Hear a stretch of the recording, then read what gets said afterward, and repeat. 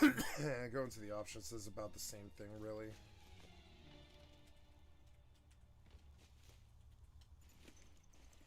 Hash pile. That's particularly nasty. What the fuck?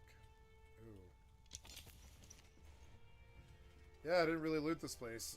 It's such a big fucking place that I just don't really know if it's worth the time. Like, I don't know, it's such a big place. Yeah. Oh yeah, that's the way out too. Yeah, this is such a big fucking place, man.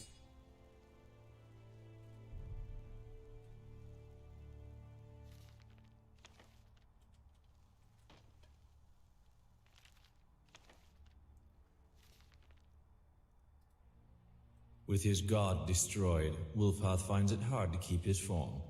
He staggers out of Red Mountain to the battlefield beyond. The world has shaken, and all of Morrowind. With his god destroyed, Wulfharth finds it hard to keep his form. He staggers out of Red Mountain to the battlefield beyond.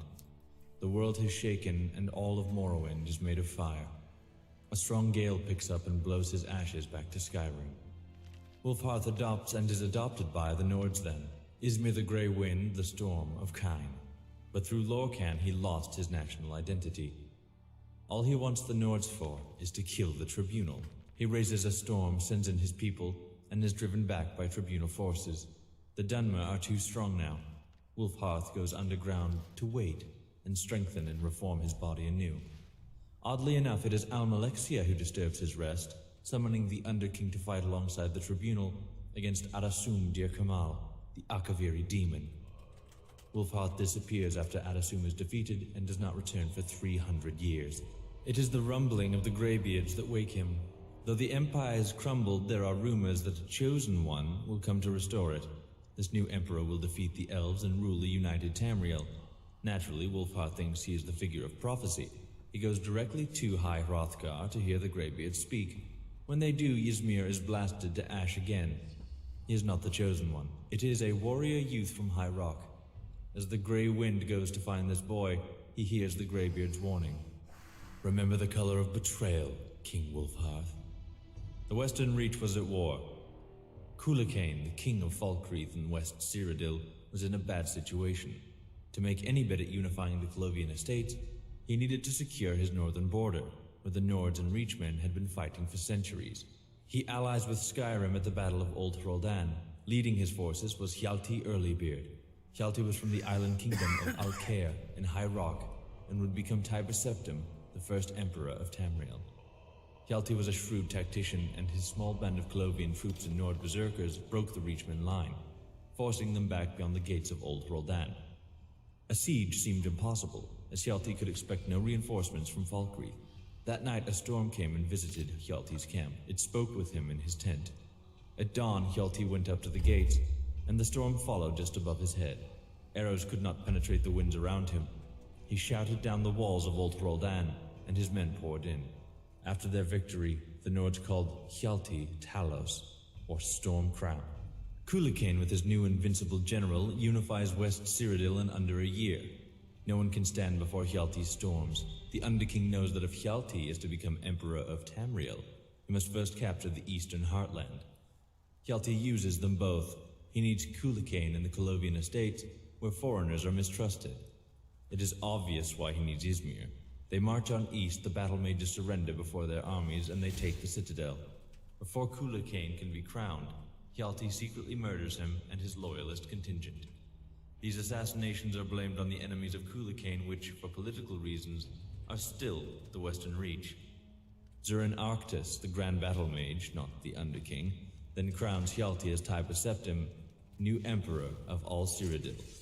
After he captures the Imperial throne, Septim finds the initial administration of a fully united Cyrodiil a time-consuming task.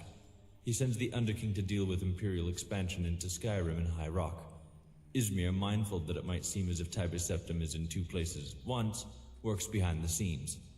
This period of level-headed statesmanship and diplomacy, this sudden silence, heretofore unknown in the roaring tales of Talosian conquest, are explained away later. The assassination story is embroidered. Now it is popularly Talos' own throat that was cut. The human kingdoms are conquered, even Hammerfell, whose capture was figured to be an arduous task. The Underking wants a complete invasion, a chance to battle their foreign wind spirits himself, but Tibus Septim refutes him. He has already made a better plan, one that will seem to legitimize his rule. Cyrodiil supports the losing side of a civil war and are invited in. Finally, the Empire can turn its eyes onto the elves. The Underking continues to press on Tibus Septim the need to conquer Morrowind. The Emperor is not sure that it is a wise idea. He has heard of the Tribunal's power. The Underking wants his vengeance and reminds Tibus Septim that he is fated to conquer the elves, even the Tribunal. Arctus advises against that move, but Septim covets the Ebony and Morrowind, as he sorely needs a source of capital to rebuild Cyrodiil after 400 years of war. The Underking tells him that with the Tribunal dead, Septim might steal the Tribunal's power and use it against the High Elves, certainly the oldest enemies of Lorkhan, predating even the Tribunal. Somerset Isle is the farthest thing from Tibus Septim's mind. Even then he was planning to send Zurin Arctus to the King of Alinor to make peace. The Ebony Need wins out in the end. The Empire invades Morrowind, and the Tribunal give up. When certain conditions of the Armistice include not only a policy of non-interference with the Tribunal, but also, in the Underking's eyes, a validation of their religious beliefs, Izmir is furious. He abandons the Empire completely. This was the betrayal the Greybeard spoke of, or so he thinks. Without the Underking's power, all ideas of conquering Tamriel vanish. Would have been nice, Septim thinks, but let's just worry about Cyrodiil and the human nations. Already there is a rebellion in Hammerfell. Pieces of Numidium trickle in, though. Tibus Septim, always fascinated by the dwarves, has Zurin Arctus research this grand artifact. In doing so, Arctus stumbles upon some of the stories of the war at Red Mountain. He discovers the reason the Numidium was made and some of its potential. Most importantly, he learns the Underking's place in the war, but Zurin Arctus was working from incomplete plans. He thinks it is the heart of Lorkhan's body that is needed to power the Numidium. While Zurin Arctus is raving about his discovery, the prophecy finally becomes clear to Tibus Septim. This Numidium is what he needs to conquer the world. It is his destiny to have it. He contacts the Underking and says he was right all along. They should kill the Tribunal and they need to get together to make a plan. While the Underking was away, he realized the true danger of Dagoth-Ur. Something must be done, but he needs an army and his old one is available again. The trap is set. The Underking arrives and is ambushed by Imperial guards. As he takes them on, Zurin Arctus uses a soul gem on him. With his last breath, the Underking's heart roars a hole through the battle mage's chest. In the end, everyone is dead. The Underking has reverted back to ash and Tibus Septim strolls in to take the soul gem. When the Elder Council arrives, he tells them about the second attempt on his life, this time by his trusted battle mage Zurin Arctus, who is attempting a coup. He has the dead guards celebrated as heroes, even the ones who were blasted to ash. He warns Cyrodiil about the dangers within, but says he has a solution to the dangers without. The Mantella. The Numidium, while not the god Tibus Septim and the Dwemer hoped for, the Underking was not exactly Lorkhan after all, does the job. After its work on Somerset Isle, a new threat appears, a rotting undead wizard who controls the skies. He blows the Numidium apart, but it pounds him into the ground with its last flailings, leaving only a black splotch. The Mantella falls into the sea, seemingly forever. Meanwhile, Tibus Septim crowns himself the first Emperor of Tamriel. He lives until he is 108, the richest man in history. All aspects of his early reign are rewritten. Still, there are conflicting reports of what really happened, and this is why there is such a confusion over the question. Why does Alcair seem to be the birthplace of Talos, while other sources say he came from Atmora?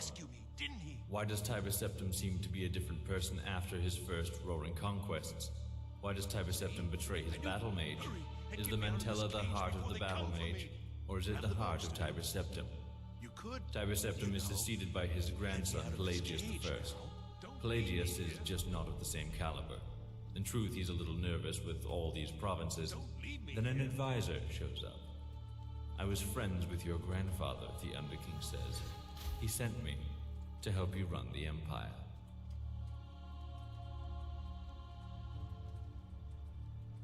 Don't leave me here.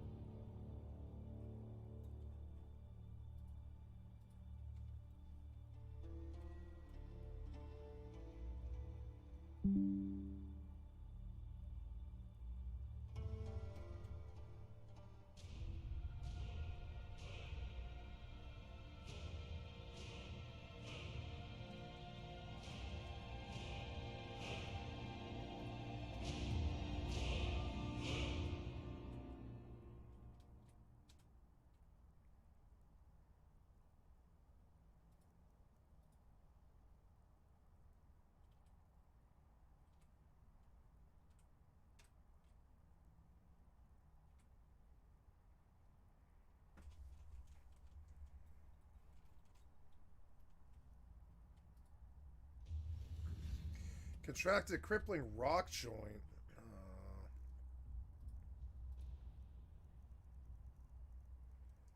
Oh, it's good that I have some antibiotics.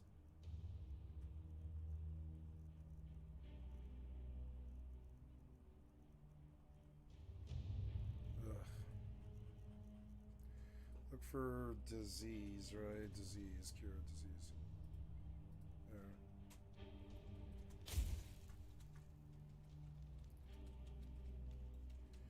Good, good.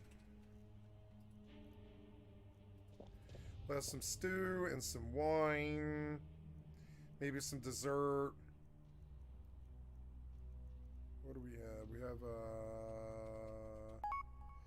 what's up, number 2? Good morning.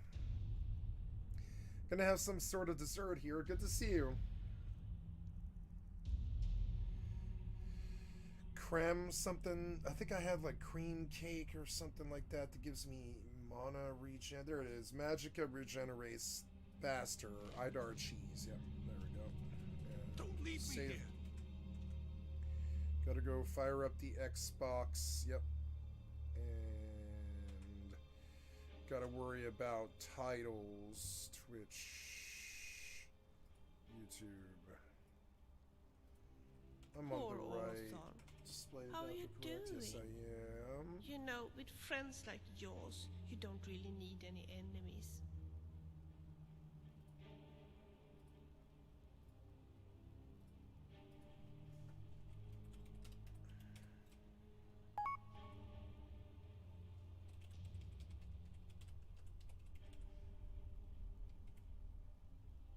IOI.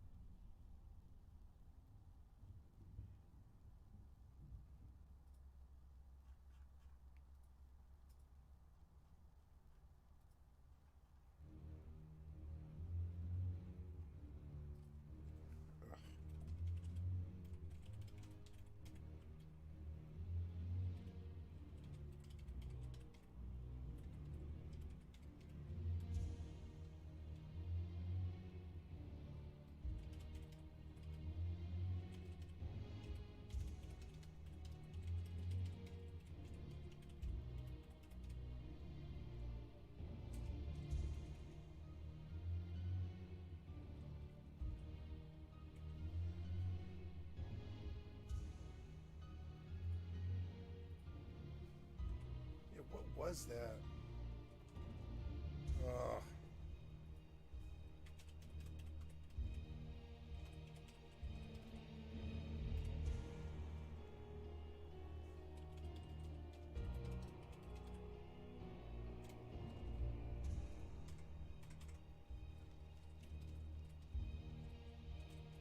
Please help me.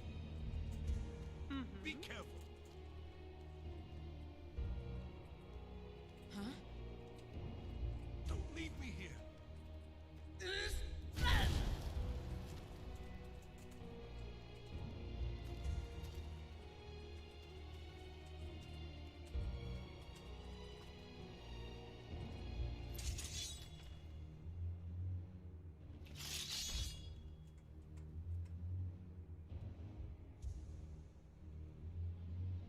Ow.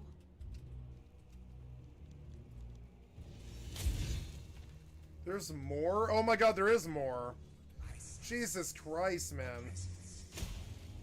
Never should have come. You will be so dead.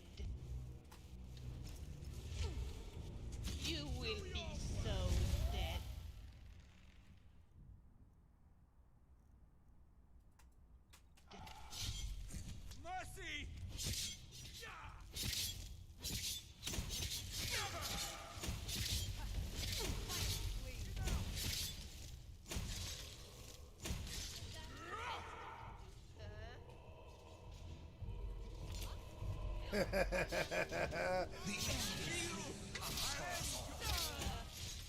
I tell you I was good?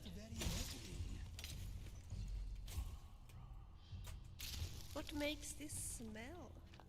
What makes this smell? I farted. Sorry.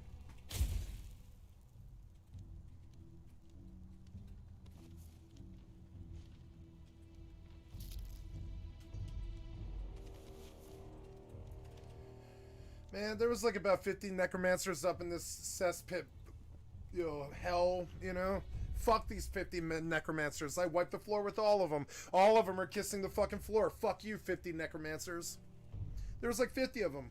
I left them. I like left a fucking platoon on the fucking floor because they choose to like try to resurrect the dead or whatever the fuck. And like, man, I didn't really want to kill 50 necromancers today, but I killed 50 necromancers today. You know, fuck 50 necromancers. You know what I'm saying?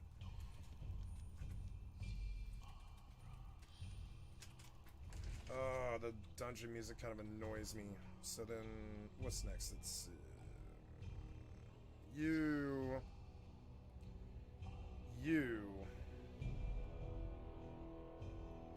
I want you to taskbar pin so I can just launch you. Ah, we're done with this long-ass annoying dungeon. And it's like one of the first dungeons, too.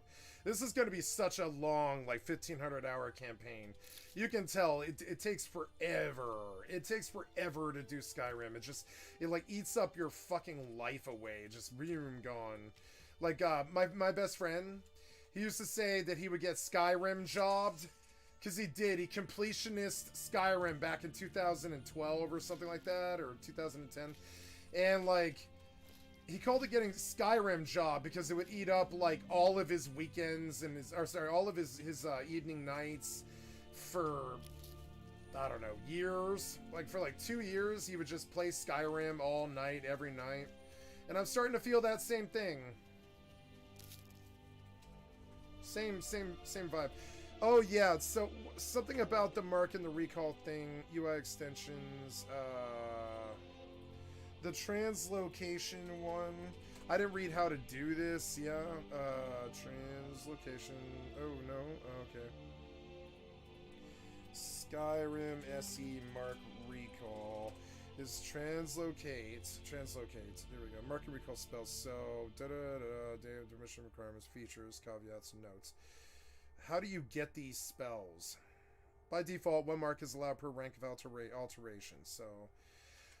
So according to this, I should now have mark and recall, which should be down here under M. No, I don't see it.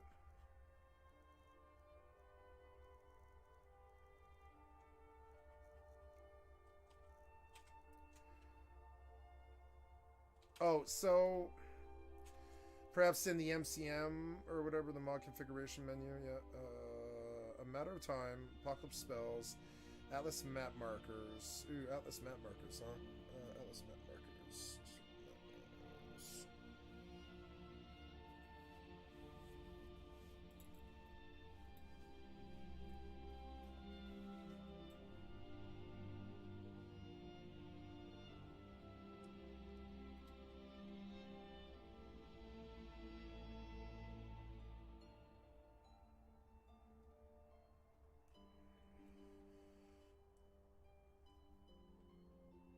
See, I didn't think translocate was going to be here. Maybe I just didn't reload. I don't know if I reloaded the client is maybe what it is, actually. I can't remember if I did or not. Desktop. Yeah. And I think we're going to go verify that translocate went into the mod list. Translocate. Yeah, it's in there. I just don't think I restarted the client is all. So, here we go.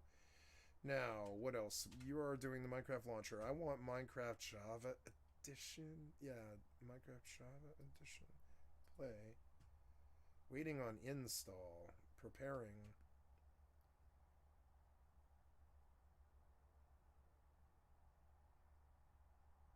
Okay, I don't know why this would take any time. Okay, I don't know. Whatever. Isn't this game like a gig? How possibly long could an update take on a gig-sized game? You know? That doesn't make any sense to me sometimes. Swear to God, you're like downloading 5 gigs in the background and using it to farm Bitcoin to sell to like child molestation cabals or something. It really feels kind of weird sometimes. You're like, ugh. Multiplayer, direct connection, BC Playfuse. There we go. Good. Now, I should have a Mark Recall. Mainly, I should have in my magic list. I shouldn't have it maybe yet, but I believe I should see it in the mod configuration. This is translocate. Translocate, there it is. Require skill level. Whether or not the number of marks available are affected by your alteration skill level. Marks per rank. Require perks. The menu wraps initially. To start selection from the bottom of the list, press up after the list menu first appears. The menu can be canceled by making a selection by the keyboard. Scroll complete configuration. Read me. Slot naming or slot selection. Due to how it sounds, if you're able to get it, just need to capitalize. So I want to read how. I want to read what else he.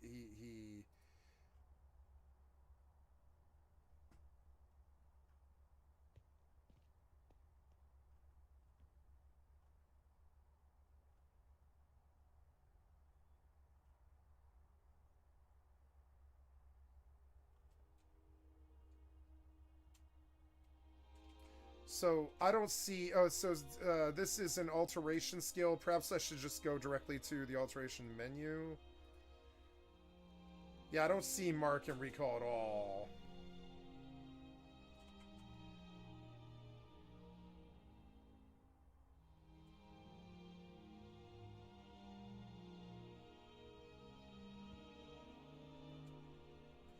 Oh. Okay, so translocate, huh? Okay.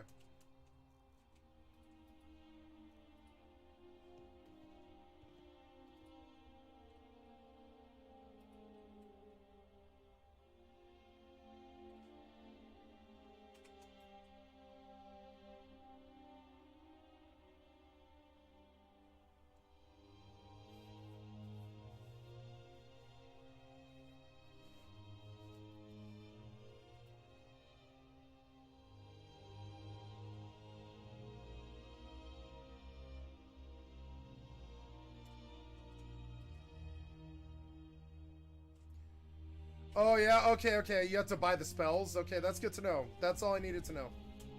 What's this? Oh, no, it's not a dragon, is it? Oh, it's a leftover... It's a cultist. Okay, well...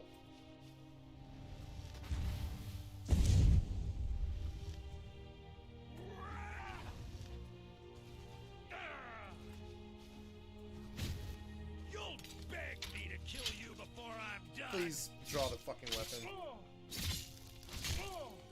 Oh my God, it was scandalous. Every time you guys one-shot me through 35 points of armor. Ooh. Scandalous. Fucking scandalous, Bethesda. You ever played your own game before? I don't think so.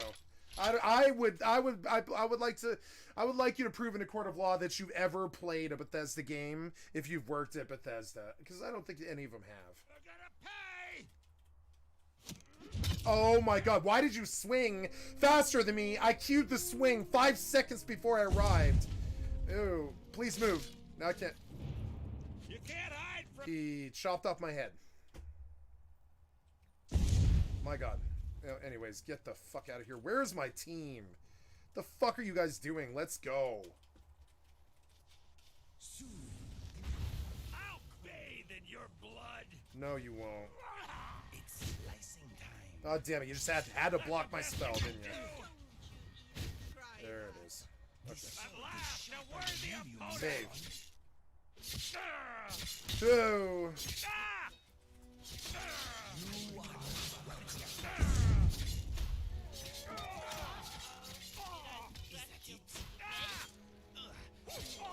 Oh, damn, I can't see him. You think you can beat me? Go ahead. Oh, damn, I can't see him. Get him out of the water. Fucking idiot NPC.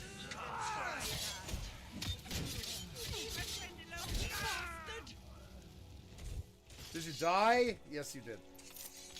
You were a bitch ass. Why is there a fucking goldfish in this pond? That's cute. Why is there a ton of fish in this pond?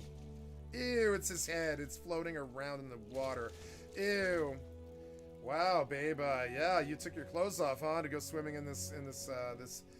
She's looking pretty happy. She's like, yeah, I took my clothes off. Oh. Oh, she took her armor off. How RP. So...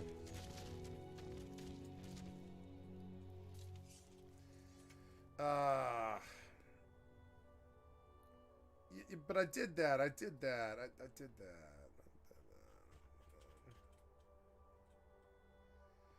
Gonna go all the way to Winterhold. Son of a bitch. I better stop at Hel Yarkin. What time of day? It's 11 a.m. That's not bad. Am I in my Minecraft session now? You don't seem to have loaded. Oh, there we go. Okay. Slash home. Nope. I go to survival.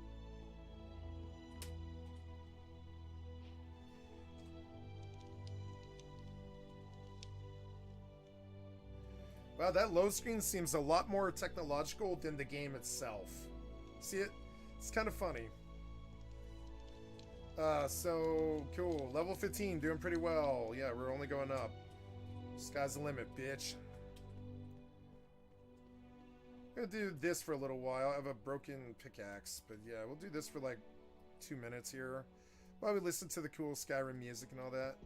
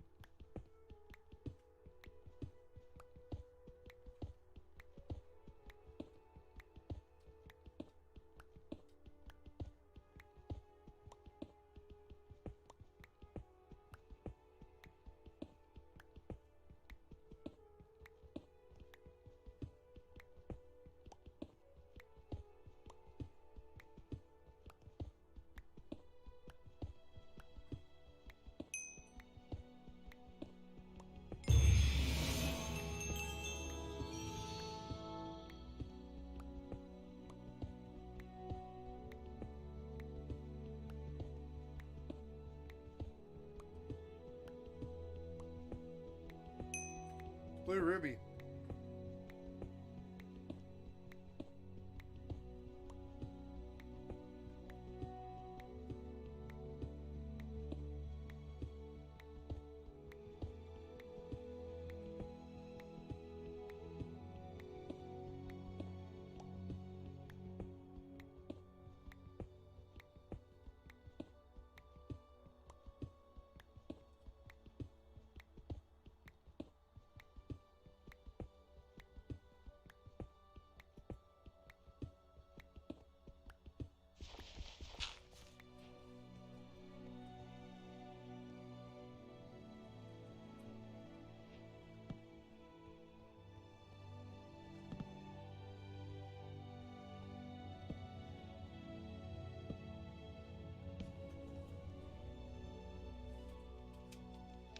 Cool, I did Minecraft stuff.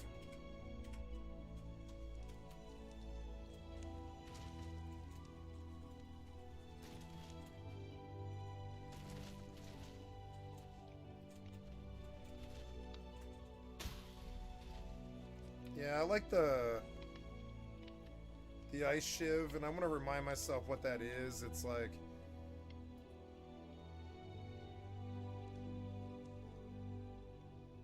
40 frost damage to health and stamina if you're behind the target. Which is so fun to me. Oh shit, it's another dragon, son of a bitch. You're a dangerous boss. Okay. Well, at least I saved. You will will be. Oh no! Oh no, you did this to me again! No, no, he wasn't like this breathing on me when I saved. He wasn't. How do you program this? Come on, man. Go, go, go, go. Oh, oh. Nope.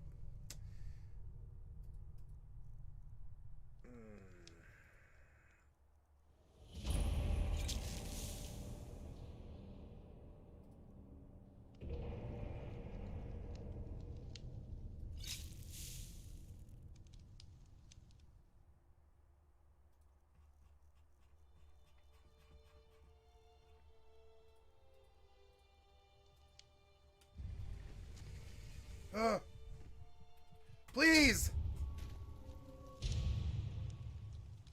I didn't save with him breathing on me. It was like 45 seconds after that. You changed the outcome. What, oh my god. What was this? What was this, man?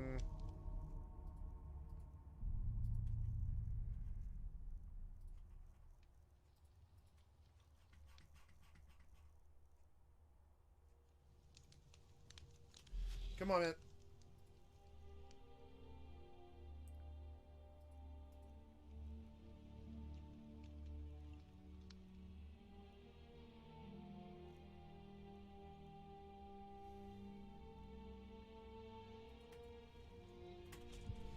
God damn it.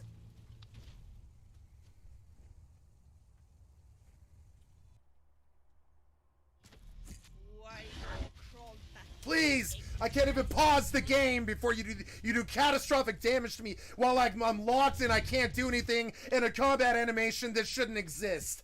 Come on, man. Go, go. Go, go, go, go, go, go, go, go. Okay, I don't know how I lived, but I lived, and it's fine. I don't know how I lived. I don't know how I lived.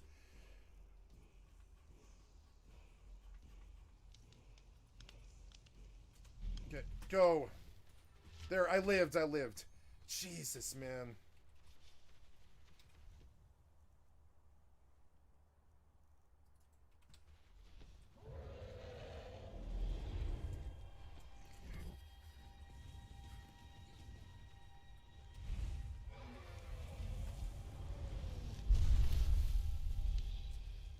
Okay, so...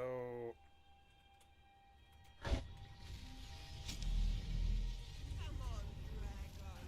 Hit me if you can.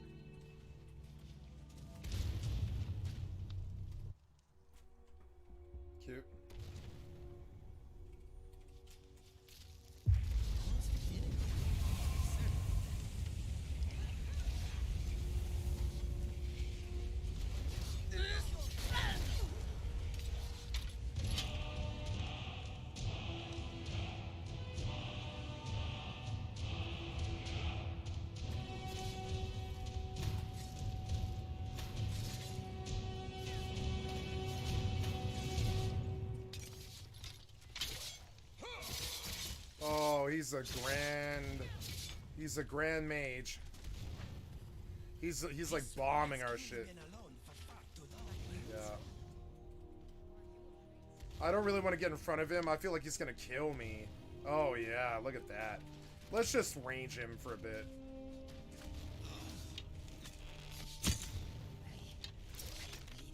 I think he's looking for me too. I mean, Inigo's on him, but how did I miss? God damn it.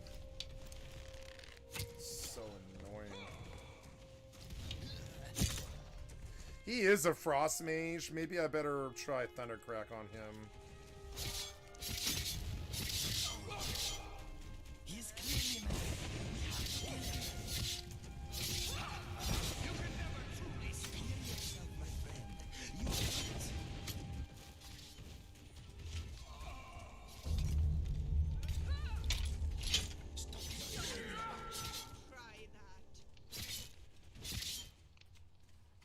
God damn it, you're so annoying. That hurt.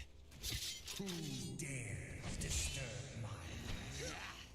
His shield is gone. Go, go. Kill him. Oh. Get out of the AoE. Yep, save. Oh god, where'd he go? Oh my god. This might be a loss. Come on, man. I can't lose the dragon either. Oh no. Yeah, but that was 5 seconds before... or after I saved, excuse me. That was 5 seconds after I saved. Don't bomb me. Don't bomb me. No. What are you doing?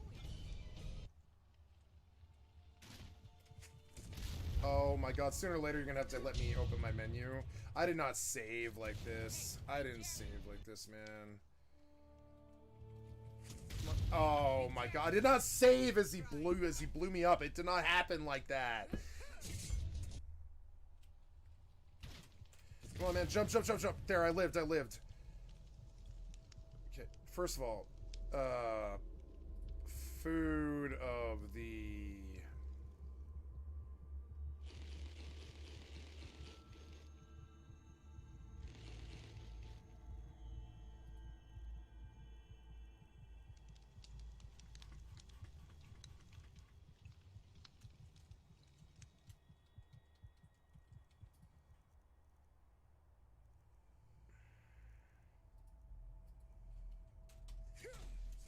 Oh.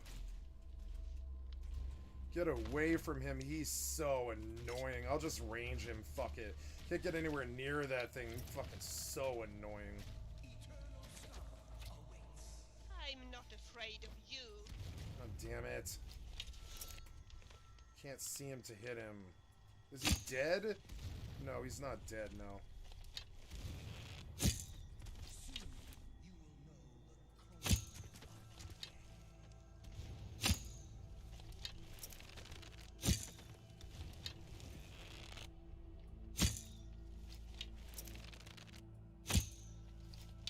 There's a rhino over there. Why is there a rhino in the snow?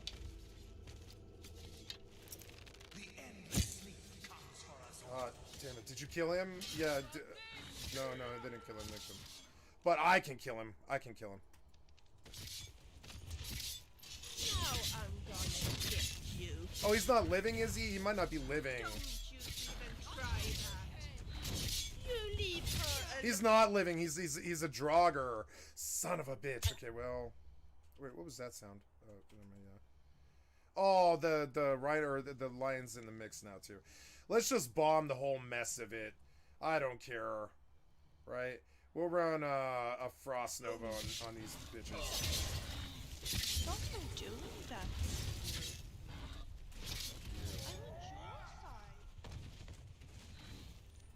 Don't you even try that. How did you miss that? Oh my god. How do you miss these melee swings? 3 feet from the target? How do you miss them? Oh my god. It's the clusterfuck of AoE death. I don't want to be in it. I don't want to be in that. And my health is low. I've been out here too long.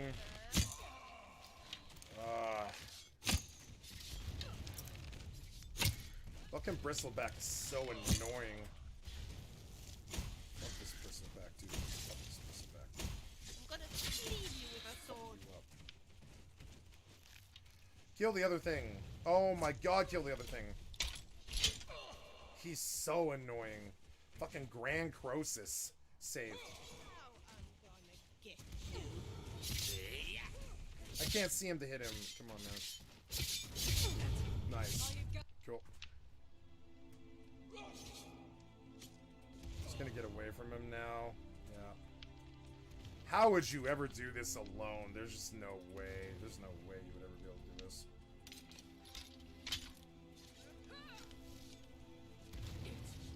He like got mana back. It's so annoying. So annoying.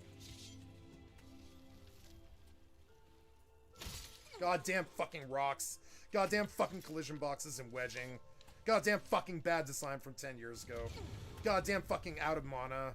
God damn it. Hurry up. 60 damage isn't bad though. Yep, kill him. Save. I will kill him.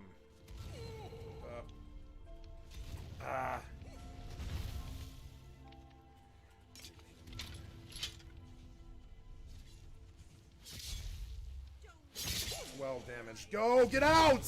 Jesus, why do you stand there? You fucking swing! Hold on, guys. I gotta stand here and do nothing for 9 seconds after I melee swung. If it was Bruce Lee, he would have kicked and punched me 275 times in the last 9 seconds. But it's Skyrim, so when I swing a weapon, I gotta stand there like an idiot and in a combat animation like an idiot for 9 seconds while everybody's wails on you. Because that's design in Bethesda's eyes. That's what Bethesda thinks combat is. Fucking took so long. The dragon into the Croesus was unacceptable. Fucking unacceptable. Cloak of Croesus. What the hell is that? Okay. Unacceptable how long that took. That thing had way too much fucking health. Lockpicking, archery, and alchemy are 20% better.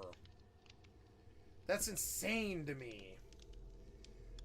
His loot was super good. His loot was very, very, very good. It was good. It was, I mean, it was super fucking good. So whatever.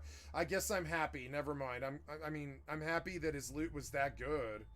His loot was literally double the value of anything else I own. So sure, yeah, I'll take it. Yeah. What's it look like?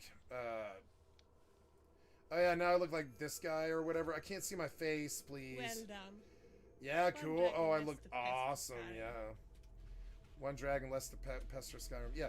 Did I finish all that shit? That was another thing. Did I finish all that stupid shit? Was it Corvanjund or whatever? Yeah. I think it was. It was like north. Yeah. Or no, it was up the hill, I think. I don't know. I am gonna die if I don't... well, I don't know. I think I can jump now to, like, Heljarkin without too much problem. As long as I don't aggro a dragon and a level 50 Doom Mage at the same fucking time, I should be alright. The only other game I've ever seen that treated people like this was Final Fantasy 15. They would just stick some 45 level 45 demon on your 13 level ass, and then they drop a drop ship full of 26 dudes on top of you, and all of them are like level 30. And you're sitting there and you're like level 13, and you're like, what? And this shit's no different. It's no different. I don't have time, guys. I mean, I want to kill that thing especially. Just aggro them and train them to the zone. Yeah, like...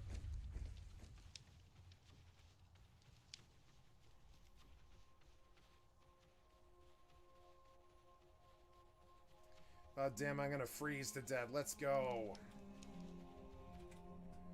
I made it. I made it. I love this town. This town's really central. Yeah, like, this might be the town that I use as my home. This little inn right here, because it's, like, central. I mean, it's not central to everything. Central to everything is Whiterun, really. Whiterun's central to, like, pretty much everything, yeah. Oh, well, that's okay. Trailus's house. Huygen's farmhouse. Jen's farmhouse. I think one of the things I used to do was come around the back, yeah, to this thing, yeah? Am I tired? No, I slept recently, but I'm definitely frozen to death. Good afternoon. Looking to protect yourself or deal some damage?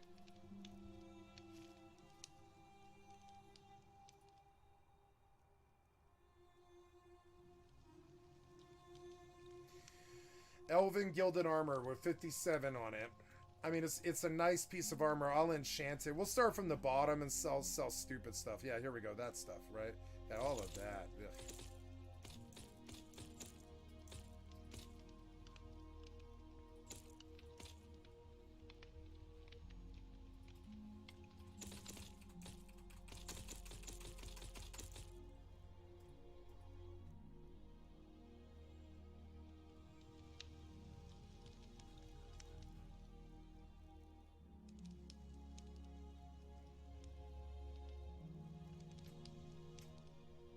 Good day.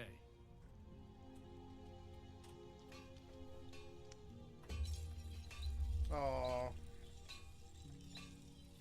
I had tried to sharpen my own weapons, but I always managed to break them.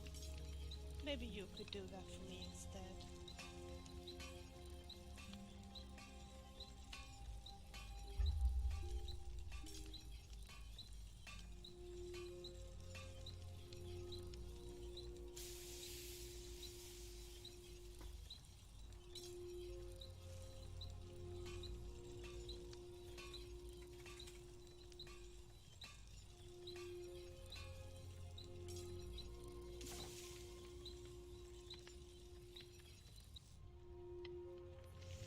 Oops.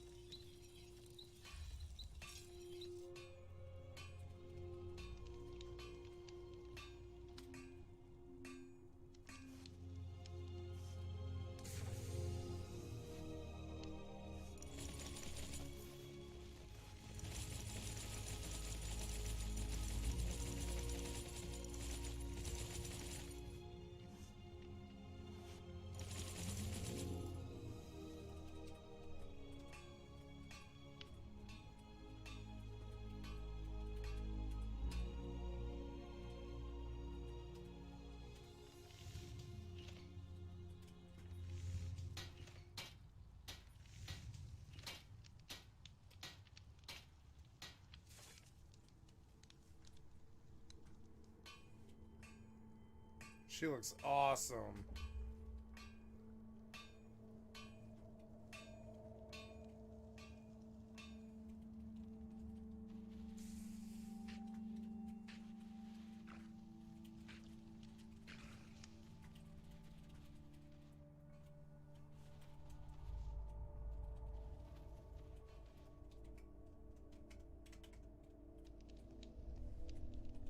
Let's see if I can find a spider. Oh, I'm out of that thing already. Yeah, but I actually need you to let me use my mouse. Windows. Is that too much to ask? I actually kind of need you to let me use my mouse. Yeah, I realize that's a pretty tall order for Microsoft Windows, but yeah, I'm gonna need you to let me use my mouse. Yeah. I know. I realize that that's a lot to ask in 2023 from Microsoft, but I kind of need you to let me use my mouse. You know, I kind of really do need you to do that.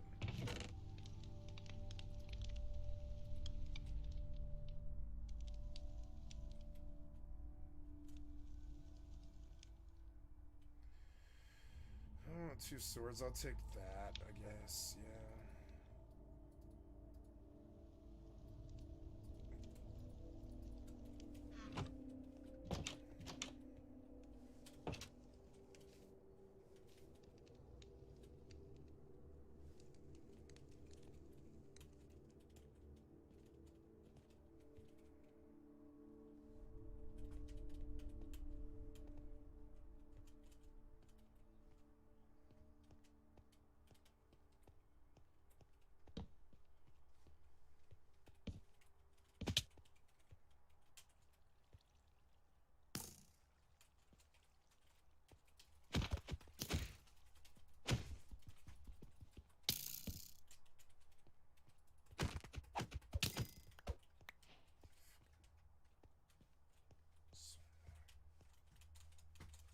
I killed him though.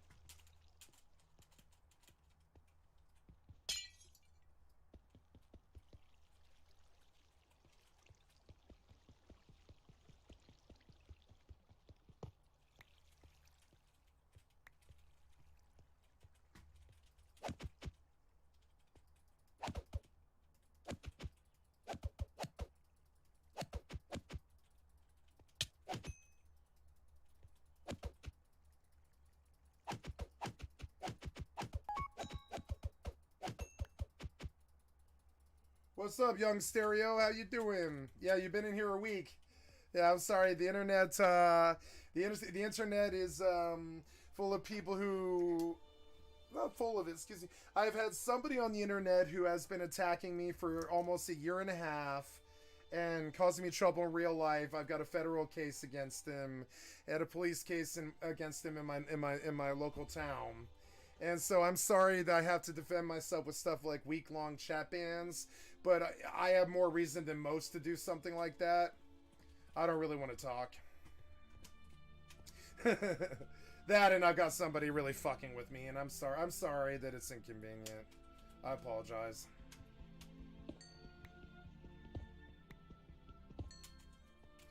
But I mean, yeah, like, you know, when he's threatening to, you know, when he's threatening me, the follows and the chat is how he does it. So I'm sorry. I'm a victim of an attacker, and I have a bit of a different system.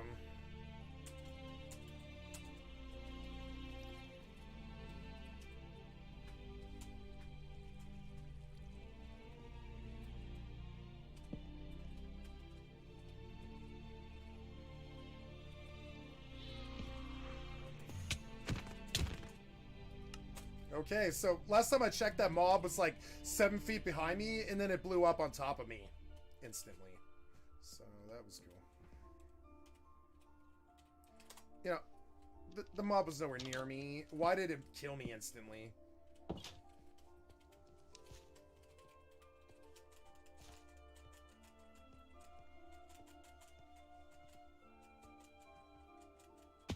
Ah.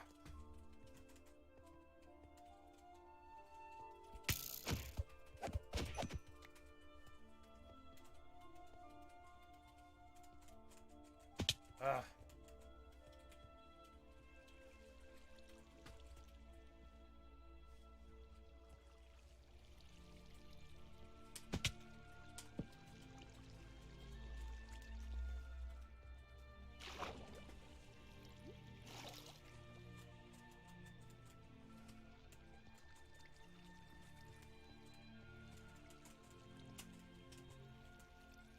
Thank you for following me, young stereo. I hope my personality doesn't keep you from hanging around.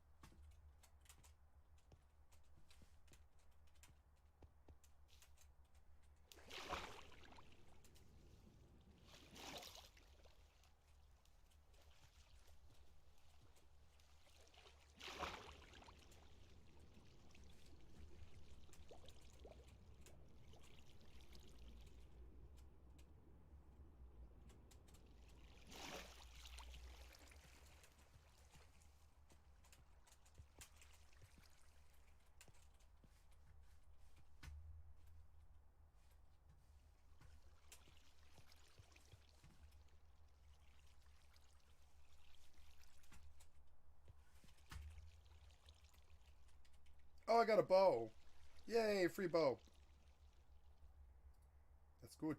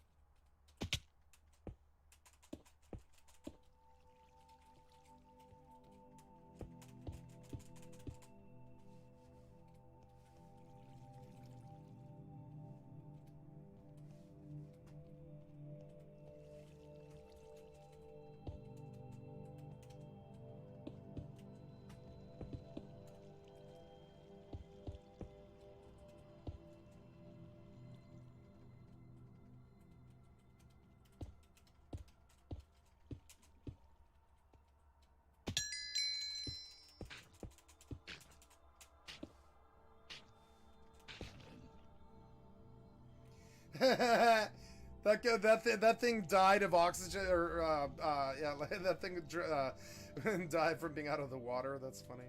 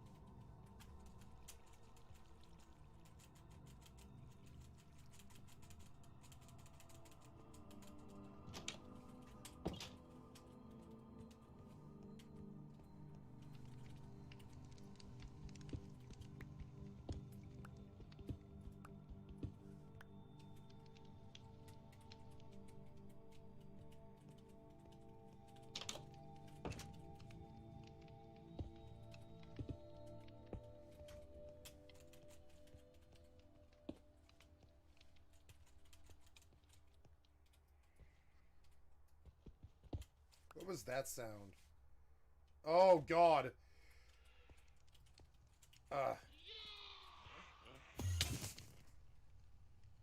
Okay, just outright killed me.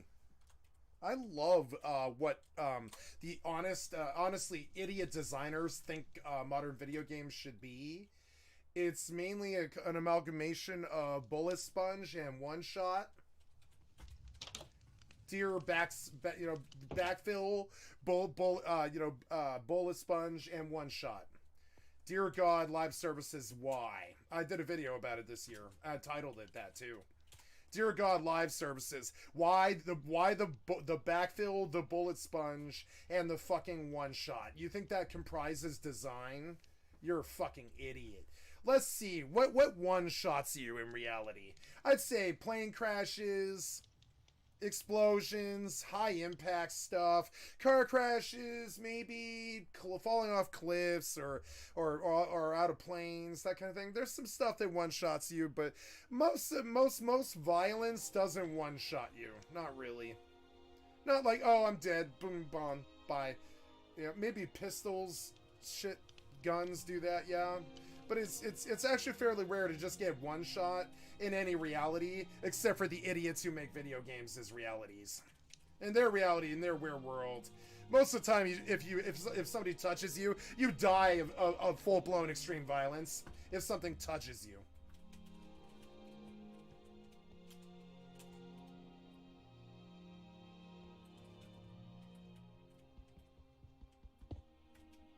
And that kind of design is unacceptable. It's not welcome. I don't want it anymore.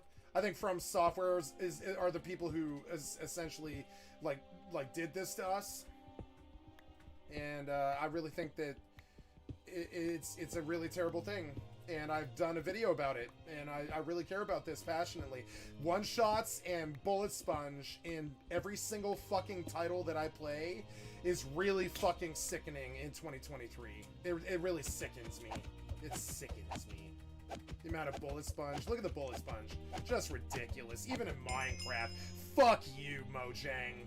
Your bullshit, fucker Zynga, or whatever the fuck your name is, right? Fuck you and the one-shot bullshit. You one-shot, I'm sorry, you treat kids like this? Do you treat your kids like this? Do you somehow get a sadist rush out of getting children one-shot? I'm sorry, but that's what I would say right to your fucking face. If I were to ever to meet you in public, I would say, yeah, hey, I really love Minecraft and stuff, but I don't really understand why there's so many one-shots in it. Aren't these children who play this? And I'd like to hear what his response would be.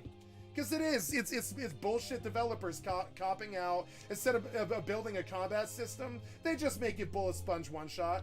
They don't need a combat system, just bullet sponge one-shot will suffice, you know? No combat system, just bullet sponge one shot. That's it.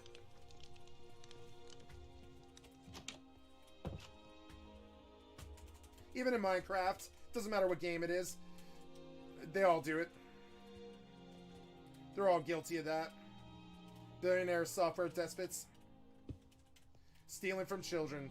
Children, dude. Children. You know what I'm saying?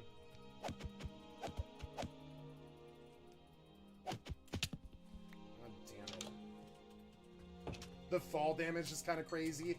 Yeah, I realized falling like a full story might kind of maybe twist your ankle or something like that. Yeah, you might take like 10% damage or something. But nah, the way that you fall in these games, man, is like, oh man, I just fell 4 feet and I'm crippled and I'm in the hospital now. I fell 4 feet and I'm crippled and I'm in the hospital. I broke my legs. Yeah, I fell 4 feet in Rust or Minecraft. I fell 4 feet and now I'm crippled and I'm a quadriplegic and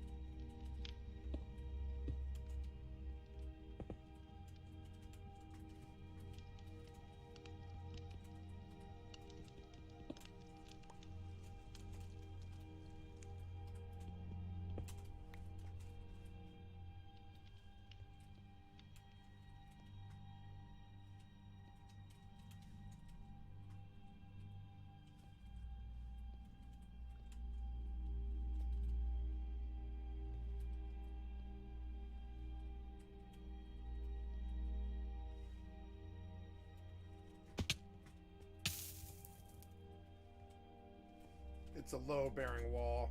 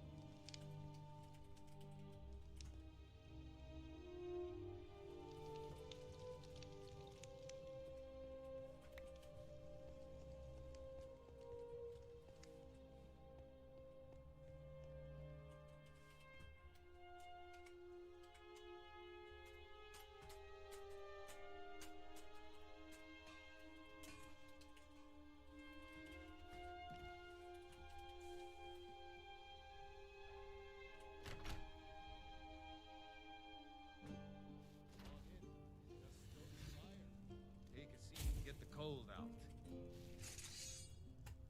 Something I can get for you? Need a room? Or maybe just some mead? Here, take a look at this. Some of the Jarl's men came by and left this bounty letter.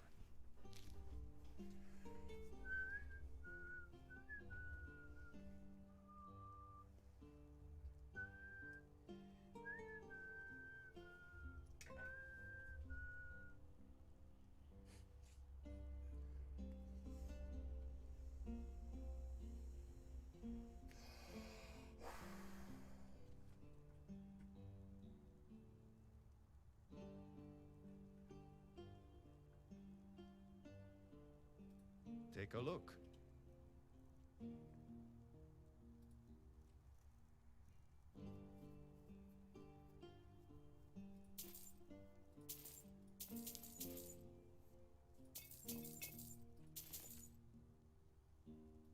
Take a look.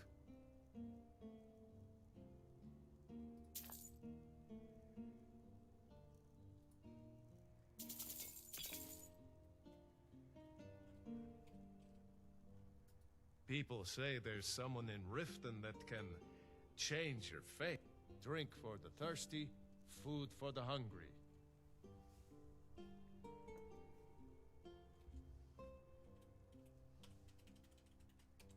Sure thing. It's yours for a day.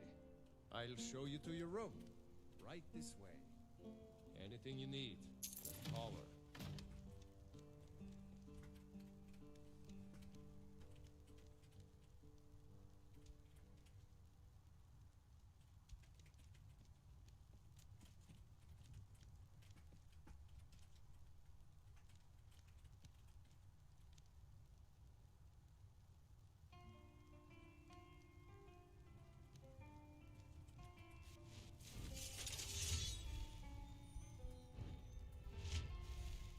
Let me know if there's anything else you need.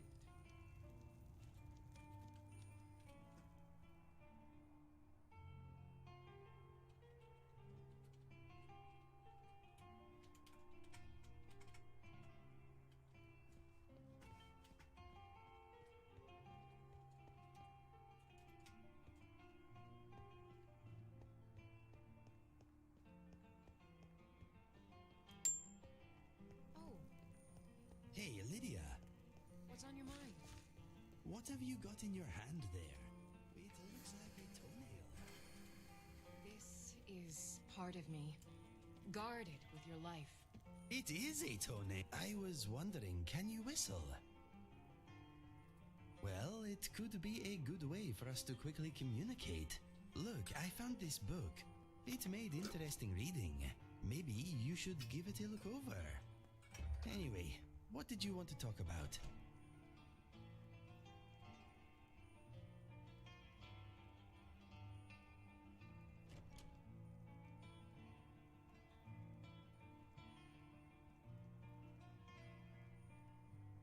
It was an honor, my friend. I will be in Riften if you need. Huh?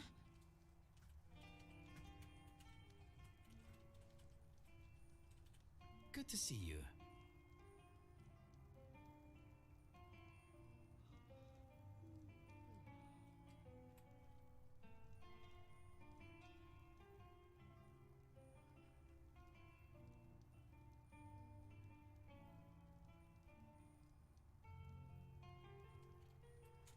It's almost like a metaphor for Bethesda. Look at them crawl out of the room.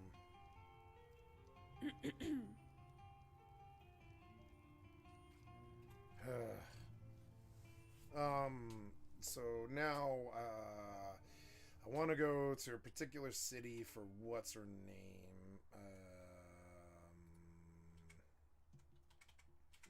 In my vortex, I have followers.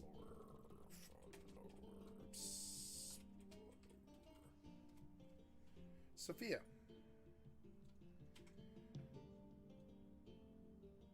Where is Sophia? Skyrim. Let's see Sophia.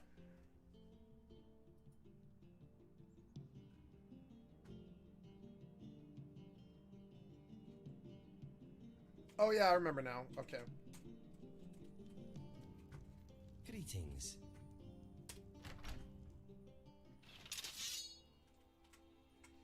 Okay, that necessitates a change in plans. I gotta go back to Whiterun.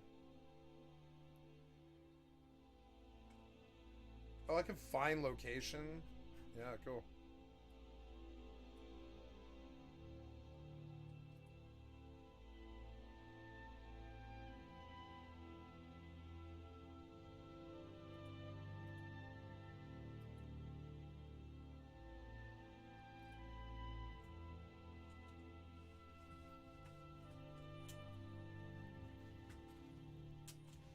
Alright, let's go get Sophia because something happened with Inigo, so I dismissed him and go get the other follower in because I like him, but I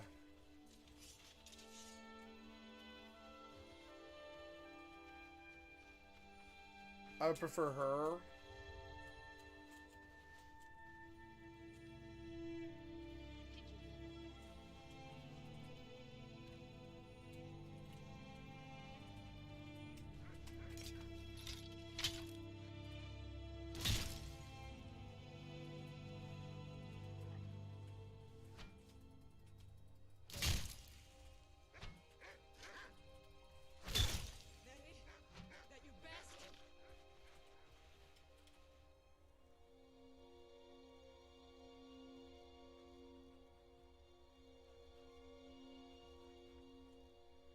Oh, wait, why are all my shouts suddenly off my bar? What?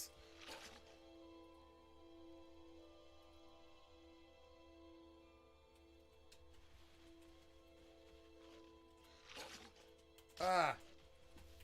I lived. That's good. Oh, look at that. That's an opportunity if I ever saw one. I killed them all. I killed them all. What are you talking about? I killed all 4 of them instantly. Try to run. Don't run. I killed the entire pack. Wraith King. Oh, no, no, no.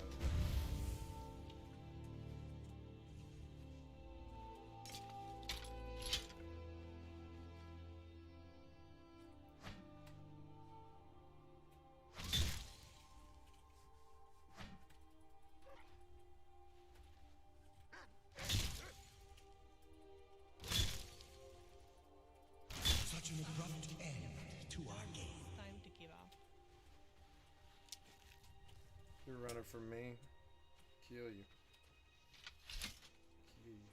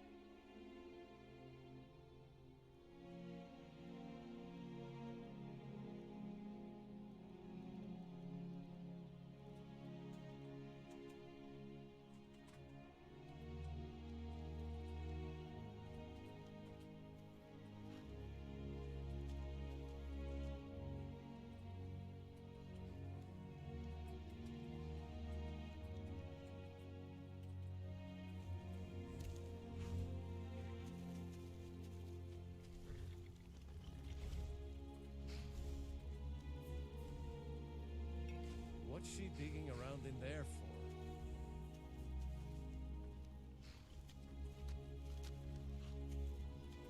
Fancy robes. You a wizard or something? Olfina strong. Greyman says that women are better than men at slaying trolls. What do you think?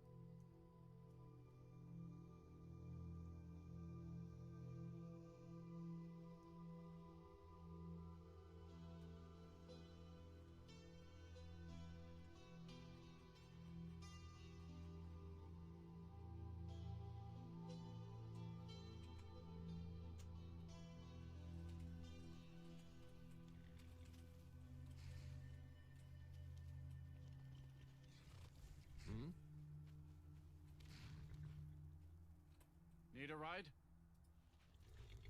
Where do you want to go? Climb and back and we'll be off.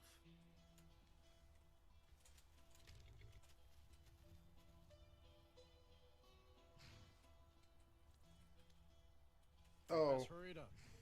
while I'm here, I'd like to go to the court mage. Just can't fill an order that size. Someone's been pilfering crops from my farm. You know, since you and I started to travel together, I've discovered I'll something. see the culprit actually rot a good in fight. prison. I think so too. I'm surprised you haven't. They're talking about me.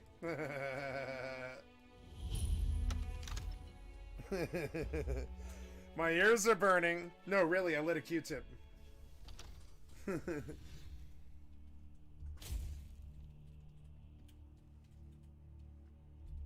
Oh, please tell me you were supposed to be. Thank God. Come to Dragon's Reach to discuss the ongoing spells and incantations for those with the talent to cast them.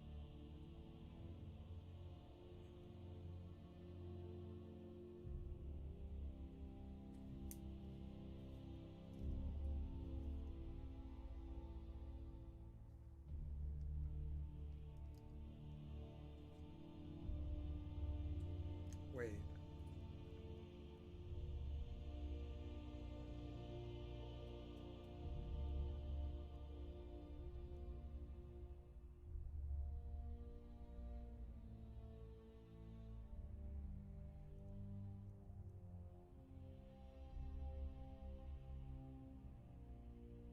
That one seems really good.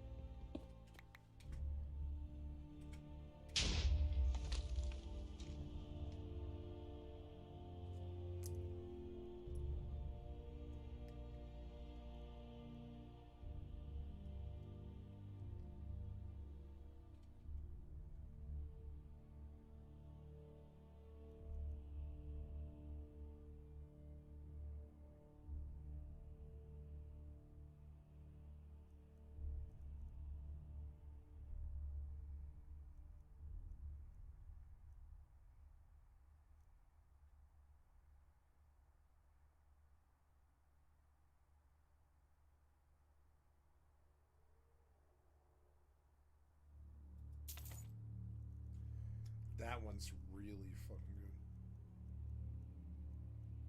Mark and Recall. There they are. Mark and Recall. So I want to set 2. One I want in Whiterun at the inn, right? Or, well, right here would be good. Right here, maybe? I don't know. Thank God for Mark and fucking Recall. There are so many fucking cool spells here.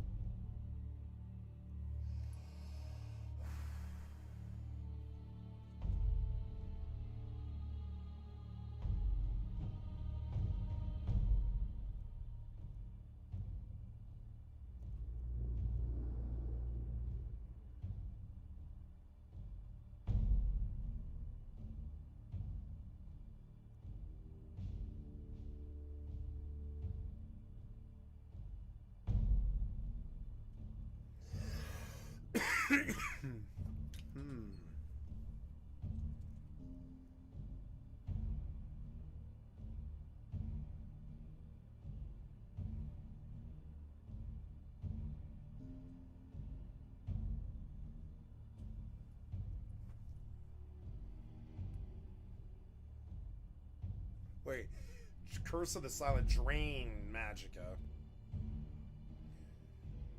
I'll take that one too. What can I sell you? Do you want anything? I better disenchant that, actually. Remember, your mind is the best weapon you have. Yeah, the hurling. Yeah, I'll take the hurling. Yeah, I'll take that Ice Blast. This is the one I'm currently using.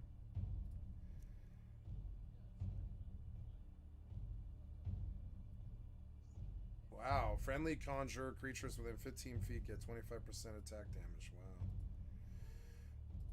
Iron Battle Axe of Lingering Fire. There we go. Good. And then,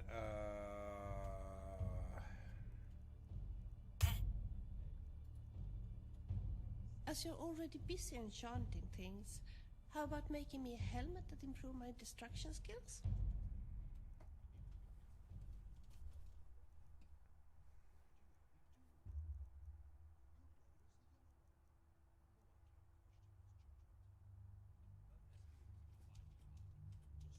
It seems this damnable conflict has claimed everyone's passions of late. Me, I prefer my books and my spells. So, Yep. you wish to master the arcane arts? I prefer my video games. I really don't care about what most happens in the world anymore. Ooh, Flaming Lava Stone. Cool. Yeah, let's go use that. Items, books, type. Spell tomes of Conjure, Avenging Wraith. I already know that one. Crackle does 12 damage. A static cloud follows it dealing at 62. Curse of the Silent, which is Drain Magicka. Eventually that'll be really good.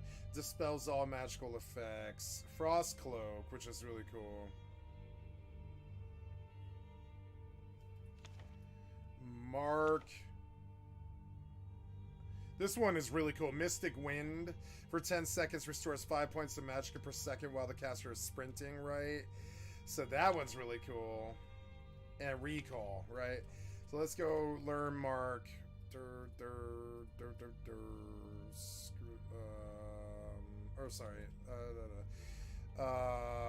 All spells. Looking for Mark. Yep. Favorite. Recall. Favorite.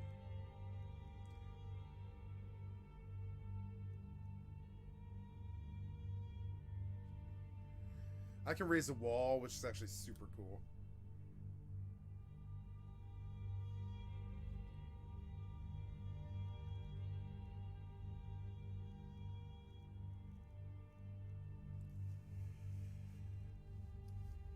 Oh, I forgot I can swim fast.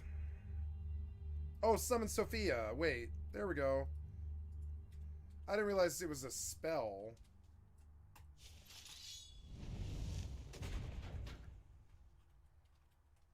Wait, did you...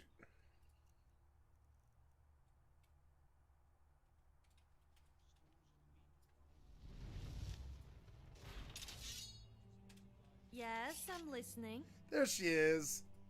You came back for me? I mean, of course you did. Oh, she's cute. Do you have something to say? She's got a weapon, does she? What is it?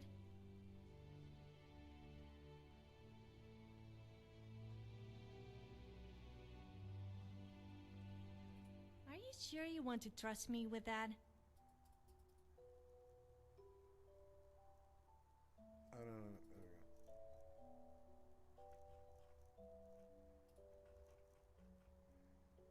Wait, this bow has 40 damage. I have to enchant it. Never mind. So I'm gonna give her this. I better enchant both the bows. Oh no, black ice, right? This one's 40, but this one has black ice on it. Yeah, irresistible to frost damage. Let's just give her the Orsimer Chieftain bow. I don't care. And this armor draining Dremora halberd. And this Knight's Claymore, Warhammer. There's a glass mace, steel Nordic spear. Spear seems cool. Spear might be really cool. Wait, I want to get that spear back from her. I didn't know there was a spear in this game. So let's see the action on the spear. But yeah, but in the meantime. Sword by armor. Let's give her the Gildan exquisite gilded armor. This, yep, she's looking better, except I don't want her to wear it though. It's okay, she can wear it. And let's give her like the best helmet that I can give her.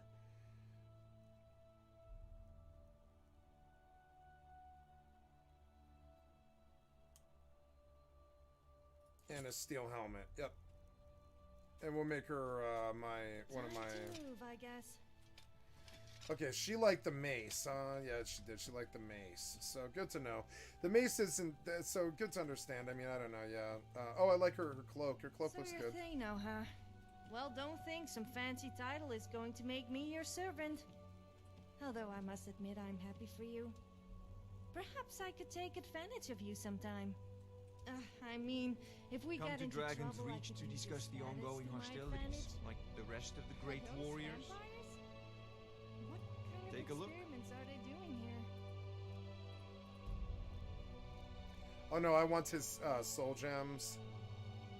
Yeah, anything that's cheap at all. Yeah.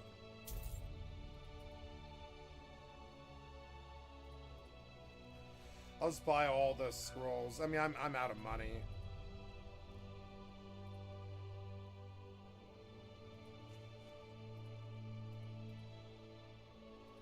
Actually, I want to sort by spell tomes and just sell all the duplicates that I've got. That'll be some money, I think.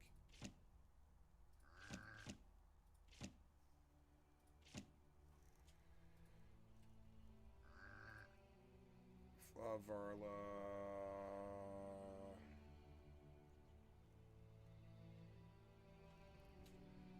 Okay.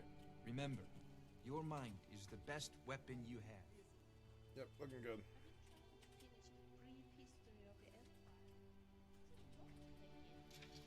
That was a tough fight. Not. Anyway, do you have the books? Then let's get back to the jolly orc at the college. And let him give us another one of his charming speeches.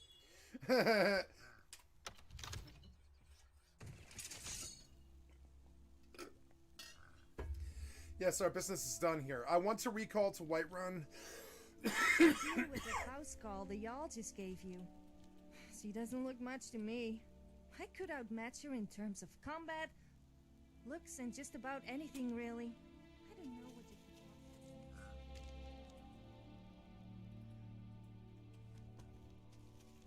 do. I miss Morrowind. Morrowind had good spells. Ooh, look at all that stuff. I mean, they're going to remaster Morrowind, and I'm going to go back and play it. Hopefully they fix the combat. That's all they really needed to All fix. I can think about is my son, my soul. Mark 1. Whiterun. They say that he was killed. Yes! And now I don't have to do all the stupid walking anymore. Thank God.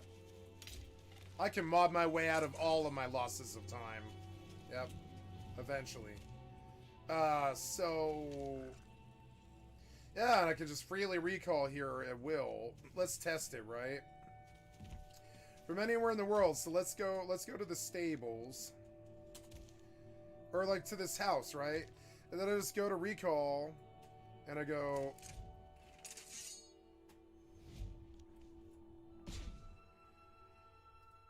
Whiterun! Boom! There it is, and I'm back. I'm back, baby.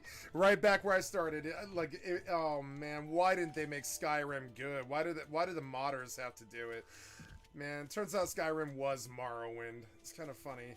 So, well, cool. That's good to know. Now I can get back here, and I can just don't ever have to like come back here again on purpose. I can just now I can teleport to anywhere in the world really fast, and the travel isn't something that's annoying anymore.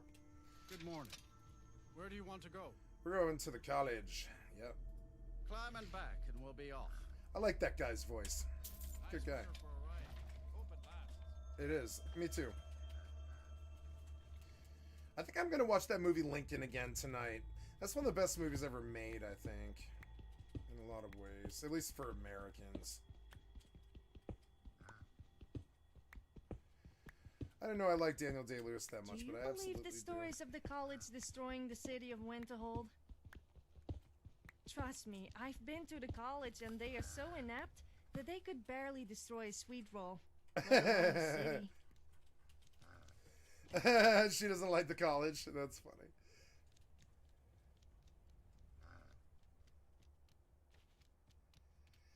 I came here, oh yeah, to do like a quest, yeah.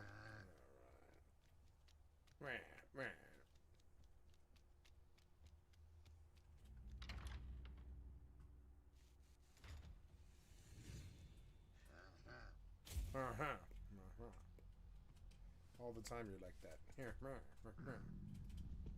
Oops.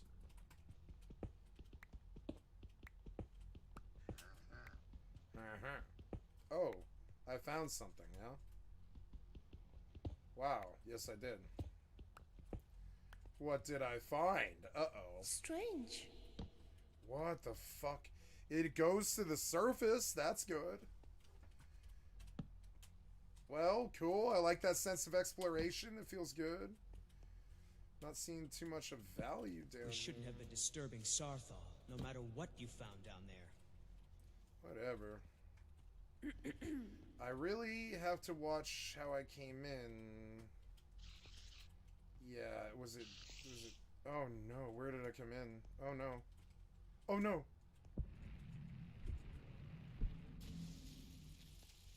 There it is.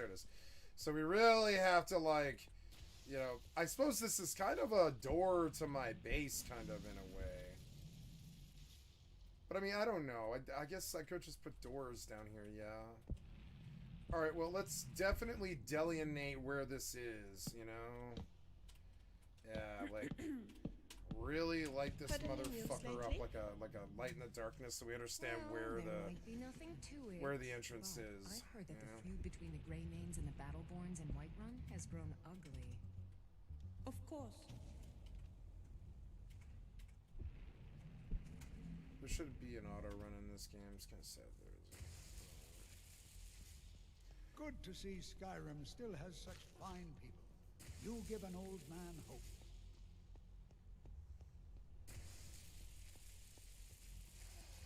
It's always encouraging to see the younger generations embracing education. Indeed.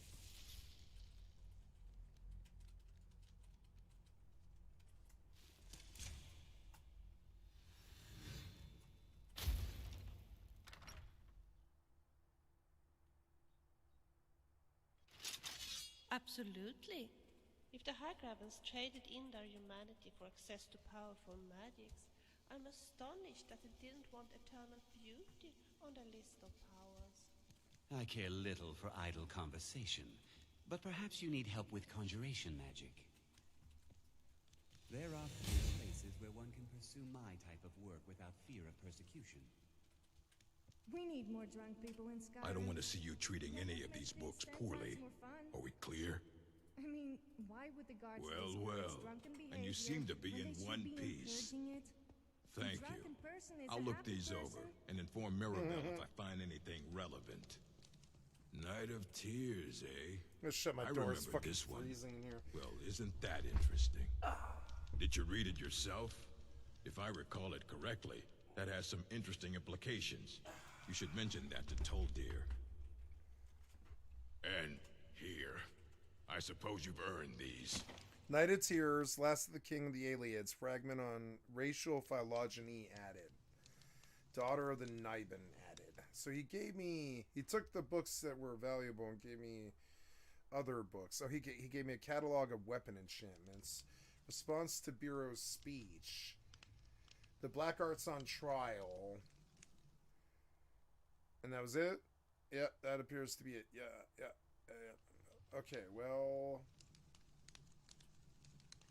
What have you got for sale, Assorted books, Urag? scrolls. I'm sure you'll find something useful. What about spell tomes or anything? Nope. Alright, so... Yeah, he sells a lot of really good books and for not much money. Let's buy... Oh, Ancient Tales of the Dwemer. Right, cool. So, Ransom of Zarek. Cool. We'll buy that one. Anything that I haven't read.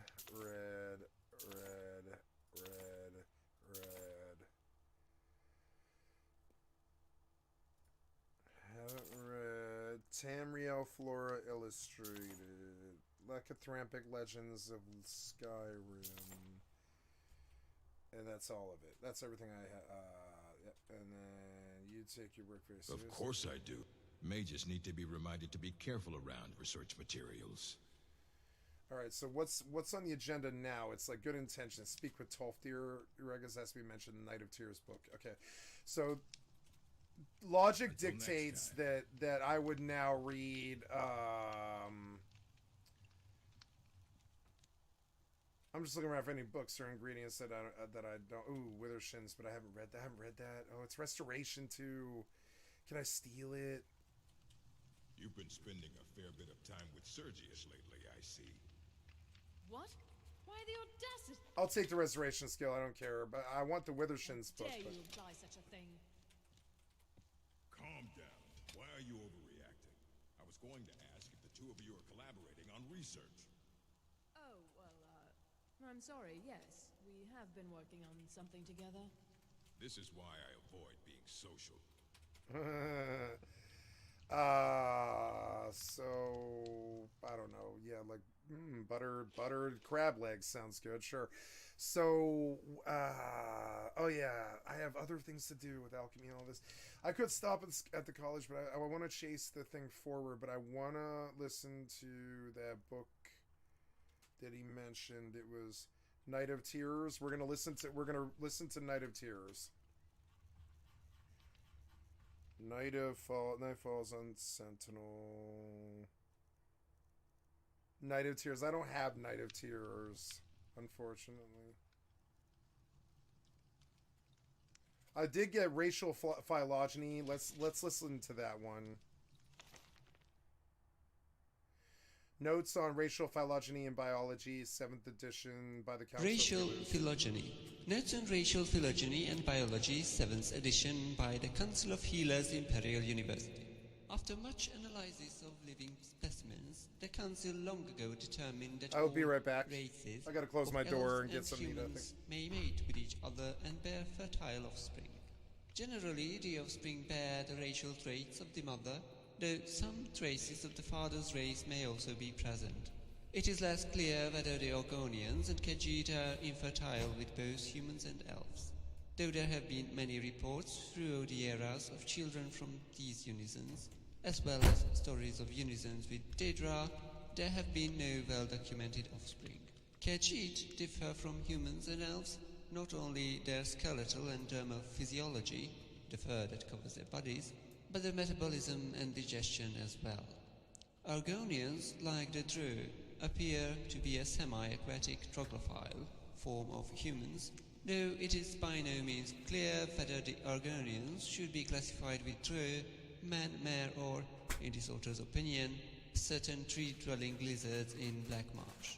The reproductive biology of orcs is at present not well understood, and the same is true of goblins, trolls, harpies, drows, tseski, imga, various dedra, and many others. Certainly there have been cases of intercourse between these races, generally in the nature of rape or magical seduction, but there have been no documented cases of pregnancy.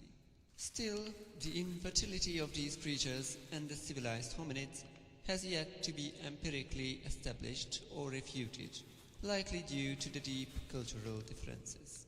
Surely any normal Besmer or Breton impregnated by an orc would keep that shame to herself. And there's no reason to suppose that an orc maiden impregnated by a human would not be likewise ostracized by her society.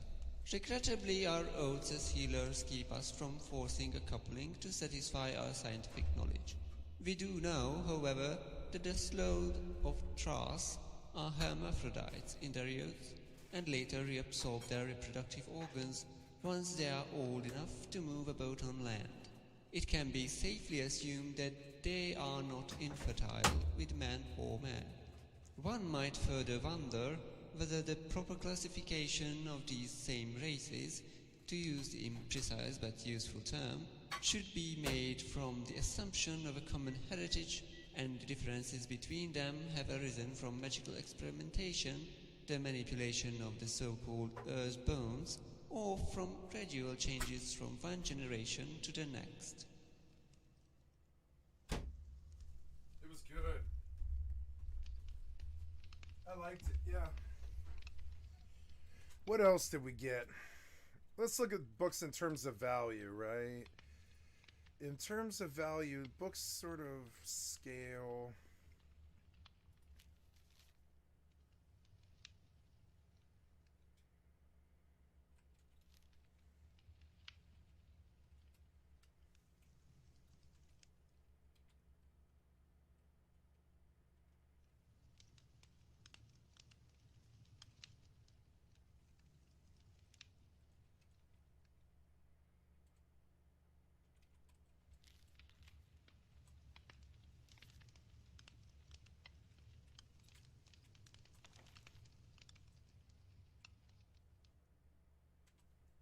The Black Arts on Trial by Hannibal Treven, Archmagister of the Mages Guild. History. Necromancy, commonly called the Black Arts, has a history that dates back before recorded time.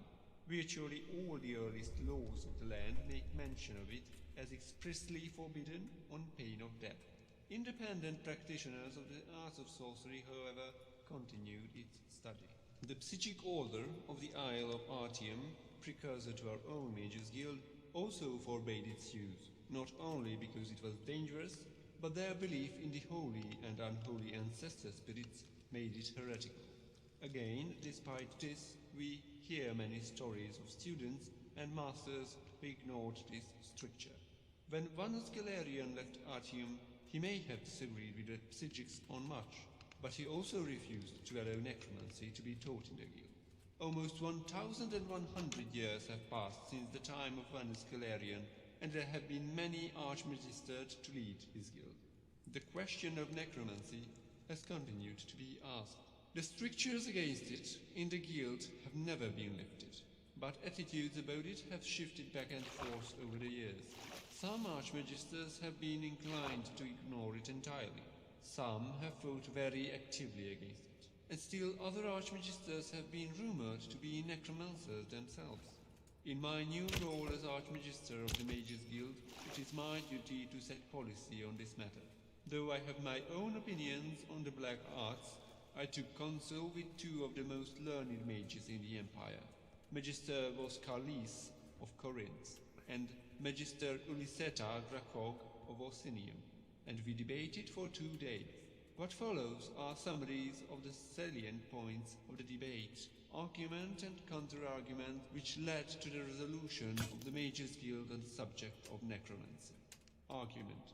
Oh, the Bowie drop is broken? Oh my god. Necromancy is poorly understood.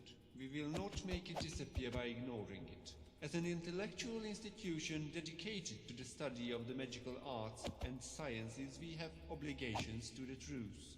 Censoring ourselves in our scholarship is antithetical to our mission of neutrality and objectivity. Counter-argument by Master Kalis. The Mages Guild must balance its quest for knowledge with responsible caution and ethical standards. It is not censoring a student's course of study to have him proceed cautiously and with purity of purpose. It is not limiting a student's freedom to set rules and boundaries. Indeed, it is essential. Argument by Master Kalis. Necromancy is an anathema throughout the civilized world. To embrace it publicly, the Mages Guild would inspire fear and hostility in the populace One at shot. large. Vanus Galerian wanted this institution to be unlike the Psychic Order, which was elitist and separatist. We ignore public opinion at our own risk. We will certainly lose our charters in many places, including very likely the whole of Morrowind, where sentiment against necromancy is very strong. Counter-argument by Master Grakov. Yes, we should be sensitive to the concerns of the community, but they should not and must not dictate our scholarship. Necromancer, to many uneducated persons, simply means an evil mage. It is madness to limit our work because of prejudices and half-formed understanding. It is an affront to the purpose of objective study to turn our back on a subject merely because of public opinion. Argument by Master Grakov. Necromancers are a scourge of Tamriel, whether operating independently or in concert with its lords or king of worms, Mani Marco. They are responsible for many horrors, animated zombies and skeletons and other forms of the undead. To best combat this menace, we must understand the powers of the necromancer, and we cannot do that by restricting our study of the black arts. Counter-argument by Master Kalis. No one is disputing the threat of the black arts. In fact, that is the very essence of my argument against the Mages Guild making it a school to be taught to our initiates. We can and should know what our enemy is capable of, but we must be careful not to step into a trap of looking too deep into his ways and making those ways our own. We do no one any good if by studying the evil ways we become evil ourselves. Argument by Master Kalis. Necromancy is inherently dangerous. One cannot dabble in it. The simplest spell requires the spilling of blood and immediately begins to corrupt the caster's soul. This is not conjecture, but simple fact. It is irresponsible of the guild If there's one to thing teach and that the thereby internet- encourage a sort of magical study which has proven itself time and again to bring nothing but terror and misery on the practitioner and the bowl. Counter-argument by Master Grakov. All schools of Magicka are dangerous to the uninitiated. A simple fireball spell from the School of Destruction can cause great harm when cast by a novice, not only to others but to the mage himself. The School of Mysticism by its very nature forces the practitioner to divorce his mind from logic, to embrace a temporary sort of insanity which one might argue is very like corrupting one's soul. Argument by Master Grakov. The guild already permits some form of necromancy. The schools of Magicka are, as we know, artificial constructs, originally formulated by Vanus Galerian to divide and thereby simplify study. They have changed many times throughout the years, but at their heart, every master knows they are all linked together. When a student of conjuration summons a guardian ghost, he's touching on the school of necromancy. When a student of enchantment uses a trapped soul, he too may be considered guilty of a black art. The school of mysticism, as I have stated before, has some kinship with necromancy as well. To state that students may not learn the ways of necromancy is to stifle common skills in the other, more historically legitimate schools of the guild. Counter-argument by Master Kalis. Yes, the schools are intertwined, but the standard spells of each school have passed the proof of time. We know that a student of mysticism, properly instructed, will not be permanently harmed by his experience. In many ways, it is a question of extreme. You might have noticed how far we would permit our studies to take us. Necromancy, by its nature, relies on the practitioner going further into the darkness than is wise. virtually guaranteeing his destruction. It has no place in the Mage's Guild. Conclusion. The risks of studying necromancy outweigh its usefulness. The Guild does not wish to censor the study of any of its members, but it will not tolerate studies in the black arts, except in limited form for the purpose of combating its evil adherents. This may only be done by rare individuals who have proven themselves both highly skilled and highly cautious, and then only with my express permission and supervision. Afterward, I regret to acknowledge the truth behind the rumor that Master Uliseta Grakog was more than an apologist for necromancy, she was a necromancer herself.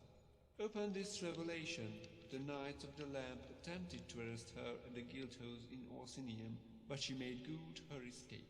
We have every confidence in the replacement Magister in Orsinium. Though I disagreed, I respected her logical reasoning enough to include her arguments in this book, and I see no reason to remove them. It is disappointing, however, to see that her interest in the truth was nothing more than a euphemism for her slavery to the Black Arts. This unfortunate situation merely illustrates how essential it is for the Guild members to be wary of the lure of necromancy, and be vigilant to its practitioners' infiltration in our Mage's Guild. Testify.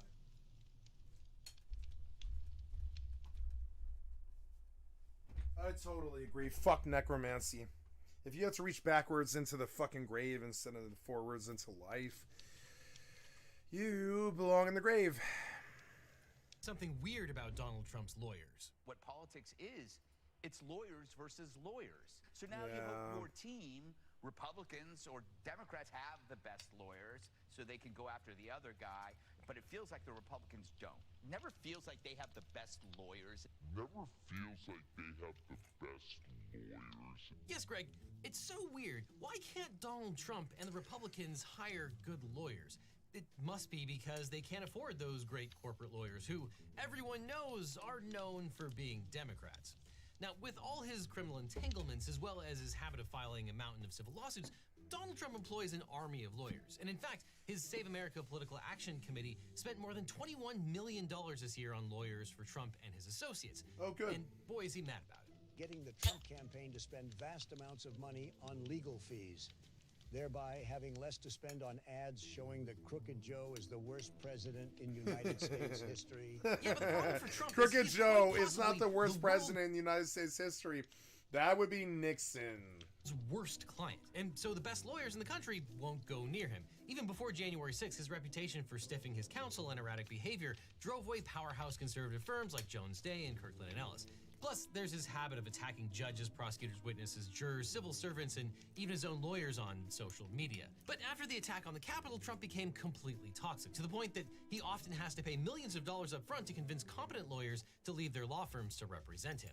Which means that Trump is facing down 4 serious criminal indictments accompanied by a motley crew of attorneys with, varying qualifications. So let's rank them. So we'll start with S tier. There are no S-tier lawyers. Donald Trump doesn't hire or can't hire S-tier lawyers. There just aren't any. Sorry. But that takes us to A tier. Yes, somewhere near the top of the Trump legal mountain, or I guess legal foothill, sits New York attorney Todd Blanche, a former federal prosecutor and white-collar criminal defense attorney in New York. Blanche left the law firm of Cadwalader, Wickersham, and Taft in April and now represents Trump in the New York State case, the Florida documents case, and the election interference case in D.C. And if you're looking for a cheat to decode Trump's lawyers, here it is. The more time they spend in TV studios running their mouths, the less serious they are about their day jobs. And Todd Blanche is never on television, and neither is Susan Nicholas, a highly respected criminal defense lawyer in New York. Nicholas represents Trump in the New York prosecution, as well as the E. Jean Carroll civil defamation suits. Also, A tier is Chris Kise, Florida's former Solicitor General, who is also pretty camera shy. In August of 2022, Trump's Save America PAC paid Kise $3 million to leave the nationally recognized firm of Foley and Lardner. Now, at the time, Trump was trying to fend off the documents investigation, but after advising the former president to simply give back everything he swiped and make a deal to avoid prosecution, Kise was banished to work on the New York civil case against Trump and the Trump Organization for submitting false financial info to banks and insurance companies. Because what better use of an expert in Florida law who knows every judge in the Sunshine State than to ship him off to New York, right? But now Kise is back on the documents case since Trump couldn't find anyone else who was both admitted to practice law in the Southern District of Florida and willing to be associated with the MAGA world.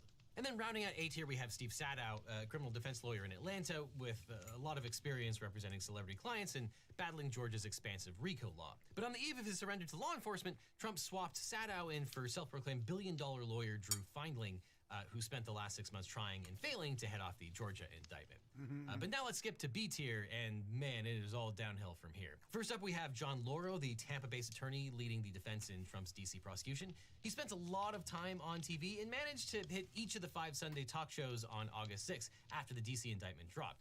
Lauro made a series of wild claims as he hopped from camera to camera, and he told Chuck Todd that, quote, a technical violation of the Constitution is not a violation of criminal law. He promised George Stephanopoulos that Mike Pence will be one of our best witnesses at trial. And on CBS, he vowed to ask the court to move the trial out of D.C. to West Virginia for diversity. And here's Dana Bash's face when Lauro described the peaceful transition of power in 2021. There was a peaceful transition of power. So that's how the constitutional works. Right. What happened now, on January 6th was not peaceful. And Lauro's not just making those crazy arguments to the cameras. In court, he objected to a protective order blocking Trump from posting evidence from the case on Truth Social, calling it a content-based regulation on President Trump's political speech, and complaining that, quote, in a trial about First Amendment rights, the government seeks to restrict First Amendment rights. Then another B-tier Trump lawyer who loves the spotlight is New York litigator Joseph Tacopina. After a jury awarded E. Jean Carroll $5 million for sexual assault and defamation, Tacopina congratulated himself and his client on the courthouse steps because, quote, Donald Trump was not branded a rapist. Tacopina is also part of the team representing Trump in the criminal case. Here he is explaining to Ari Melber that Trump simply had was not to branded lie to as the public one. about the payoff to Stormy We Daniels all think of him because as she one. was extorting him. But he and was he never signed a branded as confidentiality one. agreement. Because Maybe you it was don't, a but I do. confidential settlement. So if he acknowledged that, he would be... A lot of women came forward. Oh, God. I don't know why they'll go after Bill Cosby, but not Trump. violating the confidential settlement. So is it Well, the I know truth? why. Of course it's not the truth. Was he supposed to tell the truth? He would be in violation of the agreement if he told the truth. Oddly enough, Tacopina also claimed back in 2018 to have an attorney-client relationship with Daniels because she consulted with him briefly about the very same matter, which is probably true and is very worrying.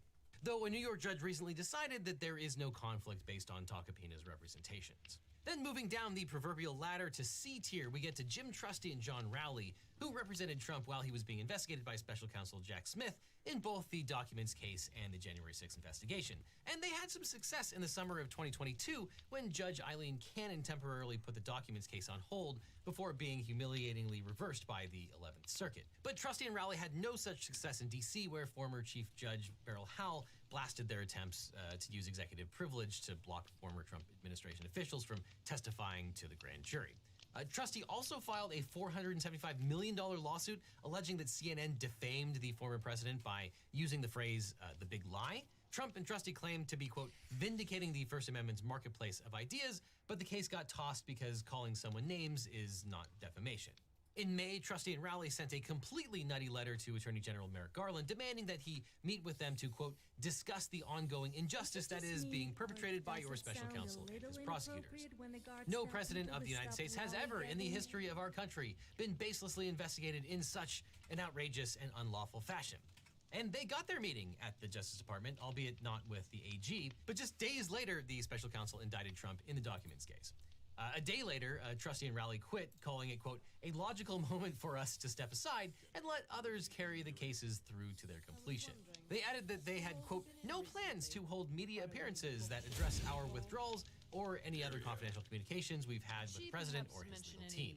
Now, that was probably a backhanded reference to Tim Parlatore, another C-tier attorney who left Trump's legal team a month before Trusty and Rowley. And on his way out the door, Parlatore blamed yet another Trump lawyer, Boris Epstein, who is really just a close advisor of Trump's.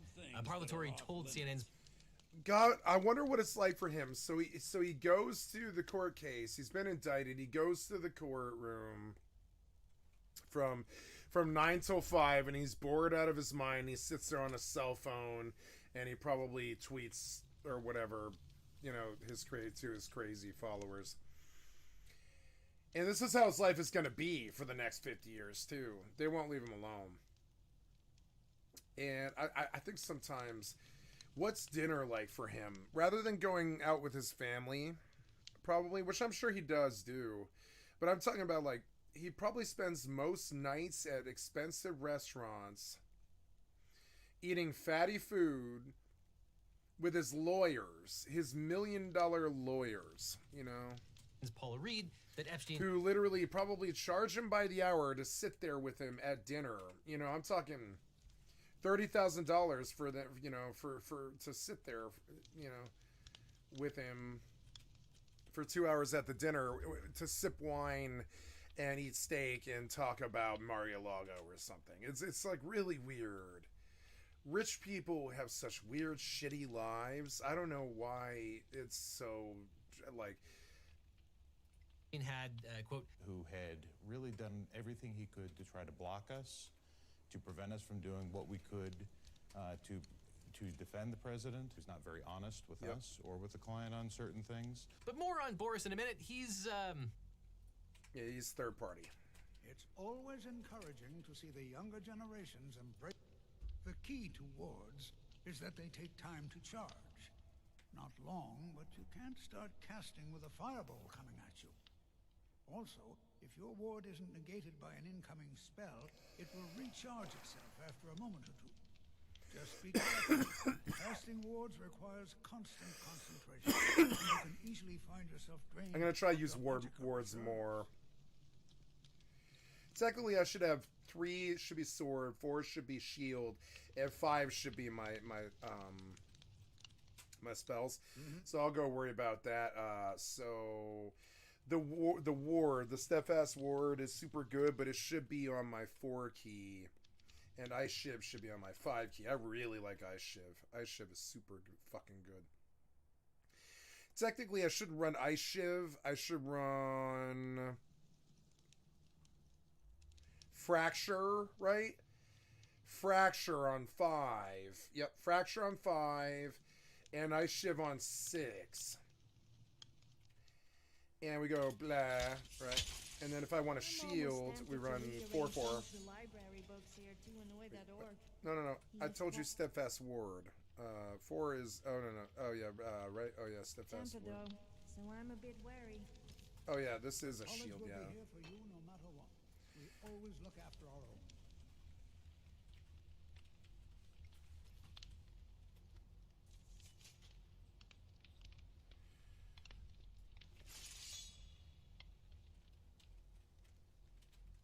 For how much mana it uses, wow. Education is never appreciated until... Now the master is turned down a bit.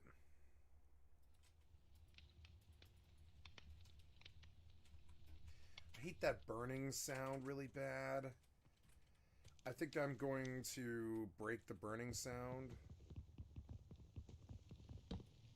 I really liked having that thing, but yeah, I don't want that anymore. It really, that reoccurring sound is so annoying.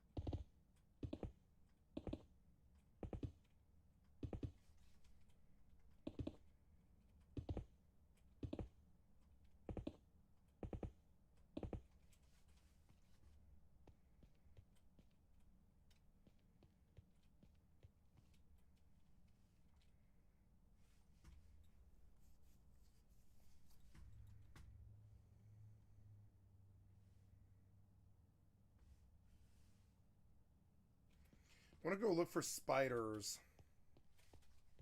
Because deaths don't matter. So they really want you to go explore the world, and I actually really like that. I'm gonna go, like, deaths don't matter. You can even, like, warp right back to your fucking body again. Death isn't really part of this experience. They want you to, like, really get out there and fight things at night and shit like that, and be what you want to be and do what you want to do. I think that I needed, like, a guided server experience like this to make Minecraft like a palatable game for me. I should have brought torches.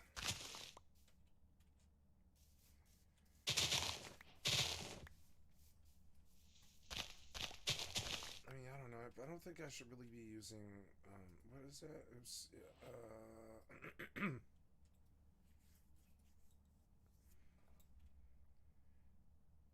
yeah, is it like axe, I guess? I don't know. Come on, man, like, whenever I don't need them, the mobs are up my fucking ass, like 13 of them or something. I wander out here looking for one. Not a mob for 2 hours, I guarantee it. I can walk for 2 hours, and because I need the mob, it's not there. I can't get a spider so I can make a fucking bow, you know? I mean, since it's right here, yeah, and also I didn't bring another pickaxe, which makes this... Oh, yeah, I didn't bring another pickaxe, which makes this trip sort of... pointless a little bit.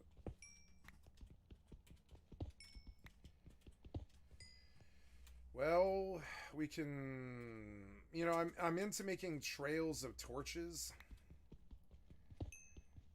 to things that I think are interesting. So I'm going to do that stuff. That's what I feel like doing, so that's what I'm going to do. Dynamic mining, haste 3 for 1.4 seconds when breaking blocks. So 0.5% chance. Eventually, if I stay on the server long enough, this becomes like a really fun, easy server to just like really be like on. You know, I think it's by rote one of the better servers I've ever been on, which is kind of weird. But the freedom is definitely there. There are some mobs finally. We got a thing. Yeah, fuck him. He almost blew.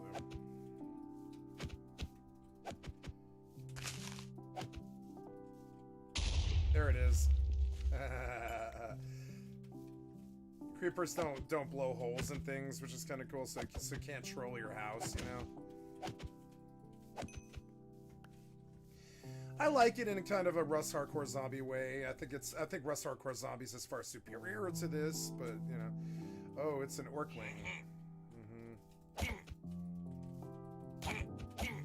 He's like shining for some reason.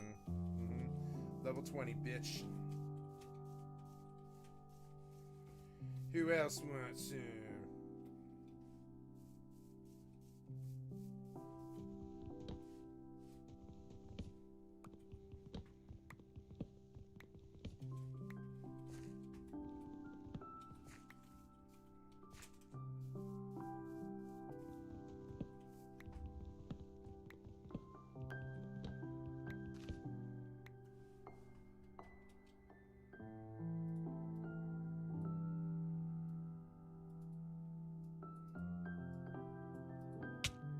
Oh no!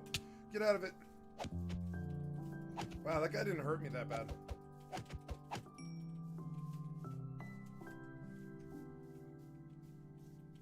Oh.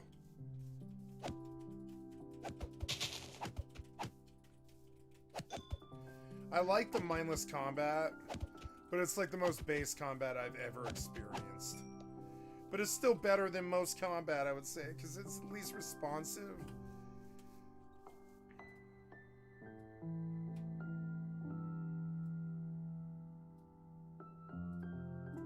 Ouch! Oh, you... Ouch! Please stop. Please stop. Please stop. You missed. You missed. Oh, God, get away! Oh. Okay, I need sticks. Like, yeah, like... I need a... Like, yeah, like... Sure. Make those things, yeah. now I need, yeah, oak wood. Yeah, now I need sticks or whatever. Yeah, I don't know. Take those out. Now, yeah, like I need oak planks, yeah. Ah! Oh no, he's gonna kill me. I'm gonna get lost. I'm turned around a little bit. Oh, yeah, I better just fight him. Ouchies. Please don't kill me here. Please don't kill me here. Damn it. Stupid thing.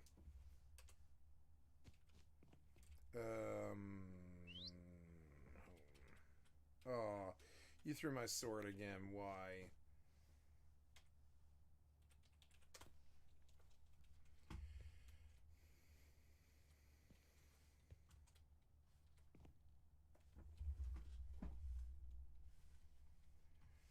So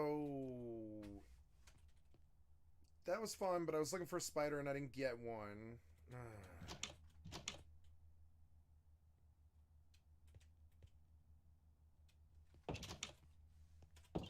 Wait, what did I just see in the water? What is that in the water?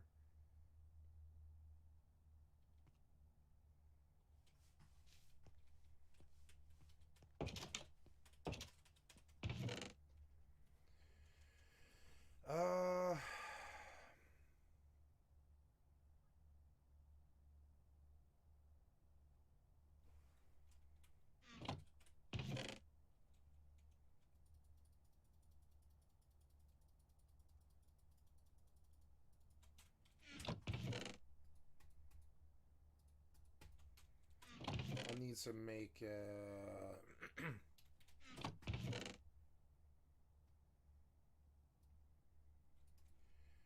I need chests, I think, which is like that. Yeah, I need.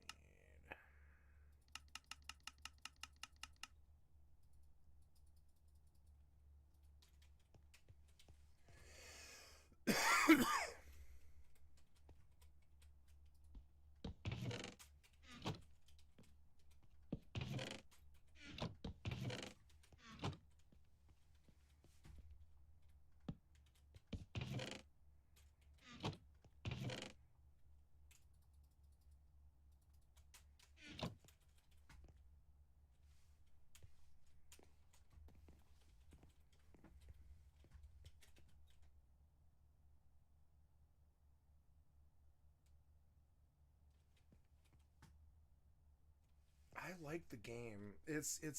I always like this game, but it's got pacing issues, and I don't know what it is. One of the things about Rust Zombies is like you. There's always a promise of better loot that means something, kind of like having a gun in a world where you don't have guns, you know. And I don't know. I think a child would be satisfied by this, but I don't think I am a little bit. I'm satisfied by it, but I don't think it's good enough. The combat's not good enough. Combat's good enough. I don't know. I think I should try and give it a chance. I suppose something I could do. Oh yeah, right. I was gonna take like 3 more pickaxes with me. I'm noticing that pickaxes burn. Yeah, those are dead ones, are they? Yeah, they are. They're like dead ones. So we'll put dead, and sooner or later I'll go. Wasn't there? No, there's. I wouldn't mind finding a village. A village would be good. We'll keep dead pickaxes, and I'll keep like 4 every time I leave. I'll keep 4, and I'll take a stack of blocks with me too. 2 stacks of blocks. I'm gonna understand that I do actually have a lot of room, kind of. Yeah. I like that there's a lot of room.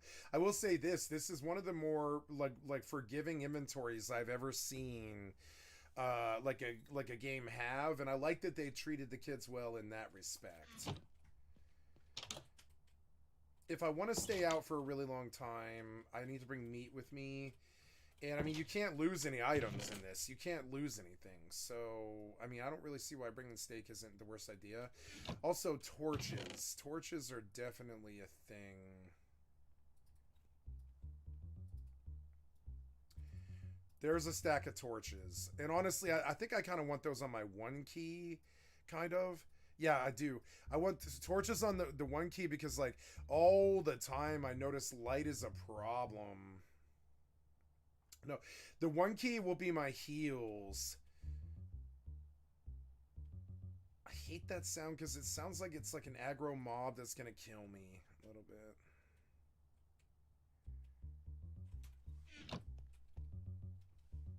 Sounds like it's really close.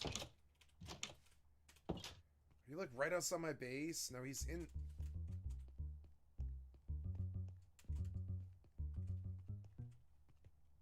Where are you, friend? Oh my god. Yeah, that's all good. So I guess something that would be fun to do is I'm gonna play some Skyrim, but when I come back, I'm gonna go chop that huge tree because that's just a lot of wood. I've got a lot of wood for that wood. Not in the C tier, but it is quite unusual for an attorney to quit and then. Oh no! Go back. You might have noticed something weird about Donald Trump's lawyers. What politics is, it's lawyers versus lawyers. So now you at all, or don't play ball with that. Attorney Christina Bobb, who signed it, which is of course before Corcoran. He's not at the Justice Department, albeit not with the age executive privilege to patients. Then moving down the proverbial ladder, after a jury awarded E. Jean Carroll 5 power. So that's how the Constitutional works. Okay. What happened on January? Dana Bash's face when Lauro described the peaceful transition of power in 2021. The peaceful transition of power. There was a peaceful transition of power. Yeah, it was a peaceful transition of power where somebody died by getting shot in the chest. That's totally peaceful. So that's how the Constitutional... when Republicans speak, all I can see is fire and brimstone coming out of their mouths. Did he now? Does he have information? Oh god, it's like listening to the devil testify in court. It's really bad. Ah, yes. Well, I'll be sure and stop by the Arcanium later. I just can't seem to tear myself away. Whatever this is, its beauty is like nothing I've ever seen before. If you'd allow me to indulge myself for a moment, I thought I might make a few observations. I'm sure you've already noticed the markings. They're...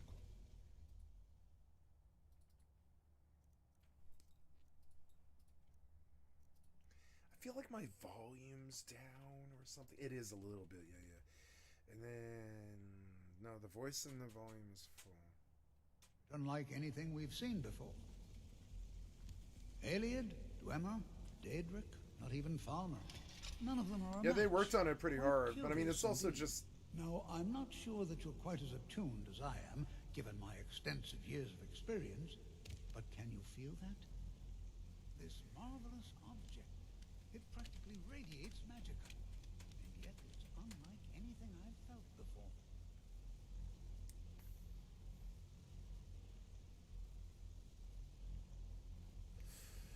Yep, expansion high. Finally something interesting.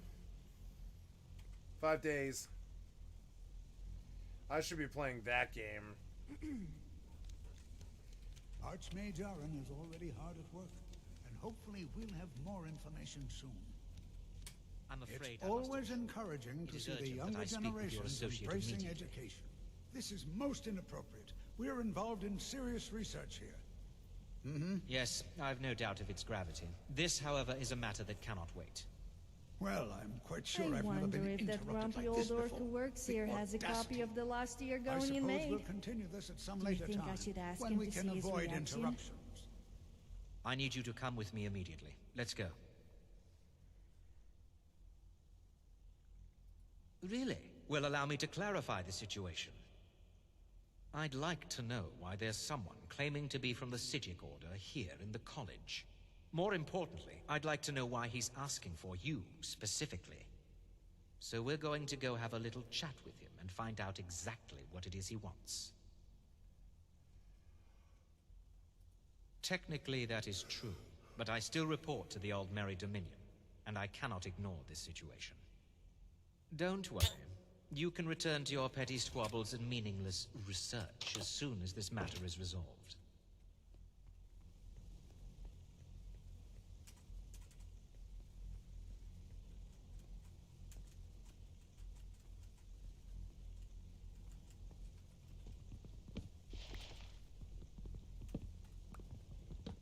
Magic might be good, but I don't quite understand what a spell can do better than a mace.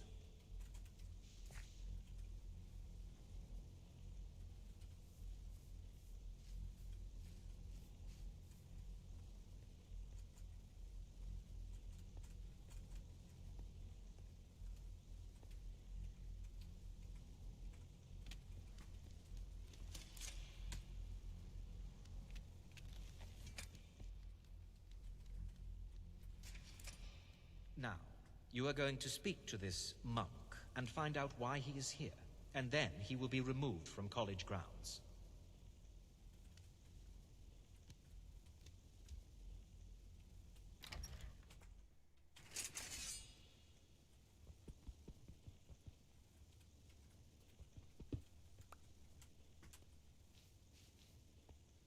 Oh.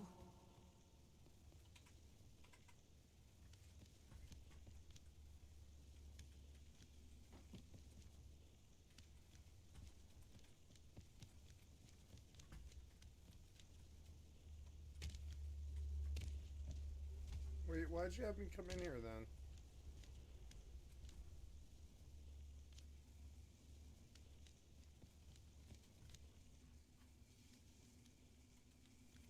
Oh yeah, is it that way?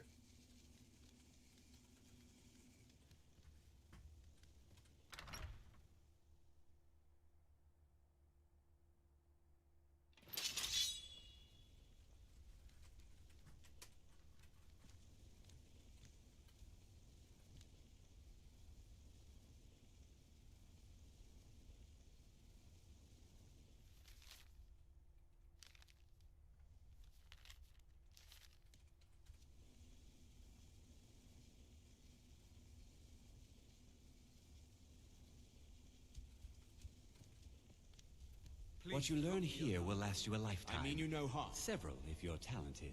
I don't get why people worship the gods. It is good to meet What you have in they person. ever done for us mere mortals? Nothing. I prayed for money, free booze, and...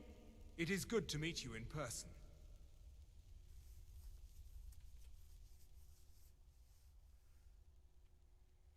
I'd simply like to talk to you. I've given us a chance to speak privately, but I'm afraid I can't do this for long. We must be brief. The situation here at your college is of dire importance, and attempts to contact you, as we have previously, have failed. I believe it is due to the very source of our concern. This object, the Eye of Magnus, as your people have taken to calling it. The energy coming from it has prevented us from reaching you with the visions you have already seen. The longer it remains here, the more dangerous the situation becomes. And so I have come here personally to tell you it must be dealt with.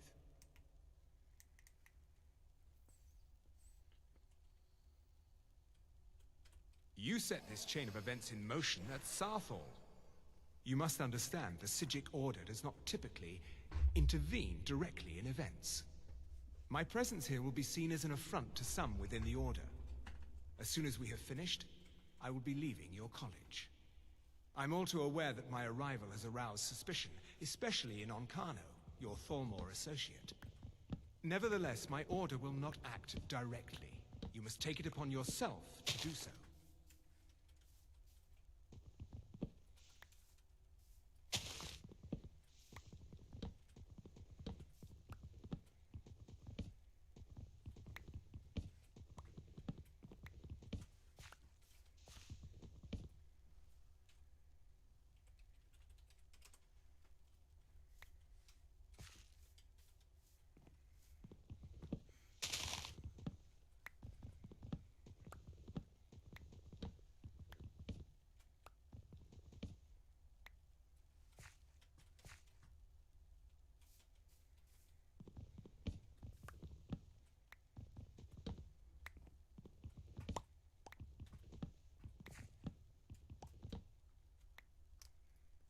Ancient mob spawn egg.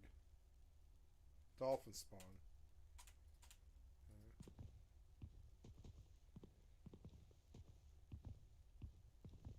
Please, we do not have much time.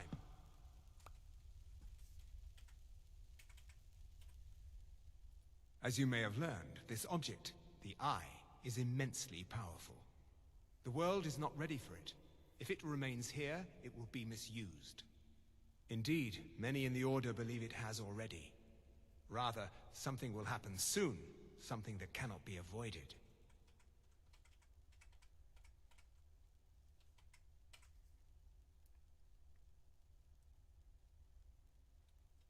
We believe that your efforts should be directed towards dealing with the aftermath, but we cannot predict what that will be.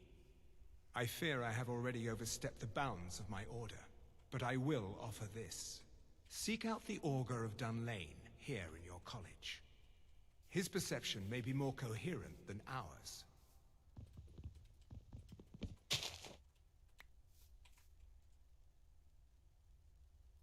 I presume you refer to Ancano's distaste for the Sigic Order. The Tholmor see our order as a threat. I assure you that we mean you no harm.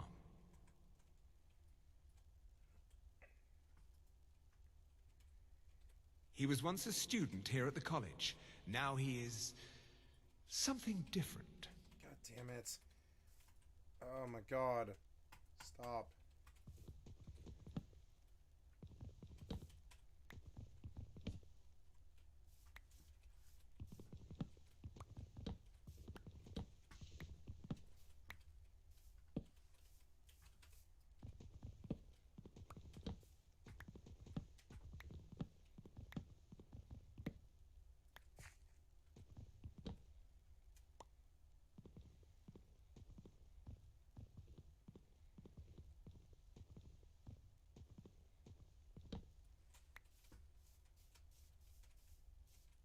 Spider.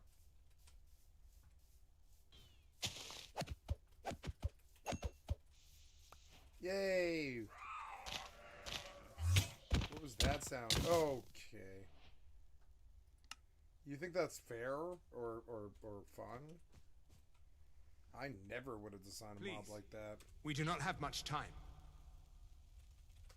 Ah. I am unsure. I am sorry I cannot provide you with further help. Now, I'm afraid I must leave you. It is within you to succeed. Never forget that. I'm sorry. Were you about to say something? Instead, I got a hangover and a huge hole in my pocket where my money used to be. A Psijic monk? I guess that means you're not crazy after all. Although I don't get why he just left without saying a word. Anyway, I would keep an eye on that Ancano.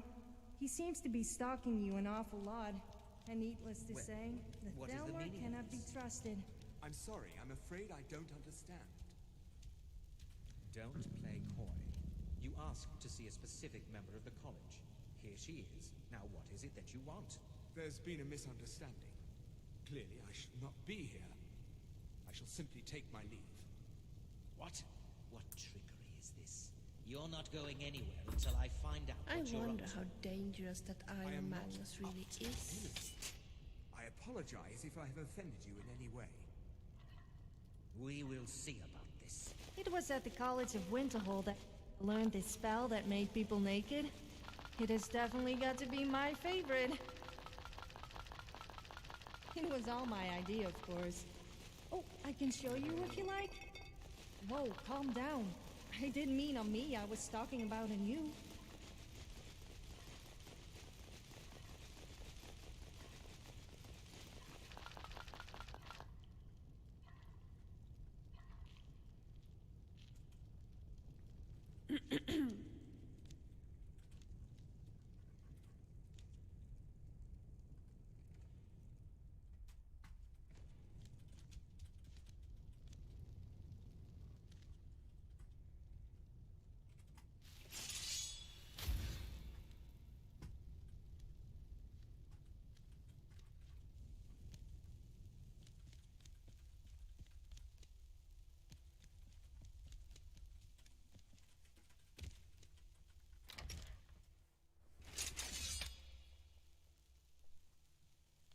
Hi there.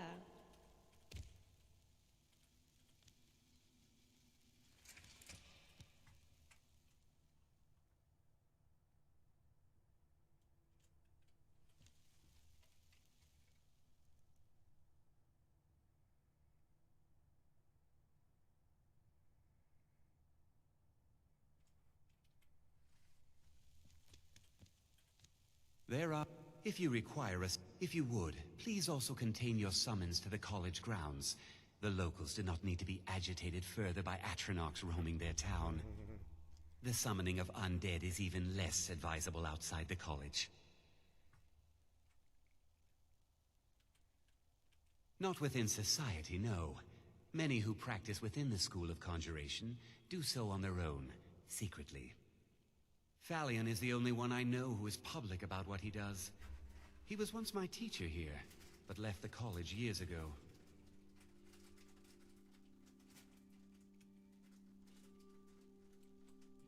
I sure know. Those archaic policies died out with the Mages Guild, and were never enforced here. Necromancy, as any other type of magic, is a tool to be used. Of course, non-mages may not see it that way, so we don't go around flaunting it.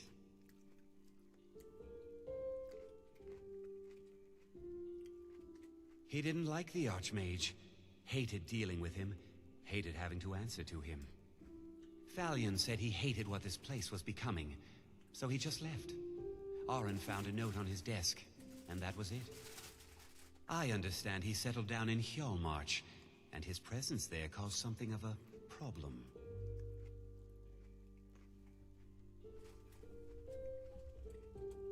I'll teach you some of what I know, but be careful. All right, then.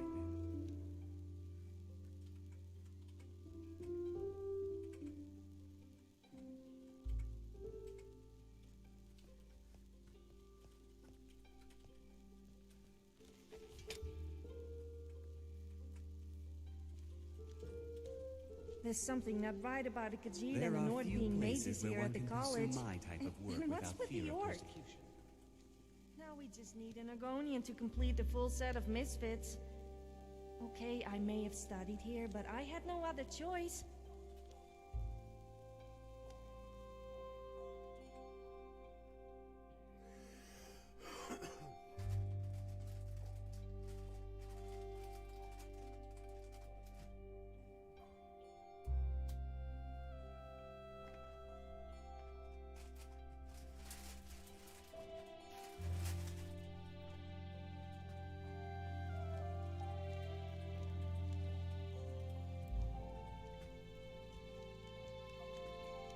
I'm working on a very important reason. I don't want to see you treating any of these books poorly. Are we clear? All right, then. The exact nature... What? The augur? Oh, no. I'm quite sure that's... He's nothing I'm involved in. No, no. Mirabelle Irvine or Tolfdir. They're qualified to discuss him. Not me. Definitely not. He asked far, far too many questions about my research. I think the Thalmor are trying to steal my work. I haven't told him anything, of course. What I'm doing is far too important. Can't breathe a word of it. You mean the official sort of business? Well, no. No, not really. But I can't help but notice that you're doing quite well for yourself. Rising through the ranks and all. It may not be official, but there is a project I've been working on. I wonder if perhaps you could assist with it. Yes. No, I don't think so. Not at this point. It's just that, well, I'm not even really sure it's going to amount to anything just yet. All theoretical right now, you understand? But the implications are quite intriguing, I think. I simply need some experimental results to confirm my suspicions. Just bring me some Dwemer cogs. I need to examine them for the methods used in forging them. 10 of them should be enough for me to get a better understanding of how they were crafted. That's all I need, all right?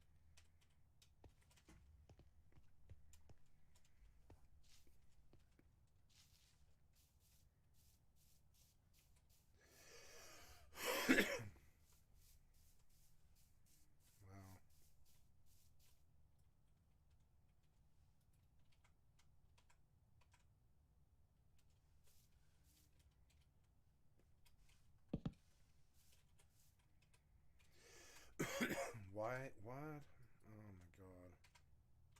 Stop.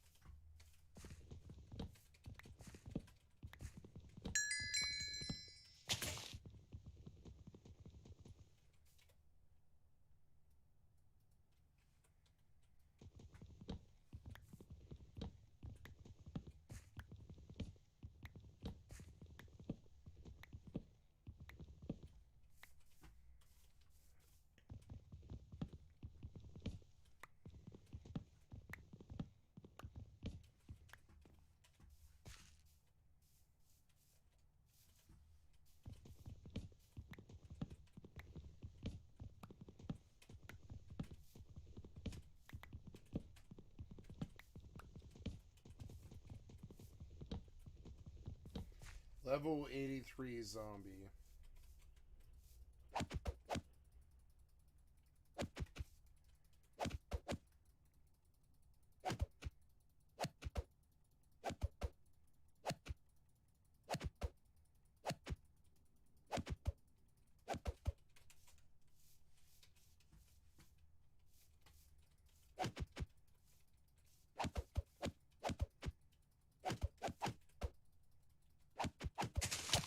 I thought they weren't supposed to be out during the day.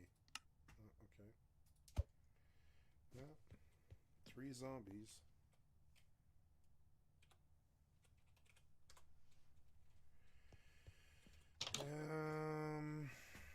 Yeah, I really didn't think I would be harassed there at chopping wood, so I just wasn't really thinking the fight would get that nasty in the middle of the day, but okay.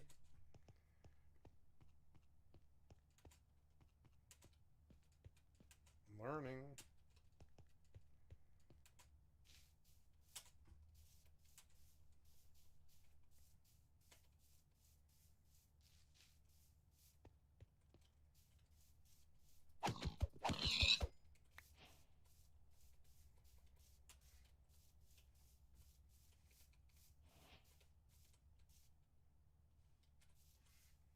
It's a dense forest full of wood.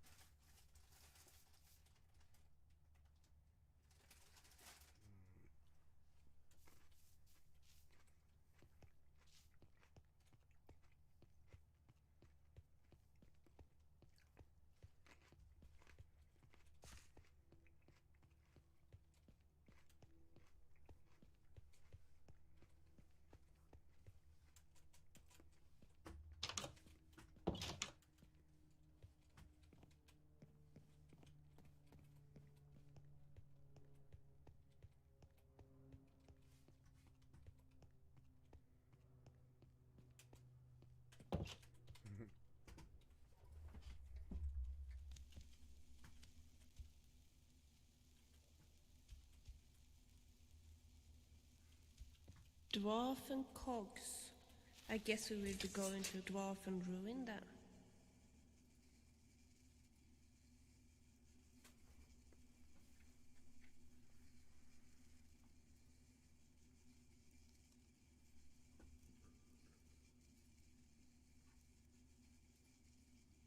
There's someone watching me. I can tell.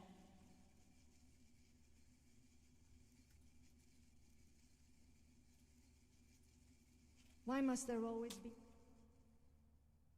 incest inside temples? It really does make me feel a little sick. Did I say incest? I meant incense. The smell really gets up my nose.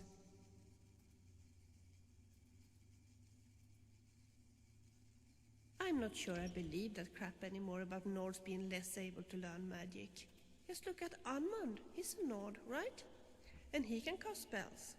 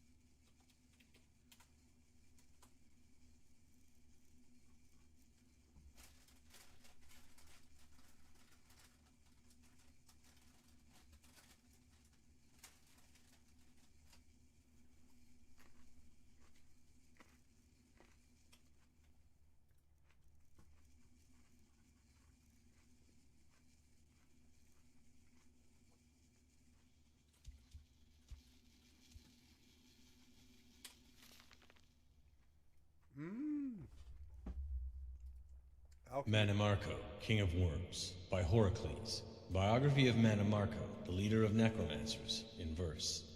O sacred isle Artaeum, where rosy light infuses air, o'er towers and through flowers, gentle breezes flow, softly sloping green-kissed cliffs to crashing foam below. Always springtide afternoon, housed within its border, this mystic, mist-protected home of the Sigic Order, those counselors of kings, cautious, wise, and fair. 10 years and 30 since the mighty remnants fell, 2 brilliant students studied within the Sigic's fold. One's heart was light and warm, the other dark and cold. The latter, Manimarco, whirled in the deathly dance, his soul in bones and worms, the way of necromance. Entrapping and enslaving souls, he cast a wicked spell. The former, Galerian, had magic bold and bright as day. He confronted Manimarco beneath grey Sephora Tower, saying, "Your wicked mysticism is no way to wield your power. Bringing horror to the spirit world, your studies must cease." Manimarco scoffed, hating well the ways of life and peace, and returned to his dark artistry, his paints, death, and decay. O sacred isle Artaeum, how slow to perceive the threat, when the ghastly truth revealed how weak the punishment. The ghoulish Manimarco from the Isle of the Wise was sent. To the mainland dawns beauty, more death than souls to reap. You have found a wolf and sent the beast to flocks of sheep, Galerian told his masters. A terror on Tamriel has set. Speak no more of him, the sage cloaks of grey did say. 'Twas not the first time Galerian thought his masters callous, unconcerned for men and myrrh, aloof in their island palace. 'Twas not the first time Galerian thought 'twas time to build a new order, to bring true magic to all, a mighty mages' guild.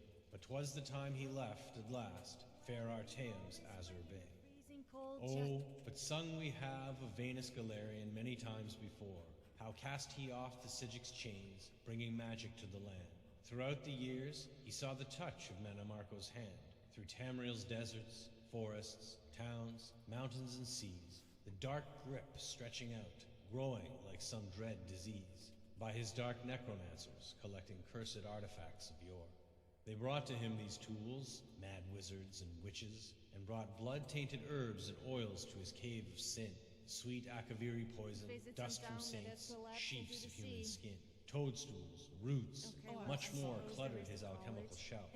Like a spider in his web, he sucked all their power into himself. Manimarco, Worm King, world's first of the undying liches. Corruption on corruption, till the rot sunk to his very core. Though he kept the name Manimarco, his body and mind were but a living, moving corpse as he left humanity behind. The blood in his veins became instead a poison acid stew. His power and his life increased as his fell collection grew. Mightiest were these artifacts, long cursed since days of yore. They say Galerian left the guild, calling it a morass, but untruth is a powerful stream, polluting the river of time. Galerian beheld Manimarco's rise through powers sublime. To his mages and lamp knights, before my last breath, face I must the tyranny of worms, and kill at last undeath. He led them north to cursed lands, to a mountain pass. Oh, those who survived the battle say its like was never seen. Armored with magicka, Armed with ensorcelled sword and axe, Galarian cried, echoing, "Worm King, surrender your artifacts, and their power to me, and you shall live as befits the dead." A hollow laugh answered. "You die first," Mannimarco said. The mage army then clashed with the unholy force obscene. Imagine waves of fire and frost, and the mountain shivers. Picture lightning arcing forth, crackling in a dragon's sigh. Like leaves, the battle mages fly to rain down from the sky. At the necromancer's call, corpses burst from earth to fight, to be shattered into nothingness with a flood of holy light. A maelstrom of energy unleashed, blood cascades in rivers. Impressive. Like a thunderburst in blue skies or a lion's sudden roar, like sharp razors tearing over delicate embroidered lace, so at a touch did Galarian shake the mountain to its base.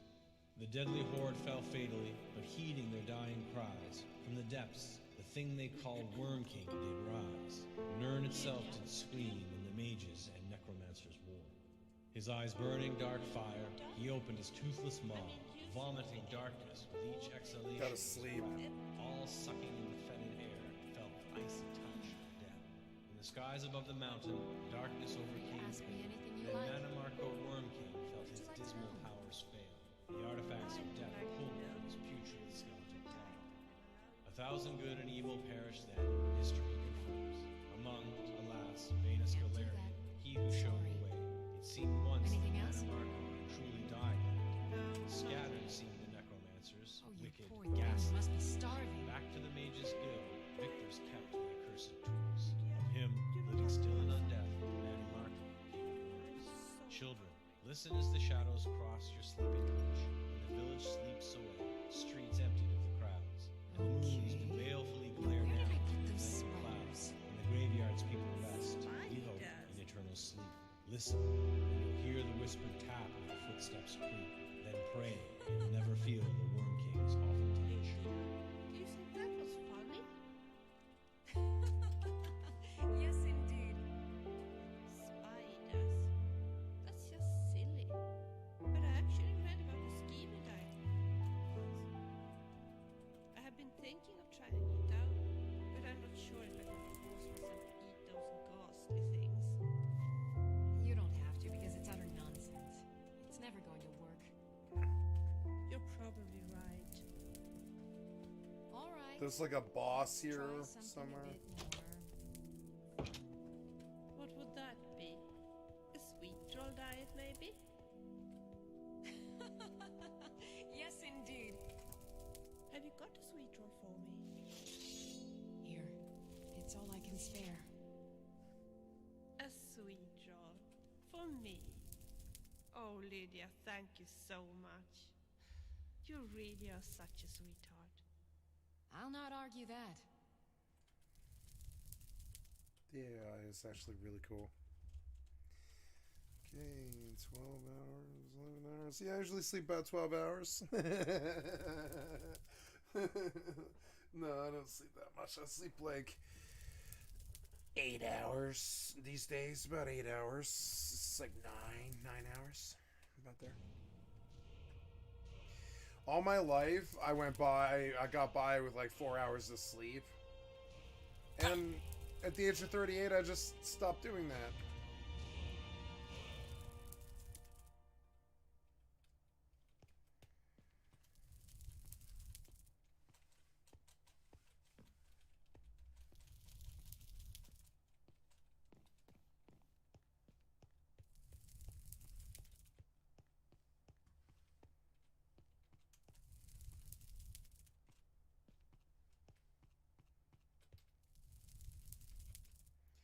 See, there's like those sounds are so repetitive and annoying.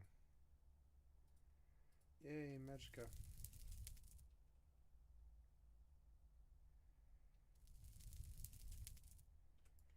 Frostfall, Shatter, which is going to be 50.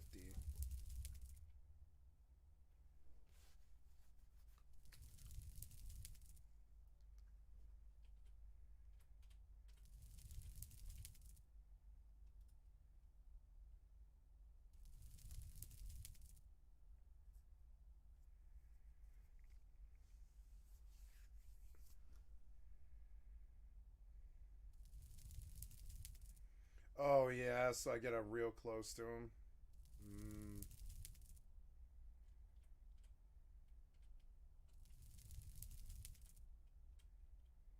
I'm surprised I bought that point. But I was like, I might need to do other elements and stuff.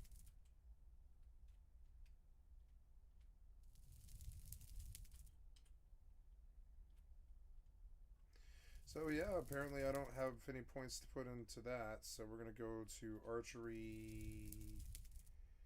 Or well, I guess I could look at alchemy here because alchemy is about to be what I'm about to do. So let's go just like see about alchemy. Let's see what I missed here.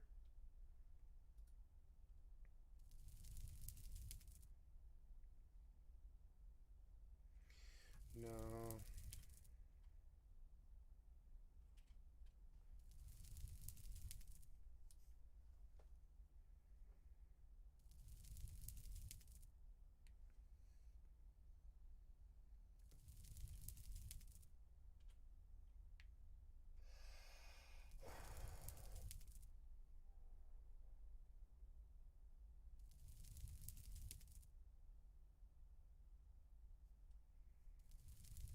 Create 50% more effective potions in the field using just a mortar and pestle. 15 times longer.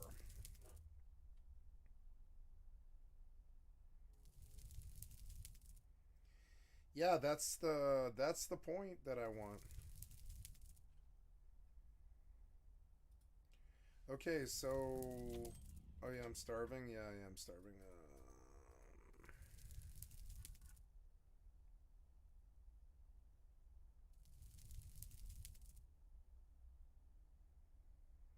Ooh, the hot mammoth. Oh yeah, that stuff is starting to look really good. There's a lot of stuff there. Wow, 4 hours, huh? Well, let's do you and you and you and a boiled cream treat.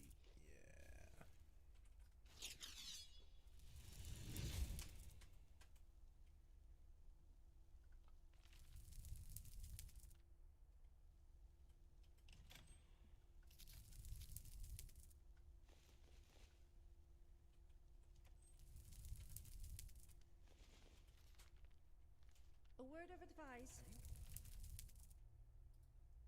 The Madmen of the Reach by Arianus Air. The Madmen of the Reach by Arianus Aries, Imperial Scholar, a defense of Forsworn. Since the legendary victory of Tiber's Scepter, the barbarian natives, in the Battle of Old Hold, Imperial and Nord scholarship has cast the people of the Reach as little more than savages, prone to irrational fits of violence, worshipping old, heretical gods, and fetishizing beasts and nature spirits that any civilized person would best well avoid. In truth, these accounts are little more than victor's essays, a perspective narrowed by the Empire's constant strife with the ancient, proud people who lived in this land far before Tiber's Septim walked the soil of Tamriel. In light of this, I hope to create a more complete, accurate, and fair assessment of a group that has long suffered under the role of enemy, troublemakers, and them. Let us begin with the Forsworn, the so-called Madmen of the Reach. The Imperial Legion classifies them as little more than braves, noting their constant raids and ambushes within the hold. But none of their military reports ask the question of why. If they were merely a group of bandits, surely they would be focused on acquiring gold and minimizing deaths among their own. But the opposite is true of Forsworn attacks. Large sums of coin are often left behind, and their fighters easily throw away their lives rather than risk capturing Imperial soldiers. It is this incongruity that led me to Markarth, the capital city of the Reach, in search of answers. There, I met one of the native peoples, an old woman who preferred not to be named in my writings. She told me of her family's long history, how she believes they originally came from High Rock, home of the Bretons, which would explain the similar faces and stature of the two peoples. How the Nords came and took their lands, their gods, and their culture from them. When asked about the Forsworn, the old woman would say that they were the real men and women of the Reach, those that refused to give in to the Nords, those that still practiced the ancient traditions that the rest of her people had abandoned in exchange for peace. In time, I was able to create trust with many more natives in my search that corroborated the old woman's story. By chance, one of them arranged a meeting with myself and what I thought was an elder member of his village. I was shocked to find that I was led to a camp filled with animal skulls, severed heads, and still beating hearts that I had read about from the military reports back in the Imperial City. There, I met Cortoran, a Forsworn, who seemed amused at the prospect of me writing down his story, which I quoted full below. You want to know who the Forsworn are? We are the people who must pillage our own land. Burn our Sorry about that, guys. Had a visitor. We are the scourge of the Nords, the axe that falls in the dark, the scream before the gods claim your soul. We are the true sons and daughters of the Reach. The spirits and ags have lived here from the beginning. They are on our side. Go back. Go back and tell your empire that we will have our own kingdom again. And on that day, we will be the ones burying your dead in a land that is no longer yours.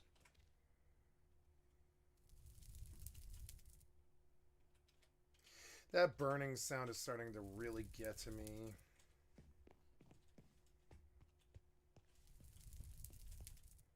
Maybe I can go up and away from it.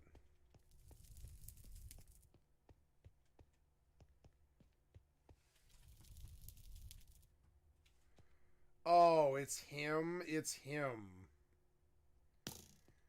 My god, he's shooting bow and arrow at me. That is not good. Yeah, well, like, get him away from the base, mainly.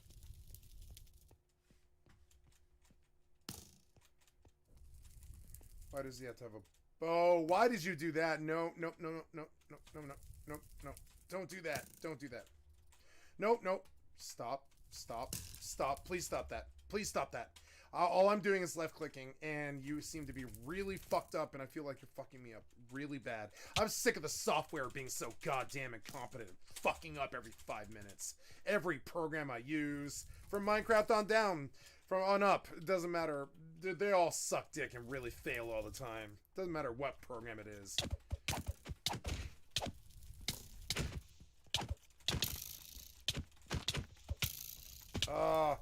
Why does he have to have a bow? It's so annoying.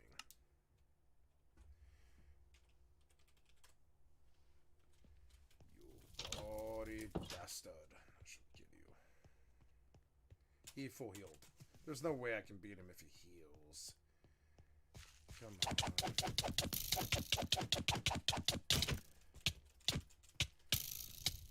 on. Ouch. Ah, the fire. Why do you keep fucking up with the mouse? Stop fucking up with the mouse. Stop it. Stop fucking up with the mouse, man. Gotta stop fucking up with the mouse in the middle of the fight, man. You gotta not do that to me, please. It's hard enough fighting the bullshit-ass mobs that you call game design. But the mouse clicking and Windows bullshit on top of it, is really disgusting. Keep the mouse in the fucking window, assholes. Fucking bullshit ass fucking Microsoft goddamn cocksucking fucking bullshit ass company fucking causing me to die with their fucking bullshit. There, see it? See it fucking force an alt tab on me. Why? Why? Why? I mean, fucking why? Literally, why? Why did you force? Why are you forcing this right now? Please stop that. Please stop doing that. Please stop it. Remove it, whatever. Please stop doing this now. Please stop it. Please stop it. God damn it, man. Oh my god. What is your fucking malfunction? I'm clicking the game. Respawn. Fucking bullshit ass software stealing from children. Makes me so fucking angry.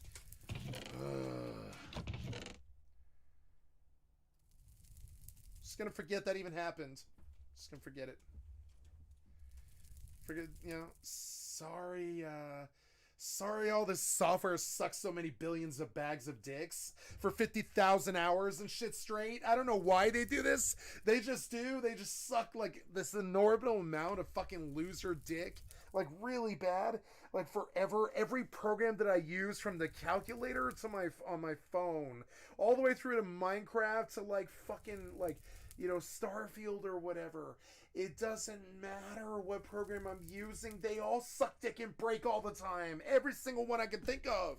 Every program I use has terrible, catastrophic problems when it went live. It still has them. I read something just a few minutes ago about how a mod was perfect the day that it was released and has never needed any changes. And I'm like, yeah, your reality is so crazy. No, that's so far from reality. There's no such thing as perfect software. I know because I'm constantly coming up against, like, the problems, you know what I'm saying? Like, I know firsthand, like, there's no such thing as perfect software. Anybody with balls to say that is a direct-ass motherfucking liar. You know what I'm saying?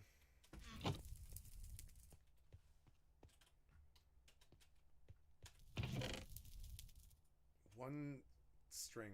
One...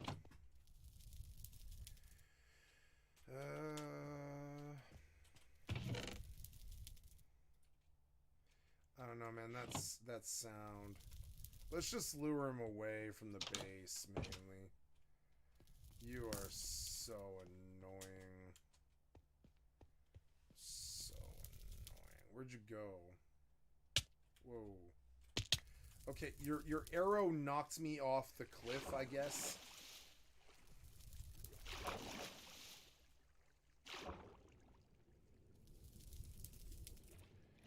Should this thing be able to stand in the fire?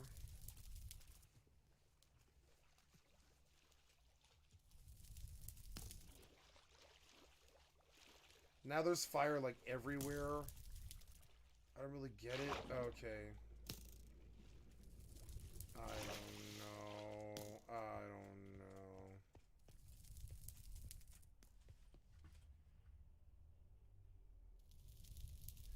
I think I'm just gonna log off this game now. Because it's like, this got kind of untenable and shitty. And it keeps fucking with me on the, you know, I'm sorry, but this stopped being fun. Frankly did. One of the things that really bothers me about this is there's no exit button, which I just don't comprehend. Look at how fucking asshole cocksucker this front end is. It's like straight up cocksuckery for assholes. Watching this terrible front end that you force children to deal with that doesn't even have an exit button is like, what? What? So here we go. Alt F4, I guess. Wow. Great design. Really? Oh, you have $1 billion company, do you? Oh, man. That was pretty lucky that you got that. Pretty lucky, I'd say. It wasn't because of the product that you made. Yeah, I would say. Yeah, pretty lucky with that one, yeah. Pretty lucky, I'd say, Mojang. Got pretty lucky, I would say. He's watching that program stumble through and fucking suck dick and fail and can't even get a mouse right or whatever. Is like, ooh. Wow. Ooh. Bad taste in my mouth, you know. Pretty unpleasant taste, you know. You're like, ooh. What I just witnessed is what you do to children. Oh, God. If that's what the kids have to deal with, no wonder they're all, like, embittered, like, 22-year-old, like, Minecraft addicts now and they hate you.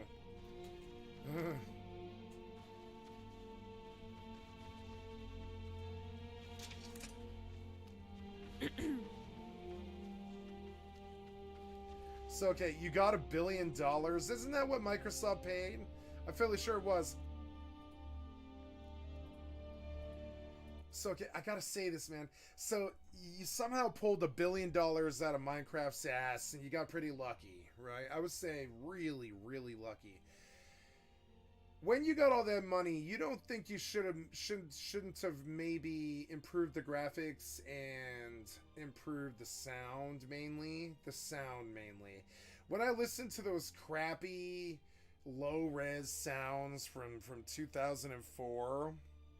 I think, why is that necessary in 2023? If you have $1 billion, couldn't you go pay 10 grand to some sound tech guy or whatever to go actually make some good sound effects for you? I mean, I'm sorry, but that's how I would run the business. You know? And so this is what you do to kids? You made $1 billion off this, you know what I'm saying? Off kids, you know what I'm saying?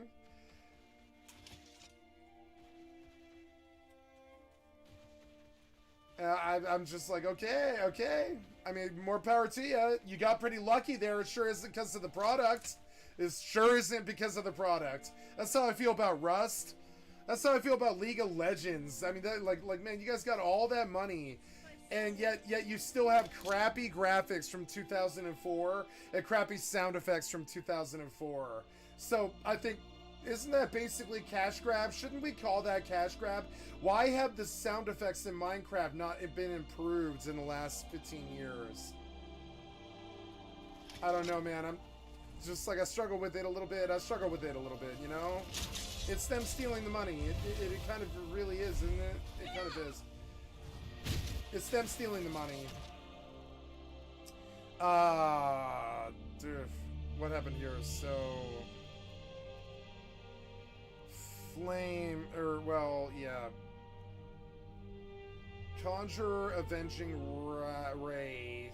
Consuming Power should be Wraith, and yeah, I don't have Consuming Power, so 7 is my Wraith. Oh shit, I did not think so. Oh my god, okay, well, let's get in this. Fucking Christ, fight it. Dwarven Mechanical Dragon, level 10. 955, 955. It's gonna cost you. Get out of here. Run, bitch. You'll taste my sword. You will be so dead. Why do you even insist? The endless sleep comes for us all. The dragon disappeared when I shouted. I don't know. I don't know what happened. I don't know. Fuck this Dremora.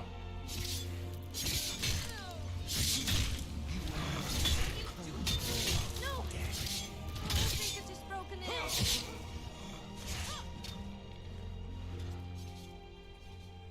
I gotta remind myself what my keys are. So 3, right, 4, and 6, right? So 4, 4, 6.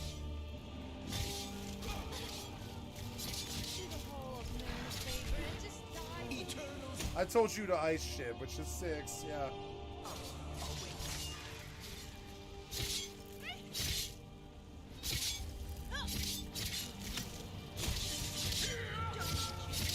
Try it out.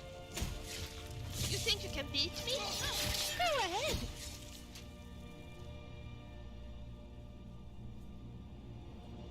Six, 4. 6-4, 6-4. Okay.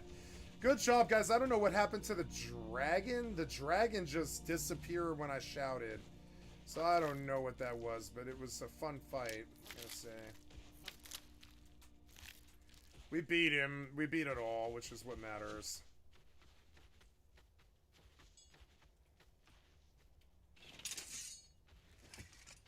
Okay, so now what? Oh yeah, Shrine of Arcade. I am going now, I'm going way the fuck south or something, yeah, I don't know. Just track the tracker. It's that way, which is down this way. How far south am I going? Wait, where is this? Oh, way over there. Shit, I'm fucking up here. I do not want to travel on foot. I don't know. Center on me again. Current location is... Oh, yeah, never mind. I will just recall here. Thank God for recall. So, okay. Recall, right? Recall. Yep. Recall. Here we go. Take me to Whiterun. And we'll travel from there. That sounds amazing. All these ice dragons and shit out in the mountains, right? Whiterun. Look at the Mark recall spell. It's so beautiful. Yes, it is. Yes, it is. Look at how much time that saved. Yes, it is. Yes, it is. Look how much time that saved. It's so good. It's so good. It makes me happy in my soul.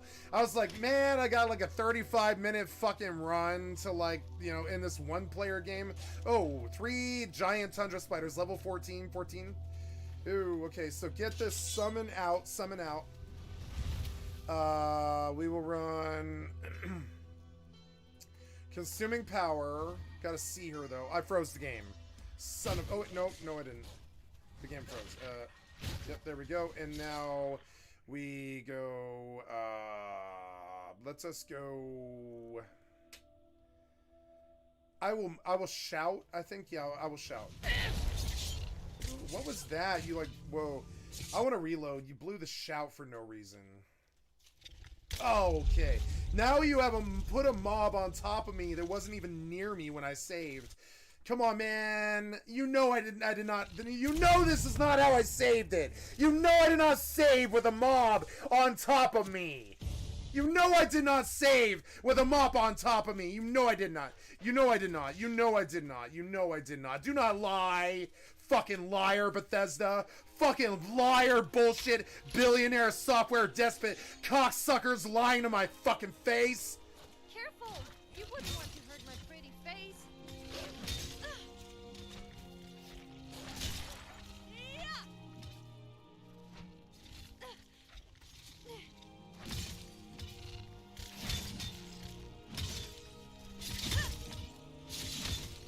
I'm not afraid of spiders.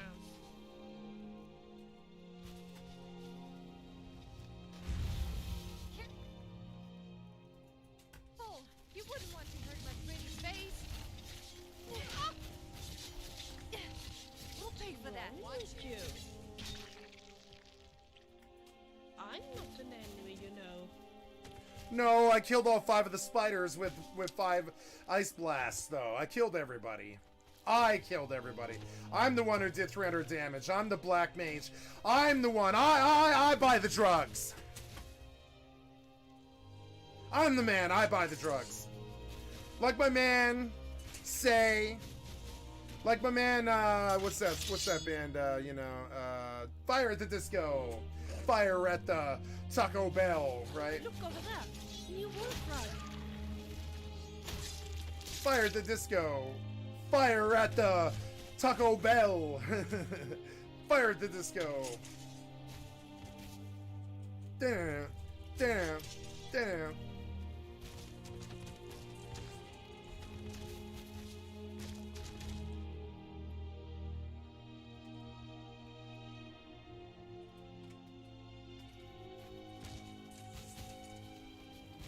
Oh, I have this new spell. This new spell that gives me mana when I sprint. I don't remember what it's called. Perilous Path, there it is. Oh no, it's not Perilous Path. What is it? It's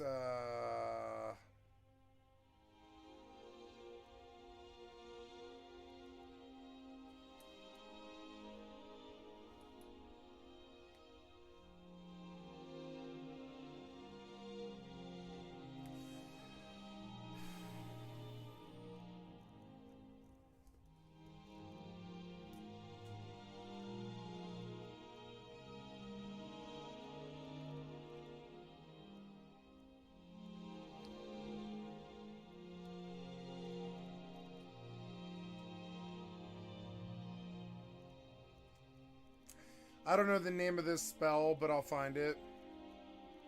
Mystic Wind. There it is. I'm gonna cut some Mystic Wind. Oh yeah, this one's definitely going on the bar right the fuck away. What's on my 1 key? Oh yeah, right. So yeah, Mystic Wind, right. Gonna put that on my 8 key. 8 key, right.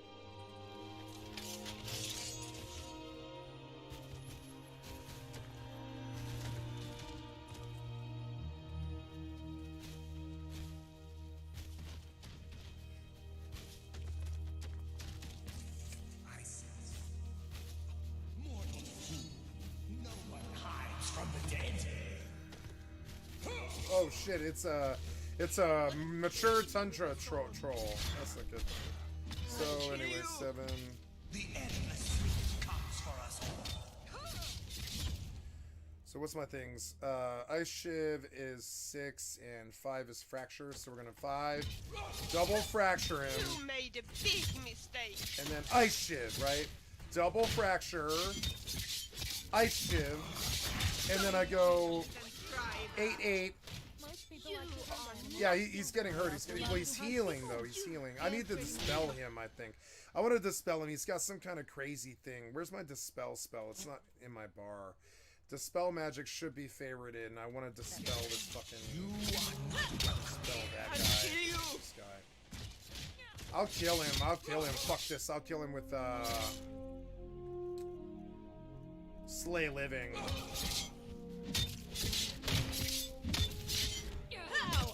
I'm out of mana. It's okay.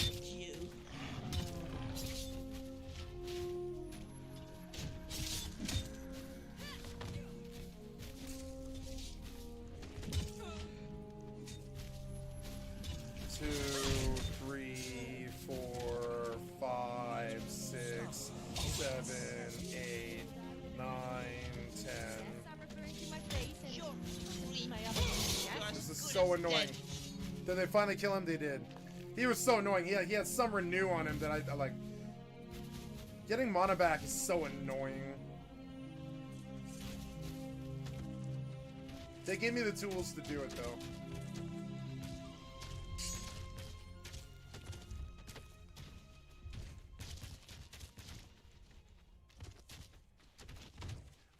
I should change my title, I guess, because I'm not on Minecraft anymore.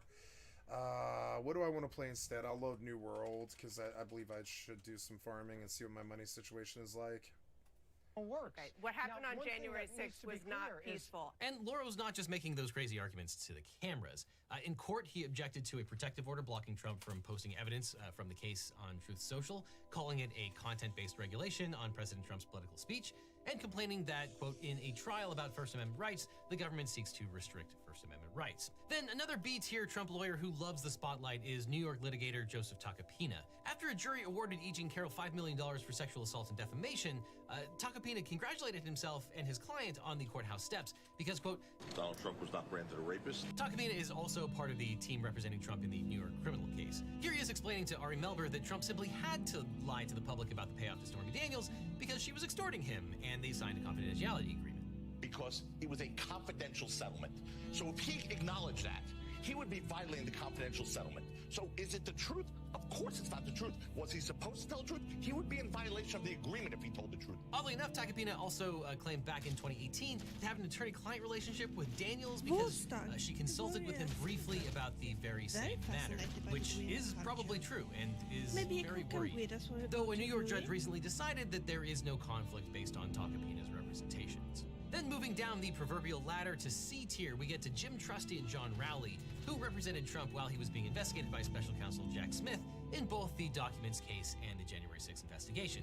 And they had some success in the summer of 2022 when Judge Eileen Buchanan temporarily put the documents case on hold before being humiliatingly reversed by the 11th Circuit. But Trusty and Rowley had no such success in D.C., where former Chief Judge Beryl Howell blasted their attempts to use executive privilege to block former Trump administration officials from testifying to the grand jury. Trusty also filed a $475 million lawsuit alleging that CNN defamed the former president by using the phrase, the big lie. Trump and Trusty claimed to be, quote, vindicating the First Amendment's marketplace of ideas, but the case got tossed because calling someone names is not defamation. In May, Trusty and Rowley sent a completely nutty letter to Attorney General Merrick Garland demanding that he meet with them to, quote, discuss the ongoing injustice that is being perpetrated by your special counsel and his prosecutors. No president of the United States has ever in the history of our country been baselessly investigated in such an outrageous and unlawful fashion.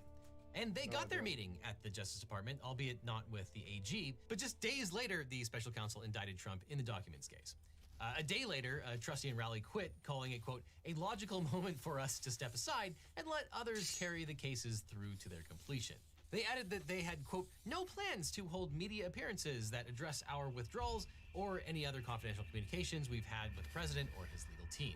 Now, that was probably a backhanded reference to Tim Parlatore, another C-tier attorney who left Trump's legal team a month before Trusty and Rowley. And on his way out the door, Parlatore blamed yet another Trump lawyer Boris Epstein, who is really just a close advisor of Trump's, Parlatore told CNN's Paula Reed that Epstein had, quote, who had really done everything he could to try to block us, to prevent us from doing what we could to defend the president. See if you Not can very find honest someone. line on certain things. But more on Boris in a minute. He's not in the C tier. But it is quite unusual for an attorney to quit and then share details of the client representation on national television. Or, at least it used to.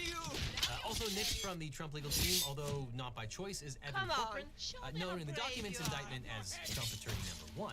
After Trump got a grand jury subpoena, Corcoran negotiated with the Justice Department to turn over all remaining classified documents at Mar-a-Lago. And according to prosecutors, Trump asked Corcoran, what happens if we just don't respond at all or don't play ball with them? And quote, wouldn't it be better if we just told them we don't have anything here? Just asking questions. After Corcoran told Trump that's really not how subpoenas go, they agreed that the lawyer would fly to Florida and search the tool shed where Trump was storing boxes full of government documents. But of course, before Corcoran arrived, Trump had his Florida co-defendants Walt Nauta and Carlos de Oliveira to bring the boxes upstairs so he could pull out what he wanted to keep, allegedly. And before Corcoran arrived on June 2nd, 2022, Nauta and de Oliveira returned the boxes to the storage locker. Corcoran searched the boxes and found 38 documents with classified markers, which he returned to the FBI on June 3rd, along with a certification promising that no more remained on the property. But while Corcoran prepared that certification, it was actually attorney Christina Bobb who signed it, which is why Corcoran is in the C tier and Bobb is a little bit further down. But of course that certification was false, as the FBI discovered 2 months later when it turned up with a warrant and discovered more than 100 additional classified documents on the premises, some of them containing sensitive military secrets. But Trump's lies put Corcoran in a position where no lawyer wants to be. Judge Howell ruled that Trump had lied to his counsel, enlisting him in a criminal scheme, and so the crime fraud exception could be used to pierce the Corcoran was forced to testify to the grand jury and hand over his notes, including a that he dictated to himself describing the entire episode. This formed the basis of several counts of the document's indictment, including conspiracy to obstruct justice, withholding a document or record, concealing a document in a federal investigation, and making false statements. It also turned Corcoran into a witness against his own client, after which he was forced to withdraw the representation. Now, these lawyers are terrible, but if you need a good lawyer, my firm, the Eagle Team, can help. If you've had an injury or death in the family, suffered from a data breach, or were involved in a car crash, or almost anything else, we can represent you. I love how I've got to hit you 17 times. You only have to hit me once. Yeah, cool. That's not how. Because you don't just need the legal team, you need the Eagle Team. The link is below. Now back to Trump's terrible attorneys. And that leaves just one more Trump lawyer earning a berth in the company tier. Jesse Bennell came into Trump's orbit during the election, and he handles much of the appellate work where Trump has to make bad arguments with a straight face. In 2020, Bennell sued Nevada, falsely claiming that Trump won the state. He represented Trump in his effort to block the National Archives from releasing his presidential records to the January 6th committee. And he's currently representing Trump in an appeal of a doomed RICO lawsuit that he filed against Hillary Clinton, Florida. And after prosecutors started pointing out in their briefing that Lauro seemed to be spending all of his time on TV talking about the case, Team Trump dispatched Bennell in his stead to explain to CNN how Mike Pence was going to be a star witness for Team Trump. If ever does make it to trial, Mike Pence is going to be a star witness for Donald Trump. Okay, and now we're just jumping right into the legal chasm. Wish I could do that. Or as, but no, I've got to hit them 26 times. They only have to hit me once. Star Wars. Come on, man. The endless sleep comes for us. At this point in the game, it's probably easiest to divide Trump's lawyers into attorneys who haven't been named as co-conspirators and those who have. In the second category, New York lawyer Alina Habba stands out for her willingness to say literally anything in defense of her client. Habba accused the FBI of planting classified documents at Mar-a-Lago. She called Trump the most ethical American I know. And she threatened mayhem if the DOJ dared to indict her client. Habba is responsible for some of Trump's weirder lawsuits, including one against the New York Times for publishing Trump's tax records. That one got tossed out without sanctions, but she wasn't as lucky in the civil RICO suit against Hillary Clinton, James Comey, and dozens of other Democrats and FBI officials.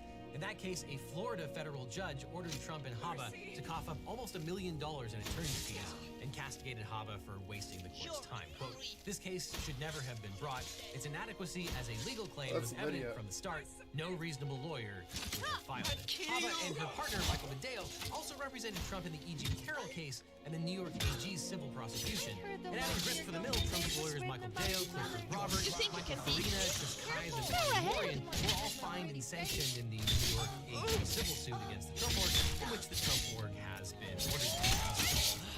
Yes, we are definitely working on a video about this. But recently, Trump announced that Hava would be withdrawing to take a position with Trump's Save America PAC as his legal spokesperson and media representative on legal matters.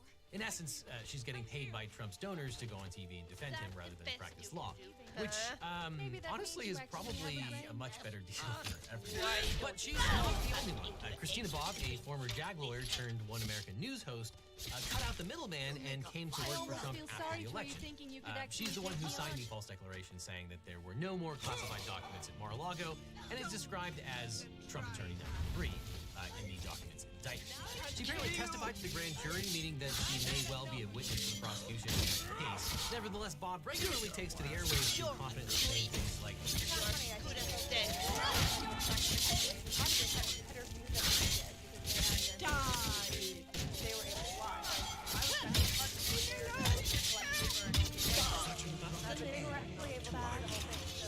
They actually have a better idea of what took place inside. and that was over a year ago, and so far, all we've gotten is an indictment that alleges that Trump ordered his henchmen to delete the security camera footage. No, me neither. But maybe we'll get a peek at those tapes during infrastructure. But while Bob doesn't enter her appearances in court on Trump's behalf, attorney Lindsay Halligan does. The former minor insurance defense lawyer had never worked a single federal case before coming into Trump's orbit in 2022 and entering her appearance in the Florida Documents case and the lawsuit against CNN. She also attended meetings at the Justice Department with Trustee and Rowley, although most of what she appears to do is TV hits. Ms. Willis seems to want this case to be televised, and I'm sure she's very proud of herself. And finally, let's talk about the lawyers who were with Trump as he tried to overturn the 2020 election. Special counsel Jack Smith's indictment referred to 6 unindicted co-conspirators, all of whom were lawyers, and 5 of those were actually charged along with him in Georgia. First up in this list in F tier, we have a man who needs no introduction, Rudy Giuliani. The former federal prosecutor and mayor of New York played a central role in both Trump impeachments. In 2019, Rudy convinced Trump that there was dirt to be had in Ukraine on Joe Biden, and the next year he led the charge to overturn Biden's massive electoral college win. And along the way, he leaked hair dye all over the RNC, convened a national press conference in a landscaper's parking lot across from a porn shop, got lampooned in a Borat movie in a highly compromising situation, earned himself several multi-million-dollar defamation suits, and got suspended from the practice of law. In the DC indictment, he's described as co-conspirator number 1, an attorney who was willing to spread knowingly false claims and pursue strategies that the defendant's 2020 re-election campaign attorneys would not. And in Georgia, he's facing 13 charges for his role in the conspiracy to steal that state's electors for Donald Trump. Standing next to Rudy at the RNC podium, but leaking conspiracy theories instead of hair dye. Oh, that's what was it Sidney does? Powell, Oh, as the cool. DC indictment describes Okay. her co-conspirator 3, an attorney whose unfounded claims of election fraud the defendant privately acknowledged to others sounded crazy. Vowing to release the Kraken, she claimed to have evidence of massive fraud in all the swing states. Powell and her allies filed upwards of a dozen lawsuits seeking to overturn the election results. None of them were successful, although Powell did manage to get herself sanctioned for filing bogus affidavits in her Michigan Kraken case without bothering to see if they were true. After the lawsuits failed, Powell tried to get Trump to name her special counsel so she could seize all the voting machines and investigate the fraud that she was certain had occurred. And like Giuliani, Powell is now a defendant in multiple defamation suits filed by voting machine companies, whom she accused of stealing the election, and she netted herself 7 charges in Fulton County. Also at the RNC podium that day was Jenna Ellis, or as she describes herself, Dr. Jenna Ellis, constitutional law expert. Pro tip, never trust any attorney who insists on going by doctor. Ellis started her legal career in traffic court in Colorado, where she was fired for incompetence, but won her unemployment appeal because the hearing officer determined that she was, quote, performing the duties to the best of her ability. And, quote, did the best she could with her education and training to meet the expectations of the employer. She then refashioned herself as a constitutional law professor, teaching pre-law to undergrads at a Christian college in Colorado and self-publishing a book decrying the Supreme Court's legalization of gay marriage. After stints at religious advocacy groups, she landed in the former president's orbit, branding herself a member of the elite strike force that was going to keep Trump in the White House. They did not, in fact, keep Trump in the White House, and Ellis's contribution didn't even rate a mention in Jack Smith D.C. indictment. But Ellis managed to get herself a couple of charges in Georgia, so congrats on the new profile pic. And while Rudy, Sidney, and Jenna were flinging themselves at the courts and legislatures trying to get themselves to snatch Biden's electors, a team of lawyers behind the scenes were cooking up the legal justification for the plot to substitute fake electors for the real ones on January 6th. Two of those managed to get themselves named by Jack Smith in D.C. and indicted by Bonnie Willis in Fulton County. John Eastman, a.k.a. Co-Conspirator 2, and Ken Cheesebro, a.k.a. Co-Conspirator number 5, lent intellectual heft to the project, each drafting a series of memos assuring their co-conspirators that this was all very legal and very cool. In fact, Cheesebro explicitly stated that a crucial prong of his plan was, quote, messaging that presents this as a routine measure that is necessary to ensure that in the event the courts or state legislatures were to later conclude that Trump actually won the state, the correct electoral slate can be counted in Congress in January. But not a single swing state was flipped by a court or state legislature, so by January, Eastman and Cheesebro had decided on a new plan. They wanted Vice President Pence to unilaterally reject electoral votes, throwing the elections for Trump. Both men privately acknowledged that the Supreme Court was unlikely to accept their reasoning, but pressed ahead anyway in the hopes that Pence would cave to the mob and toss out the votes of billions of Americans. Eastman made the additional error of using his work email for his coup plotting, which is, just a rookie mistake. And to prevent those emails from getting out, he sued to block his former employer, Chapman University, from disclosing his communications to the House January 6th committee in 2021. A federal judge found that Eastman, like Evan Corcoran, had likely participated in a crime with his client Donald Trump, and so the emails had to be turned over under the crime fraud exception to the attorney-client privilege. The lawsuit also had the effect of publicizing Eastman's communications, including a message sent to Vice President Pence's top lawyer during the siege at the Capitol, in which the lawyer encouraged but one more relatively minor violation, since the mob had already disrupted the certification under the Electoral Count Act. Eastman was charged with 9 counts in Georgia, while Cheesebro netted 7 charges. Eastman is also facing disbarment proceedings, as is Rudy Giuliani, as well as another entrant into F-tier, former DOJ environmental lawyer Jeff Clark, aka Co-Conspirator 4, a Justice Department official who worked on civil matters and who, with the defendant, attempted to use the Justice Department to open sham election crime investigations and influence state legislatures with knowingly false claims of election fraud. Clark also tried to persuade Acting Attorney General Jeffrey Rosen to send a proof of concept letter to the swing state legislatures, encouraging them to reconvene and steal Biden's electoral votes based on FBI investigations of major election fraud. But those investigations did not exist, and Rosen refused to send the letter. The confrontation resulted in an Oval Office showdown on January 3rd, 2021, where the entire senior leadership of the Justice Department, as well as Trump's White House counsel, threatened to quit if Trump put Clark in charge of the DOJ. In September of 2022, the FBI seized Clark's phone, and now he's facing a couple of charges in Georgia. On the plus side, according to Rolling Stone, he's on the short list to be Attorney General in a second Trump White House. And then last we have Trump's in-house counsel, Boris Epshteyn, aka Season 7 Michael Cohen, aka Co-Conspirator 6, a political consultant who helped implement a plan to submit fraudulent slates of presidential electors to obstruct the certification proceeding, allegedly. Epstein is one of Trump's closest advisors, to the consternation of his other lawyers, who complain that Trump's political strategy consistently trumps his legal strategy. Epstein is reported to have talked Trump into several of his loonier legal filings, including suits in Florida against the Pulitzer Prize Board and New York Attorney General Letitia James. He also had his phone seized by the FBI in September 2021 and testified to the grand jury about the fake electors plot, in which he coordinated Giuliani's efforts on the ground, while Cheesebro and Eastman worked behind the scenes. This effort has not made him popular with Trump's personal lawyers, who blame him for Trump's disastrous legal strategy, particularly in the documents case. And then last but not least, not even making it onto F tier, let's give an honorable mention to Alan Dershowitz, the famed Harvard law professor emeritus, who represented Trump in the first impeachment. And while Dersh has not officially represented Trump since 2020, he contributes to the cause by defending the former president daily in right-wing media. While insisting that he's a liberal Democrat, Dershowitz insists that the sitting president cannot prosecute a former president under the Nixon standard, which is just something that he invented. He predicts that the E. Jean Carroll verdict will be overturned since the jury only found him liable for Says kinda who? molesting her. And he confidently asserts that the call where Trump demanded that Georgia's Secretary of State Brad Raffensperger find 11,780 votes is actually evidence that Trump was simply demanding another recount, despite that there had been 3 recounts by then. And he does it without being paid a nickel by Trump's PAC, just a stand-up guy. And another F-tier habit of Trump's is eating steak with ketchup. But if you'd like a delicious S-tier meal delivered straight to your door, today's sponsor, Factor, can help. Because Factor makes meeting your nutrition goals easier than ever by delivering fresh, never frozen, dietitian-approved meals right to your doorstep.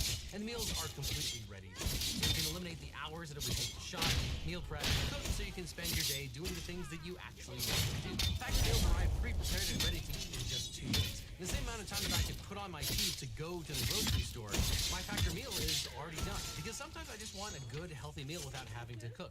And it's surprisingly affordable. And now Factor offers Gourmet Plus meals as part of your weekly options, which means you can get a little gourmet with your meal plan whenever you're craving something special. Gourmet meals like Surf and Turf or Surf and Surf, shrimp and salmon. All of Factor's meals are extremely delicious, like bruschetta shrimp risotto, green goddess chicken, and grilled steakhouse filet mignon, ready in just 2 minutes. So Their menus are updated weekly with 34 different options, so you can choose your favorite meals or let Factor craft your order based on your taste preferences and meal history. So give Factor a try by heading to Factor75.com and use the code LEGALEAGLE50 to get 50% off your first Factor box. Or just click on the link that's on screen right now or down in the description and use code LEGALEAGLE50 to get 50% off your first Factor box. So click below right now. After that, click on this box over here for more Legal Eagle, or I'll see you in court. Streamers are being so lazy, it might be illegal. That's right, professional live streamer XQC is facing accusations of stealing content for his own reaction videos while making a complete mockery of other people's intellectual property rights. Oh, hold on. This part's great. Man, I love this guy. Welcome back, Legal Eaglets. Today it's time to think like a lawyer because we're going to be covering one of the most misunderstood aspects of copyright law, fair use. So hold on, because it depends. But for those not in the know, XQC is one of the most popular and highest paid internet personalities.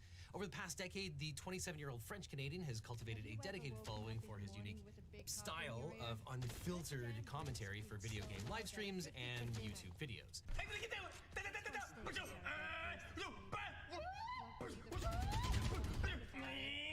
Now, XQC's most recent controversy kicked off when he uploaded a video to his YouTube channel showing himself reacting to another creator's video on the JFK assassination.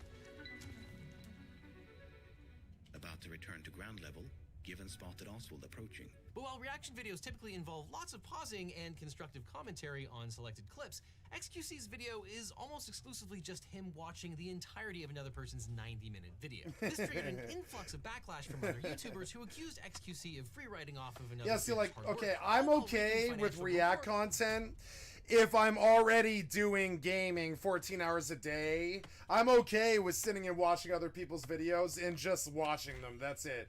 While I sit here in the background and I grind and I grind and I grind and I grind and I grind every day for years and years. That's all I do. And so I think my reacting is a little bit different from XQC, because when you see somebody like XQC, it really looks like he's hunched over his television, or over his computer, you know, station, staring at YouTube, really on the edge of his seat. And like, but viewers viewing something seems to be all that he's doing. And that's where I draw the line. What I want to do is I always want to have like gaming going on in the background 14 hours a day, and I can do my React content all I want because there's a solid foundation of gaming in the background. Solid. I'm talking solid. 14 hours a day for 2 years or whatever it is, you know, a year and a half now, something like that. Like I'm like solid, motherfucker. Like straight up consistent. Like Duck Dynasty. Say what you want about Duck Dynasty. Over, I don't know, 10 seasons or whatever the fuck they were on. I would say episode 1 was about as consistent as the last episode was or whatever. And I love that show, despite him being, you know, kind of right-winger. But I got no issue with them as people. No, what's this sound? No, that doesn't sound right. No, what? Okay. You got me killed. Why did you get me killed? I was AFK and the follower got me killed. Jesus fucking Christ, man. How far back do I have to go? Oh, good. I'm okay. I don't know. Here, Lydia, or whatever. Yeah, or Vilya. I want you to do something. I want you to do something. Yes? Yeah. What do you want? You should do something. What do you need? Use the lever.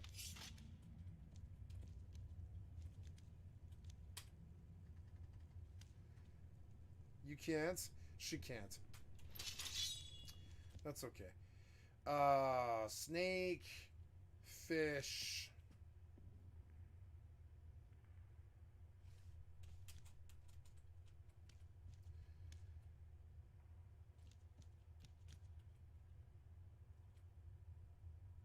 Oh, snake, fish.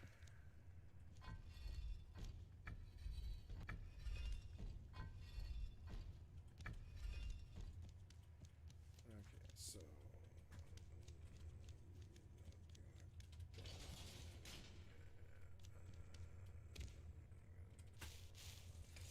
I don't like this one spell that I'm doing. I don't need Frost Nova Bound. I liked the combination that I had running. I think it was super good. But I think the mistake was, I think the Conjure Flame Astronach, yeah, I like the Avenging Wraith, but I think it bugs all the time. I think the Conjure Flame Astronach is just steady. So what do we want to do? We have Steadfast Ward. But I don't know about that. I think I want Steadfast Ward on, or what? Yeah. Well, I want Steadfast Ward on 7, not Frost Nova. Where is Steadfast Ward? I want to use Steadfast Ward a lot more.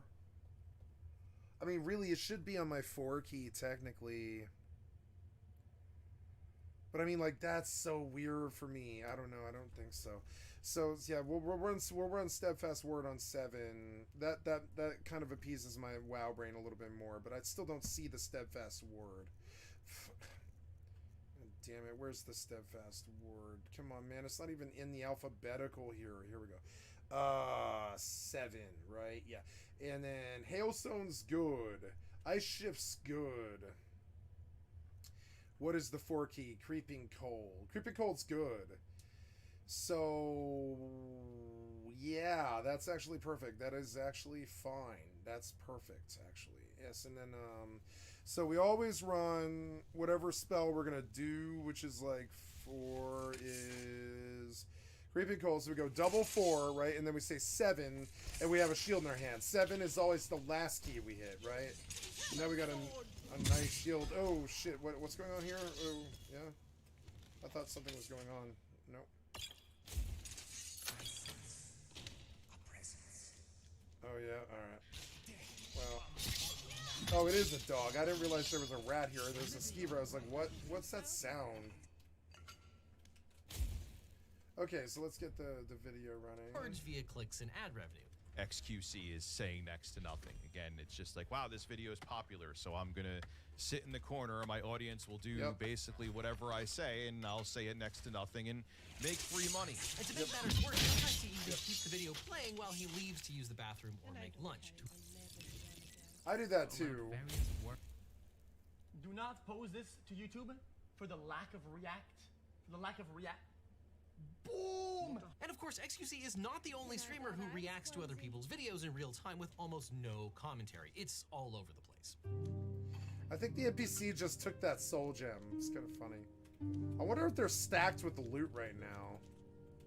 No, it just fell. Wait, there it is. They got knocked around, I think.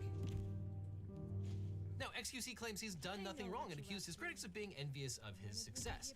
Now, as a YouTuber who has produced my own share of reaction videos and had their videos reacted to by others, this is an issue that is near and dear to my heart, and more importantly, my wallet. And the transformative nature of fair use is one of the most misunderstood areas of the law on the internet. So today, let's take a deep dive into one of the most heated debates on online content creation and fair use that's happening right now. Now, Felix Lengyel, better known as XQC, has spent nearly a decade building a devoted online following as a former top-ranked competitive Overwatch player, turned streamer, and content creator. And on the live streaming platform Twitch and now Kick, XQC regularly chats with fans, hosts reality shows, and broadcasts himself playing video games.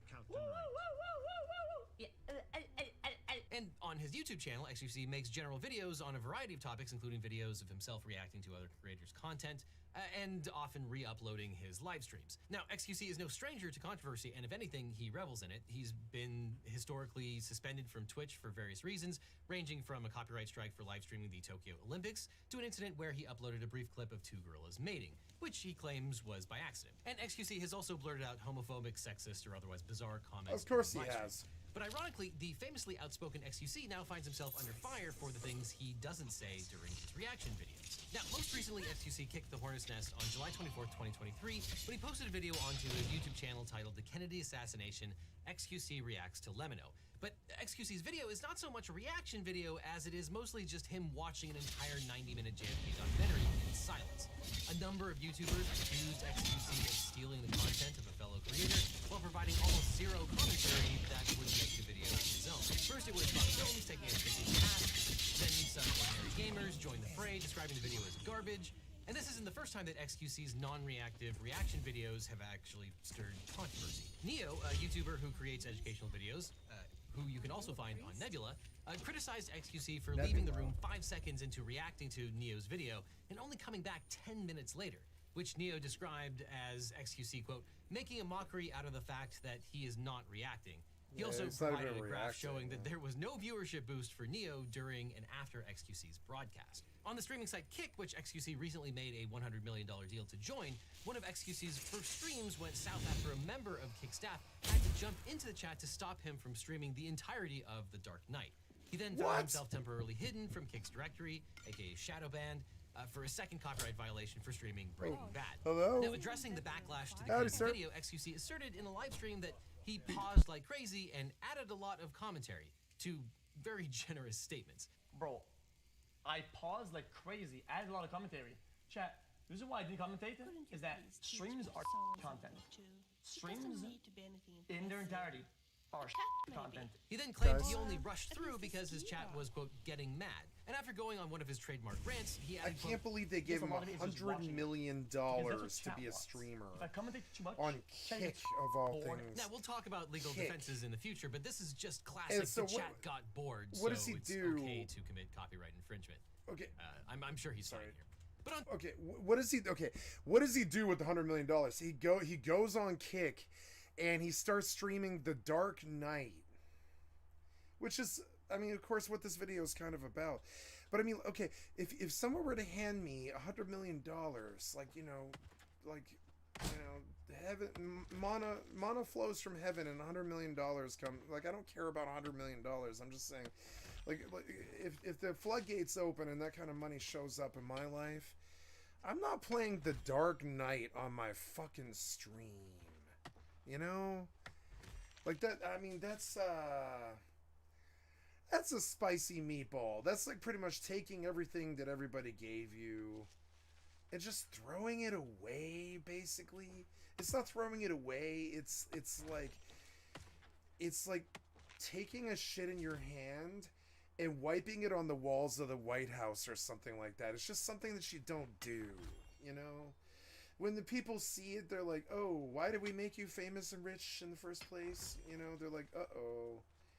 This guy's going off the deep rail, and he's on Kick, streaming The Dark Knight to 60,000 people while he eats popcorn and apparently uses racial, like, you gotta be so careful about racial bigoted slurs in the scene, because like, you know, so I have slipped up and used the FA blank word before on my stream once, and I caught a Twitch ban off that because I come from the toxic WoW, you know, background where, like, that kind of language was just used. It was used in the Call of Duty lobby. It was used in World of Warcraft. It was used, my personal friends used it in real life. And there was this point where I evolved and stopped using language like that. But if anybody ever were to dig, I'm sure that somebody could find out that I caught a ban in 2022 over a homophobic slur. And so then this comes up for XQC 12 years later. They pay him $100 million. Like some kind of, I mean, that's more than Babe Ruth or somebody. You know, that's the big time money. That's 1/10 of Johnny Depp's entire career that they handed him on a contract before he supplied the streams. And you can see what happened here. The kids stopped watching cable television or Netflix or like Hollywood or I mean, they watch Marvel, but I'm not even sure really that they go to the movie theaters anymore. But we do know that they watch far more YouTube than they ever did Hollywood. And something about the interactive nature of streaming in YouTube is one of the reasons why these people do this sort of stuff. And, you know, people buy into it. And, like, so the monogates flow from heaven. You find the easiest way to essentially print money, which is watching YouTube react videos. Hold on just a second, guys. I'm going to mute it.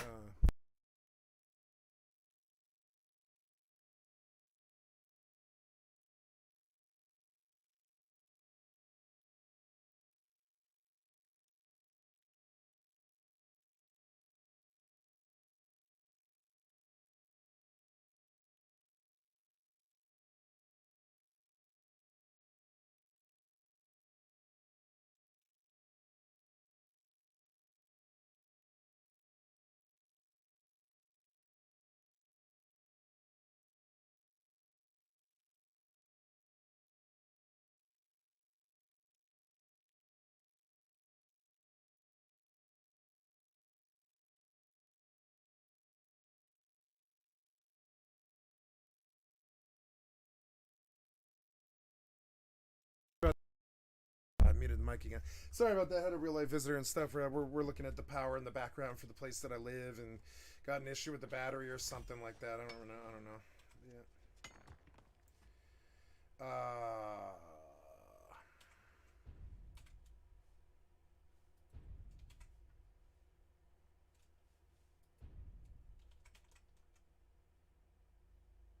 On Twitter, XQC hit back at some ordinary gamers, writing, quote, "I'm watching a vid I like to my people, that's it."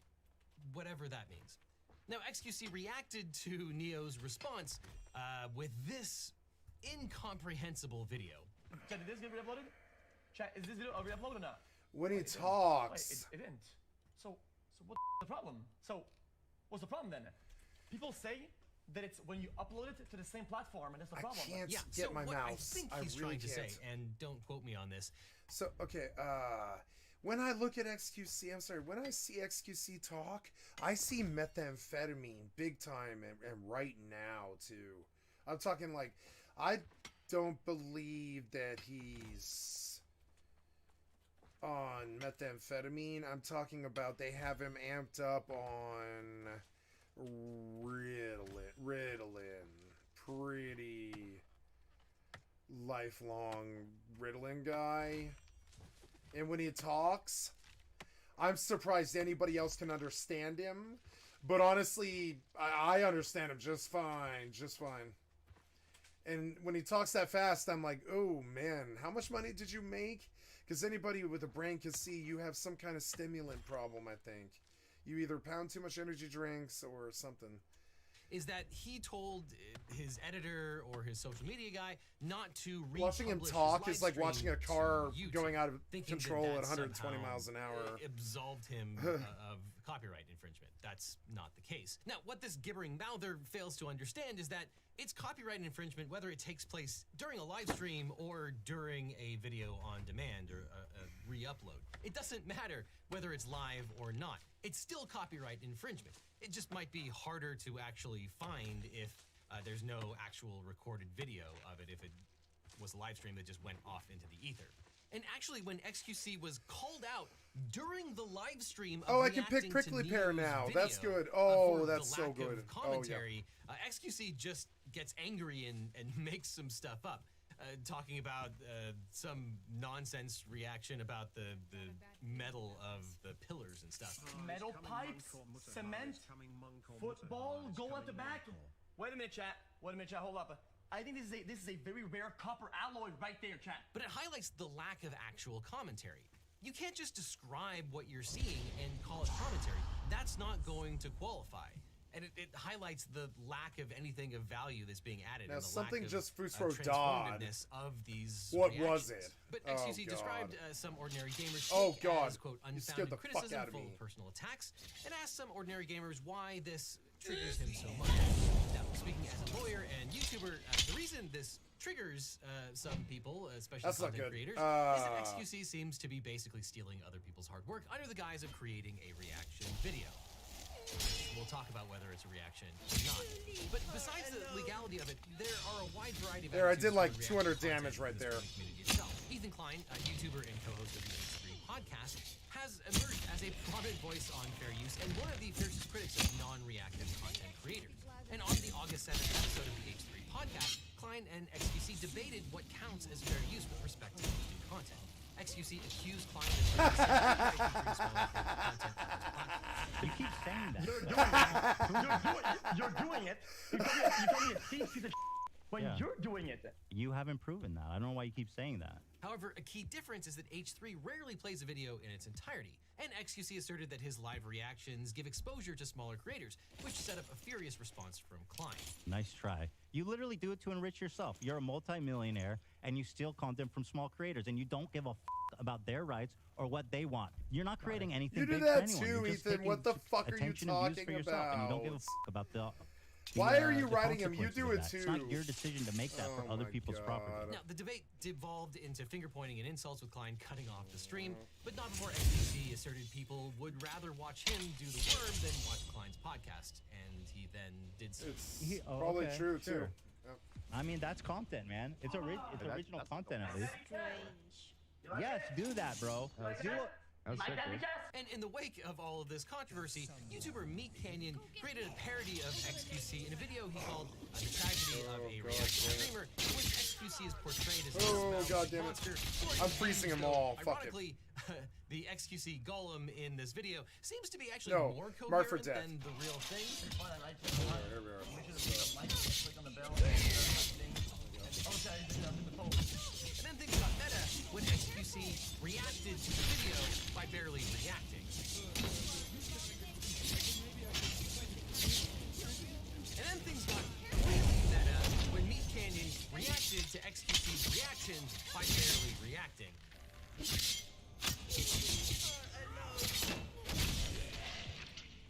Though, ironically, Meat Canyon's reaction is probably the one that's most likely to qualify as fair use, because under some circumstances, parody can be fair use. And if I was his lawyer, I'd argue the parody only works if he reacts to the whole thing without reacting. Copyright can be really weird sometimes. Yeah. Of course, copyright can be hard. It's why you need a good lawyer. But if you want a great lawyer, my firm, the Eagle Team, can help. If you or a loved one has suffered from cancer, suffered an injury or death in the family, or were involved in a car crash, we can represent you or help find you the right attorney who can. Click on the link in the description for a free consultation with my team. Because you don't just need a legal team, you need the Eagle Team. So, link below. Now back to thieving streamers. And this is a perfect opportunity to talk about one of my very favorite cases that actually involves Ethan Klein. Now, originally, Ethan Klein found fame through his YouTube channel, H3 Productions, which was hosted by himself and his wife, Hila. Now, their content included sketch comedy and reaction videos that satirize internet culture, and it was one of their biting reaction videos that landed them in federal court. Because in February of 2016, Ethan and Hila posted a video mercilessly mocking the video of another fellow YouTuber, Max Insider. In which his character, the big bold guy, attempts to seduce a love interest using the power of sarcasm. Strong shoulder, don't you think so? He wrote that in, by the way. I don't recommend that you watch this video. It is the most cringe-worthy thing you have ever seen in your entire life. And for some reason, it still exists on YouTube. The Klein's 14-minute reaction video included numerous clips of the big guy's extremely cringe video, interspersed with their own commentary and jokes. And frankly, they played almost the entire video itself while they were commentating.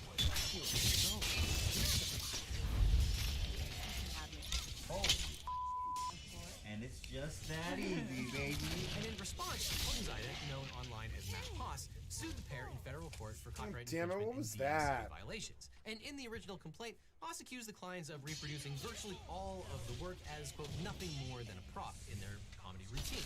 And after the clients posted a video discussing the lawsuit, Haas added a defamation claim as well. But Judge Catherine Forrest of the Southern District of New York rejected all of Haas's claims, ruling that the client's video constituted quintessential criticism and comment that clearly fell within the bounds of fair use. In her analysis, Judge Forrest highlighted that the heart of the fair use inquiry is the extent to which the purpose and character of the use is transformed by adding something new with further purpose or different character. Noting that commentary and criticism have a strong presumption in favor of fair use, she cites various jokes and comments the clients made about the video, like calling Haas the king of cringe tube, criticizing what they found to be unrealistic dialogue between Haas and the parkour actress, and mocking the plaintiff's parkour ability. And Judge Forrest also analyzed to what extent the client's video usurped demand for Haas's work by serving as a market substitute. And citing the Supreme Court's ruling in Campbell versus Acuff Rose, aka the Two Live Crew case, Judge Forrest noted that lethal parody may indeed hurt demand for the original work, and the injury may even be intentional, but that does not produce a harm cognizable under the Copyright Act.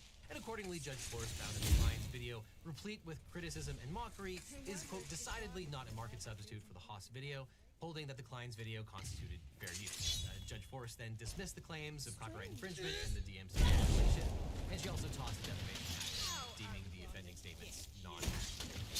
And even Fine rightfully declared this ruling a huge victory for fair use on YouTube. But in a footnote, Judge Forrest also cautioned, quote, the court is not ruling here that all reaction videos constitute fair use. She then provided helpful guidance for why the client's video was fair use, but other reaction videos might not be. Quote, some reaction videos, like a client video, intersperse short segments of another's work with criticism and commentary, while others are more akin to a group viewing session without commentary. Now, even though this case is 70 years old now, it's a great rundown of the fair use factors, especially in the context of an actual YouTube case, which is why I cite this case in every single one of my video descriptions. And if Lemino or Mio or others decide to sue XQC for copyright infringement, that was it. That was it.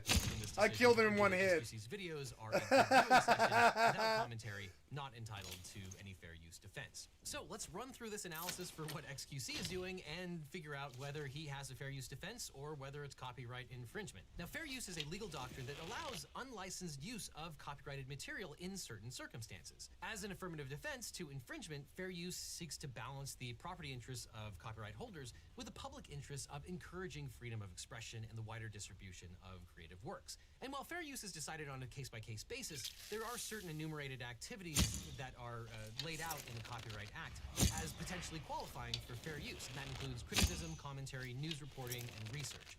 That is not an exhaustive list. And in determining whether a particular use of a copyrighted work constitutes fair use, courts will consider the following 4 factors as codified in Section 107 of the Copyright Act. And no factor is determinative. You have to weigh every single one of them.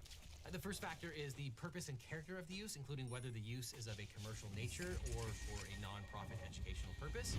Second is the nature of the copyrighted work, the amount and substantiality of the portion in relation to the copyrighted work as a whole, and the effect of the use upon the potential market for or value of the copyrighted work. So for the first factor, courts examine how the party claiming fair use is using the copyrighted work. And while non-commercial and educational uses are more likely to be deemed fair, making money from the use of another's work doesn't automatically include a fair use finding. Instead, the key inquiry is to the extent the use is considered transformative.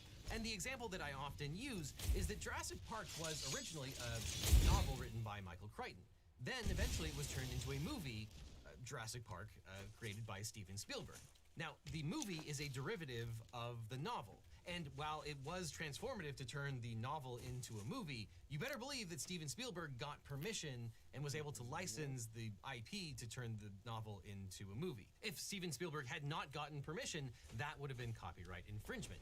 And that's why fair use can be tricky, because for it to qualify as fair use, it has to be transformative. It has to create something new, but it also has to be for the purpose and character of one of the fair use categories that the law recognizes as available to use for fair use, whether it's education or whether it's commentary, criticism, or parody. The purpose has to be there, as well as it being transformative. Being transformative alone is not enough, and in fact, that can make it copyright infringement. Now, whether something is transformative is a pretty complicated subject. I could make an entire video just on whether something is transformative, but here's what the Supreme Court said in the Two Live Crew case. Quote, the central purpose of the purpose and character of use inquiry is to see whether the new work merely supersedes the objects of the original creation or instead adds something new with a further purpose or different character, altering the first with new expression, meaning, or message. And in that case, the Supreme Court held that the rap group Two Live Crew's commercial parody of Roy Orbison's song Oh Pretty Woman was non-infringing fair use.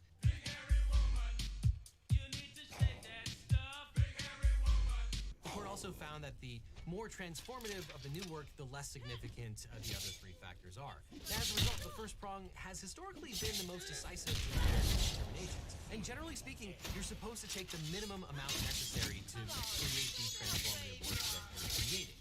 Now, parody is a little bit different. There, in an exception, you sort of need to take at least enough for people to get the joke. You have to be able to conjure up the thoughts of the original parody to work. But generally speaking, for fair use, you're supposed to take the absolute minimum necessary. Now, there's a little bit of gray area in terms of what is minimum and what's not, but still, generally speaking, you're not going to be able to take the entirety of a work and simply play it in the background. And this is the heart of the criticism against XQC, namely that his reaction videos are insufficiently transformative to constitute fair use. Now, the second factor is the nature of the copyrighted work, which analyzes the degree to which the work that was used relates to the copyright purpose of encouraging creative expression. In short, the use of copyrighted material from a work of fiction weighs in favor of finding infringement, while taking from a factual work, likely a news item, is more likely to be deemed fair use.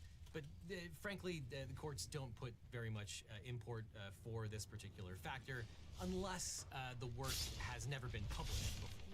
But the third prong considers the quantity and quality of the copyrighted work that was used in relation to the copyrighted work as a whole. So in other words, fair use is less likely to be found when large portions of a copyrighted work are used, or if you're taking the heart of the copyrighted work itself. So in other words, fair use is much less likely to be found when large portions of a copyrighted work are used, and you're much more likely to be able to mount a fair use defense when you only use small portions. But in some contexts, even taking a small amount of a copyrighted material can render a use unfair if the selection constitutes a substantial part of the work or the heart of the work itself.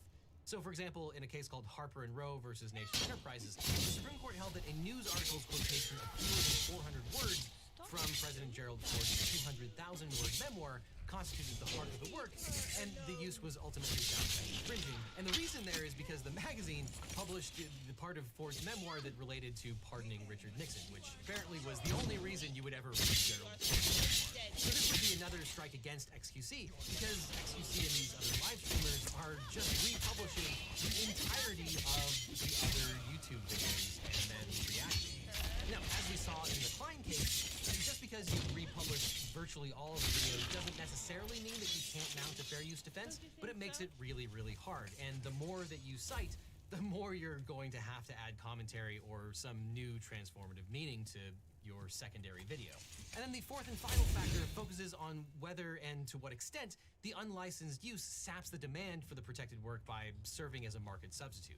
In other words, in assessing this factor, courts consider whether the use is hurting the current market for the original work, for example, by displacing sales of the original, or preventing people from watching the original video, and or whether the use could cause substantial harm if it were to become widespread.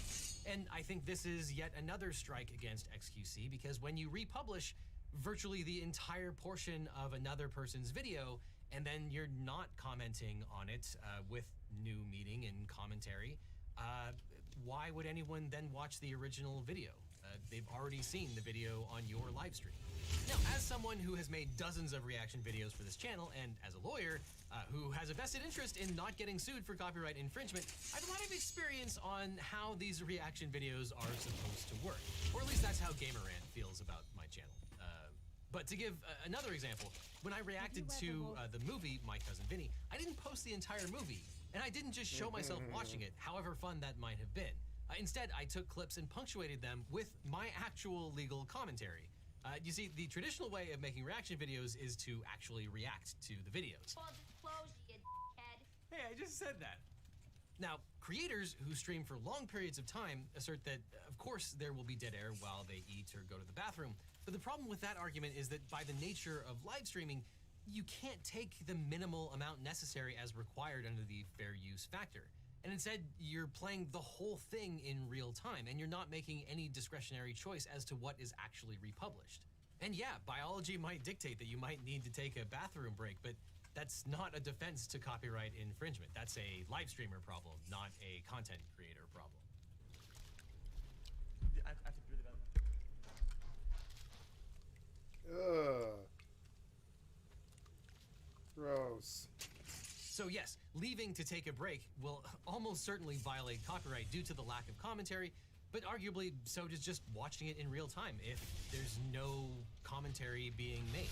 And this highlights why it might actually be impossible for any live streamer to have a live stream reaction where they're just simply playing the entire video and reacting. Because there's been no forethought about what's the minimum necessary to make the point of the commentary or the point of the criticism. They're just playing the entire thing and interjecting some little bits of commentary or criticism. Look at being And courts don't look fondly when you use the entirety of the work. So yes, you could add some original commentary to your reaction, but if it completely displaces the market for the original, it's probably not fair use. And it's pretty obvious that once you see a video during a live stream, the way that most of these live streamers do it, you're not going to go back and watch the whole video again. Let's be honest, this kind of reaction content is extremely low effort and easy to do. Why? Because you're just piggybacking on the work of the original person. And whether XQC is in the room or not, there's an argument to be made that his borderline incoherent babbling might not even qualify as the commentary or criticism necessary for fair use anyway. Honestly, I think my dog could offer about the same level of incisive commentary as XQC during most of his live streams. Yeah, if you want to feel bad, just remember that apparently this garbage is apparently worth $100 million to the streaming platform. Wow. Yeah. But there are some live streamers who do things the right way. If you get permission or you get a license from the person who owns the rights to the videos, then by all means, it's great that you are getting that permission and then reacting to it. And if you want an example of people who do reaction content right that aren't lawyers on YouTube, there's the popular YouTuber Ludwig. Not only has he created his own video differentiating between a genuine reaction video and stolen content, he's also held in high regard among other content creators for his ethical streaming practices.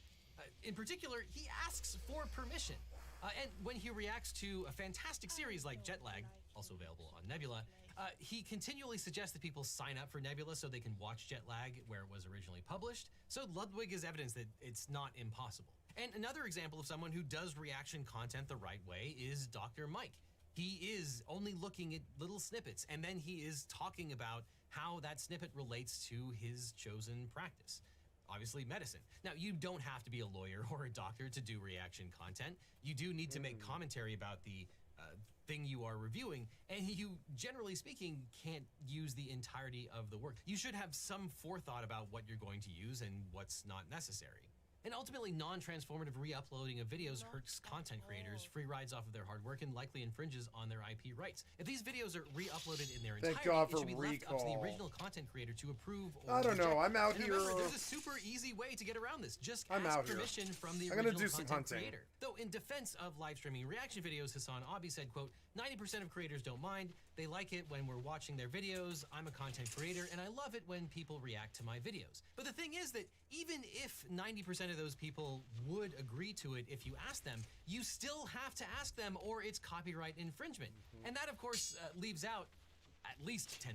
It's probably more than 10% of content creators do actually mind, and you are explicitly going against their wishes. So ultimately, the easiest way around this that's good for everyone is just ask for permission. But streamers need to realize that not only is it legally required to ask for permission in many, if not most of these circumstances, as well as it being the morally right thing to do, it's also in their pecuniary interest. Someday a lawyer is going to explain the concept of statutory damages to them, and they're not going to be happy about that. Until then, you can support creators directly by getting a membership to today's sponsor, Nebula. Neo and I are not only on Nebula, but we're both co-owners, because Nebula is a streaming platform built for and by creators. And this month only, they're doing something wild. Just until the end of the month, Nebula is offering a lifetime membership. Instead of a subscription, it's a one-time payment that will get you everything Nebula offers, forever.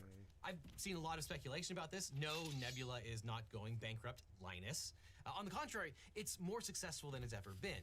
But we're offering lifetime memberships for a select few fans so that we can make even more original content. huge productions from your favorite creators. And we're in it for the long haul. Lifetime memberships allow us to not take on outside investors. It's the opposite of a going out of business sale. It's a going into much bigger business sale. And if you're new here, Nebula offers tons of exclusive videos from me, original series from your favorite people, movies, plays, classes, and more.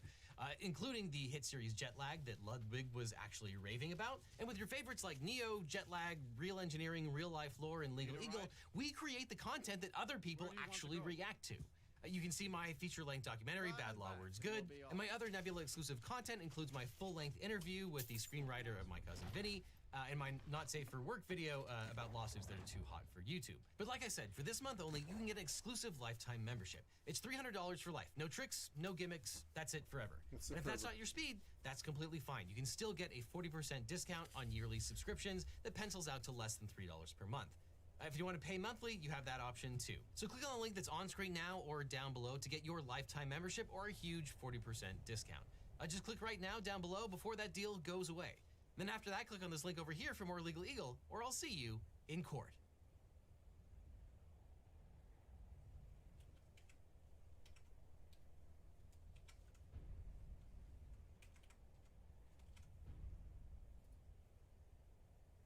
I like Legal Eagle. I really do. Genuinely do. Is Donald Trump still eligible to be president of the United States? Does the 14th Amendment prevent him from running? Well, as we all know, Trump was indicted 4 times in New York, Florida, Washington, D.C. Only and Georgia. 4? Prosecutors in 2 of those cases alleged that he tried to overthrow the results of the 2020 election. Lawyers from the Citizens for Responsibility and Ethics in Washington, or CREW, have just filed a lawsuit alleging that Trump's role in the January 6th riot disqualifies him from running for president because of Section 3 of the 14th Amendment, gold, which is known as the disqualification clause. This clause says that a person cannot hold office in the United States if they have previously taken an oath as an officer of the United States and have engaged in an insurrection or rebellion. So, this raises unique questions that the Supreme Court has yet to answer. Is the president an officer of the United States for the purposes of Section 3? Did Trump engage in activity that amounts to an insurrection or rebellion? And how would disqualification even be enforced? Well, let's find out.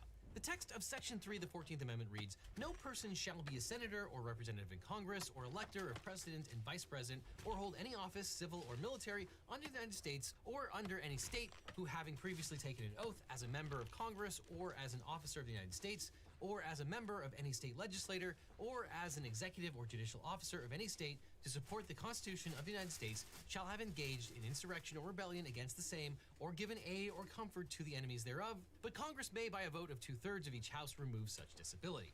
Section 3 of the 14th Amendment was passed after the Civil War. And here's a recap of those events for Florida students who might have missed this particular history. The southern states illegally seceded from the Union, declared themselves the Confederate States of America, and then waged a war against the federal government. After the South's defeat, the people who rebelled against the United States wanted to be involved in government. Men who had violated their oaths to support the Constitution were elected to Congress. This included officers who held positions of high authority in the Confederacy, such as 4 Confederate generals, 4 colonels, several Confederate congressmen and members of Confederate state legislatures, and even the Vice President of the Confederacy, Alexander Stephens. The Republicans who wrote the 14th Amendment thought that the people who tried to overthrow the government by force shouldn't be allowed to lead it. Senator Waitman Wiley of West Virginia put it like this: "We would be faithless to our trust if we allowed the interests of the country and its future peace and welfare to be again disturbed by men who have shown themselves faithless in the past through their insane efforts to destroy this government." And that's how we got Section 3, which prohibits anyone who took an oath to support the Constitution as a federal or state officer and subsequently engaged in insurrection or rebellion against it from holding public office. Yeah, it turns out disqualification can be removed by a 2/3 vote in Congress. And this removal option is a potentially complicating factor that we'll get to in just a minute. So here's how Section 3 is supposed to work. The amendment is triggered when a person who is a current or former I really wish I could get my officer mouse. takes an oath I to support the really Constitution wish I and could get my engages in mouse. covered It's conduct. just so This much. covered conduct is It's insurrection, just too much rebellion, to or ask. giving aid or comfort Oh my to god, give me my enemies. fucking If the official mouse. commits the covered conduct, they're Give me my disqualified for life mouse, from piece of holding any shit. banned office. But the mechanism of disqualification... If Trump, yeah, I'm sorry, but like, okay, if I'm thinking about inciting an attack on the White Palace,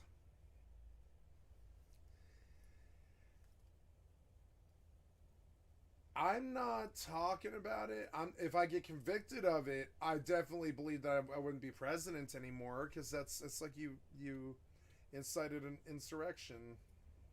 Might be through a court challenge where a judge decides, or through a state law process where the Secretary of State might decide who's eligible on the ballot, but we're not entirely sure.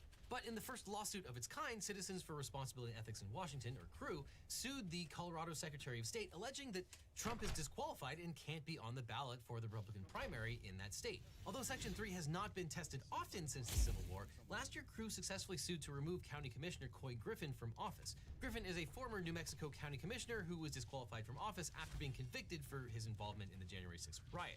So why did they bring this lawsuit in Colorado? Because Colorado law allows any eligible elector within the meaning of the Colorado statutes to file a challenge to the constitutional eligibility of candidates in the 2024 Republican presidential primary election. Now, other states have different mechanisms for challenging qualifications of candidates before they get on the ballot. For example, 2 Florida residents attempted to get Trump removed from the ballot in that state, but a federal judge and Obama appointee ruled that citizens lack standing in that state to challenge whether another individual is qualified to hold public office. Now, the Constitution lays out the qualifications for president. That person must be at least 35 years old, a natural-born citizen, a resident of the state that he or she represents, and have lived in the United States for at least 14 years.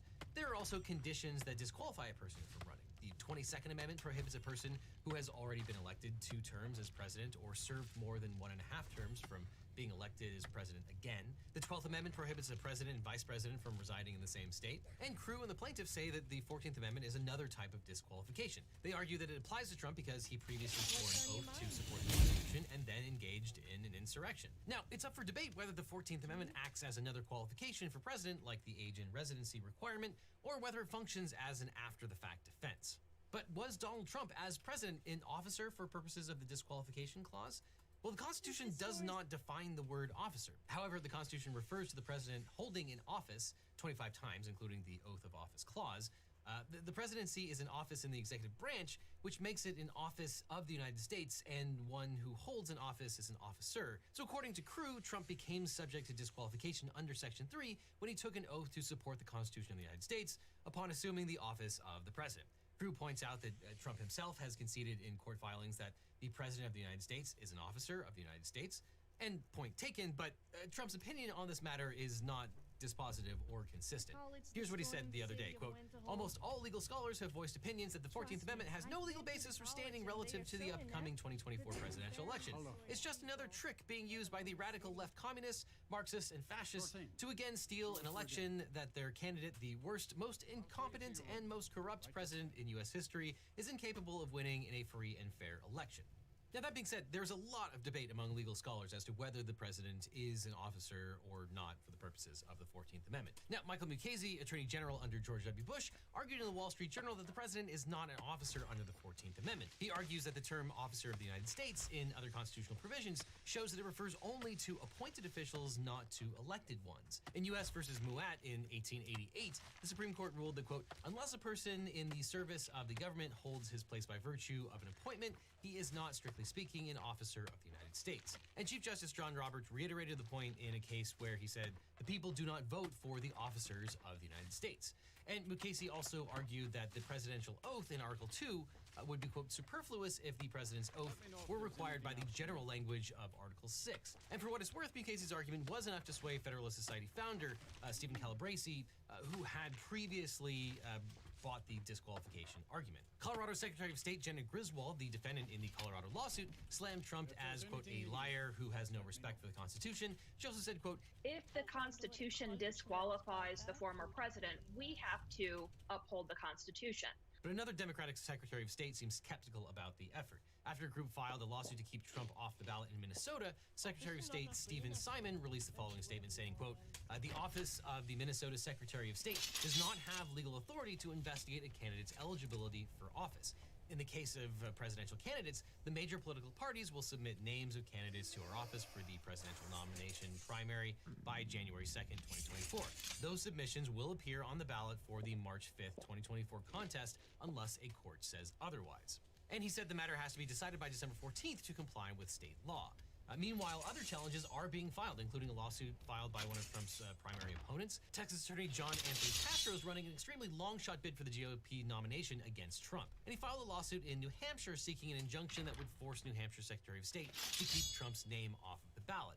That lawsuit is expected to be decided in the New Hampshire Supreme Court by October 23rd. And 2 Virginia citizens have filed their own pro se challenge to Trump's appearance on the ballot in that state. So you can see how complicated this is going to get as different states have different primary deadlines and disqualification procedures and powers, apart from the legal issues. But assuming the president was an officer of the United States, that brings us to the next question. Did Trump participate in an insurrection or rebellion?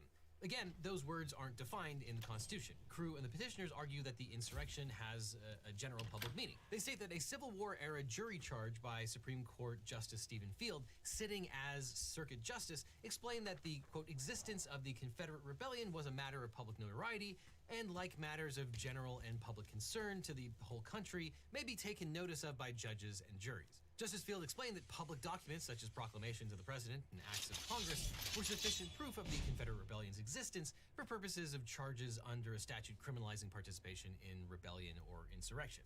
Now, petitioners say that under this interpretation of Section 3, the insurrection is a matter of public notoriety.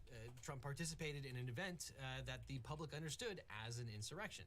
They point out that all 3 branches of government and bipartisan majorities of Congress referred to January 6th as an insurrection, and both Biden and Trump Justice Departments described those events as an insurrection, and so did over a dozen courts. Crew also points to the Griffin case, where a court defined, quote, an insurrection as used in Section 3 as 1, an assemblage of persons, 2, acting with a purpose to oppose the continuing authority of the United States Constitution, 3, by force. But one thing is conspicuously missing from the arguments that Crew is making, and that's a requirement that a person be convicted of an insurrection or incitement, or that the person used violence. To be clear, prosecutions for insurrection under 18 U.S.C. 2383 or treason under 18 U.S.C. 2381, if successful, would almost certainly result in a bar to holding any office of the United States. But the petitioners are arguing that Trump didn't need to be convicted or commit an act of violence or even be physically present during an insurrection to have committed an act that triggers Section 3. They pointed out that during Reconstruction, some people were disqualified for having previously held local office in Confederate states, even though they did not take up arms in the Confederate Army. The argument is that engagement in an insurrection can include nonviolent overt acts or words in furtherance of the insurrection, including words that incite, provoke, encourage, or command others to engage in insurrectionary conduct, sort of like a conspiracy. Now, these are the kinds of issues that lawyers love and lay people absolutely hate. And if you have a similar issue and need a great lawyer, my firm, the Eagle Team, can help. If you've ever been in a car crash, suffered a data breach, or need workers' comp, we can represent you or help find the right attorney who can.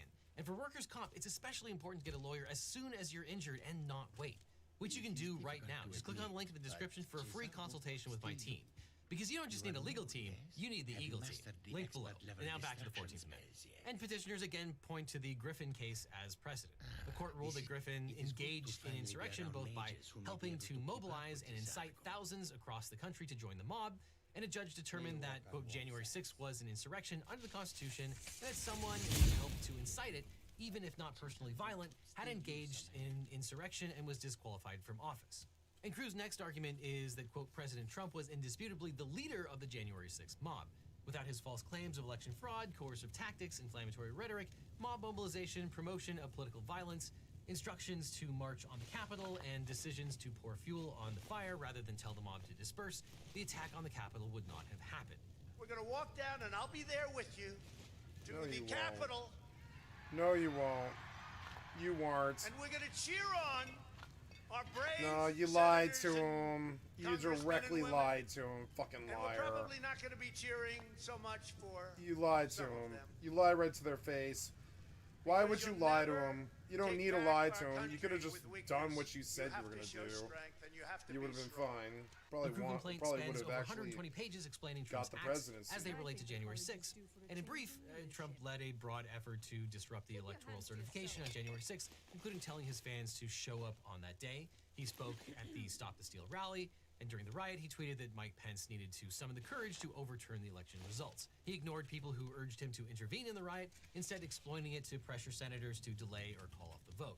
He didn't deploy a federal response to the attack, nor timely instruct the mob to leave the Capitol. And for those reasons, Crew alleges that Trump is barred from the ballot in Colorado. And under Colorado's presidential primary election statute, the Secretary of State is responsible for overseeing ballot access for presidential primary candidates, including determining that they meet all qualifications under Colorado law. And the petitioners asked the court to require the Secretary of State to independently investigate Trump's constitutional eligibility and rule that he is constitutionally ineligible to serve as president.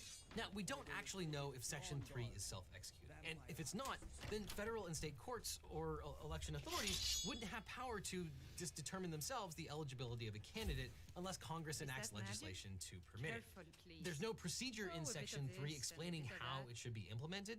If Congress had to enforce a disqualification clause through legislation, it could set certain guidelines, such as requiring the person to have been convicted of insurrection. And as summarized by a congressional research report, Congress initially provided enforcement of Section 3 of the 14th Amendment through enactment of the first Ku Klux Klan Act in 1870. Section 14 of that act directed the district attorney in each district in which a potentially disqualified person held office to file a writ of quo warranto against the office holder before a judge. However, Section 3 says disqualification can be removed by a 2/3 vote in Congress, and that's what happened when Reconstruction failed. 2 years after the Ku Klux Klan Act, Congress passed the Amnesty Act by more than a 2/3 vote in accordance with the disqualification clause. And the act allowed most Confederates and their sympathizers to serve as government officials again. And Congress could theoretically pass a law removing the bar from Trump or anyone that participated in January 6th. But some also argue that amnesty only operates retrospectively. For example, when a group of constituents challenged Madison Cawthorn's eligibility to hold office because of his participation in January 6th, the Fourth Circuit found that the amnesty given to Confederates does not apply to later insurrections or treasonous acts. But given the lack of case law, there's a lot of debate here, and not everyone agrees that Trump is disqualified by Section 3. Many lawyers claim that a president is not an officer of the United States, and this argument rests on an interpretation of the terms office, officer, and official. Basically, the idea boils down to the fact that one can hold an office without being an officer of the United States. Professor Josh Blackman says that there might be a significant difference between the words of and under, to wit, if a president is an officer of the United States, he can't be disqualified, but if he's a president under the United States, he can be. But that's far from a universal opinion. Law professors William Baud and Michael Stokes-Paulson say that there's no evidence that the drafters of the 14th Amendment were really using a secret code in Section 3. But the Supreme Court might be willing to engage in this kind of textual analysis. In a 2010 case called Free Enterprise Fund versus Public Company Oversight Board, Chief Justice Roberts wrote, quote, "The people do not vote for the officers of the United States. They instead look to the president to guide the assistants or deputies subject to his superintendents."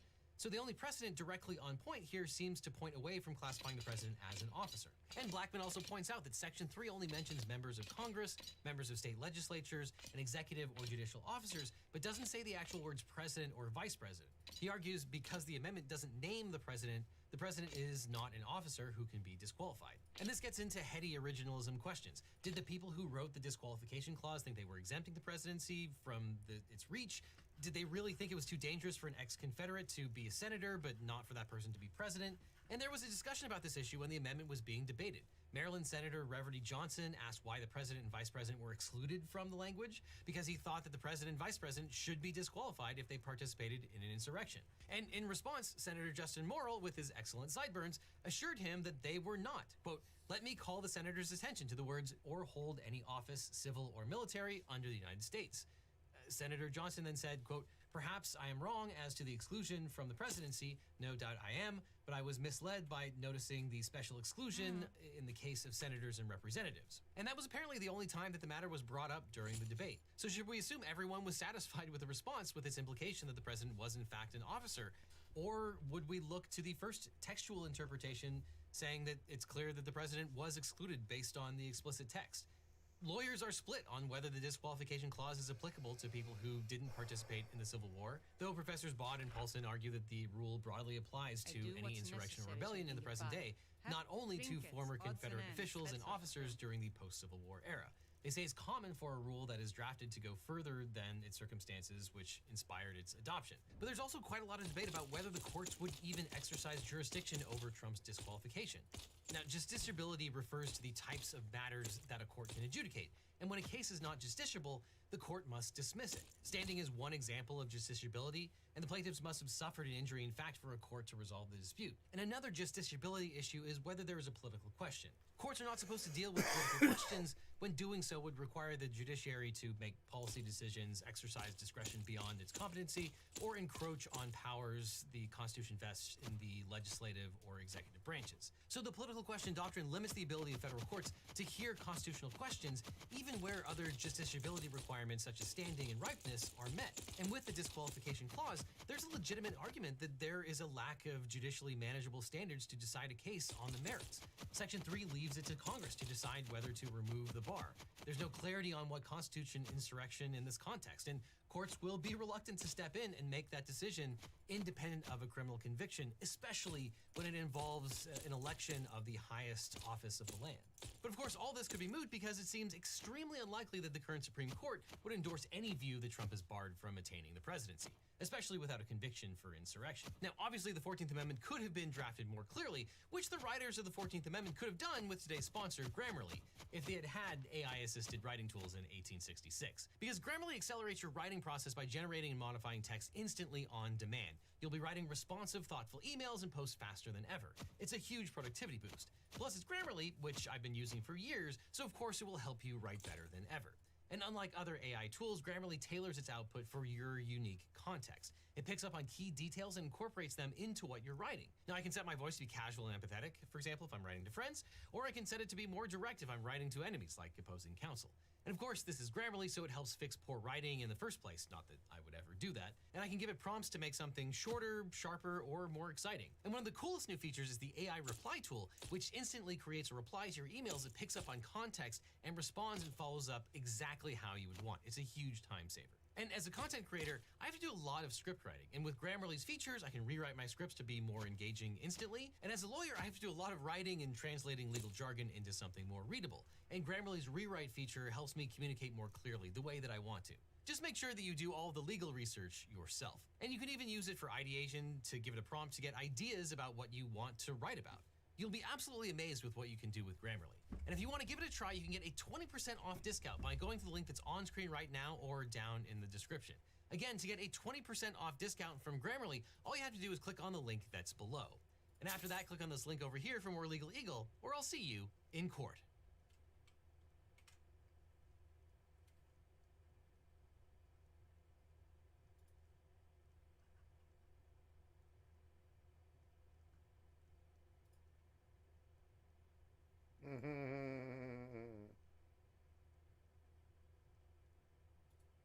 Man, the writing this season is just so lazy. The writers are just completely out of ideas. In investigating Trump, the DOJ sends a search warrant to Twitter, and Elon Musk personally fights it. How is this even real life?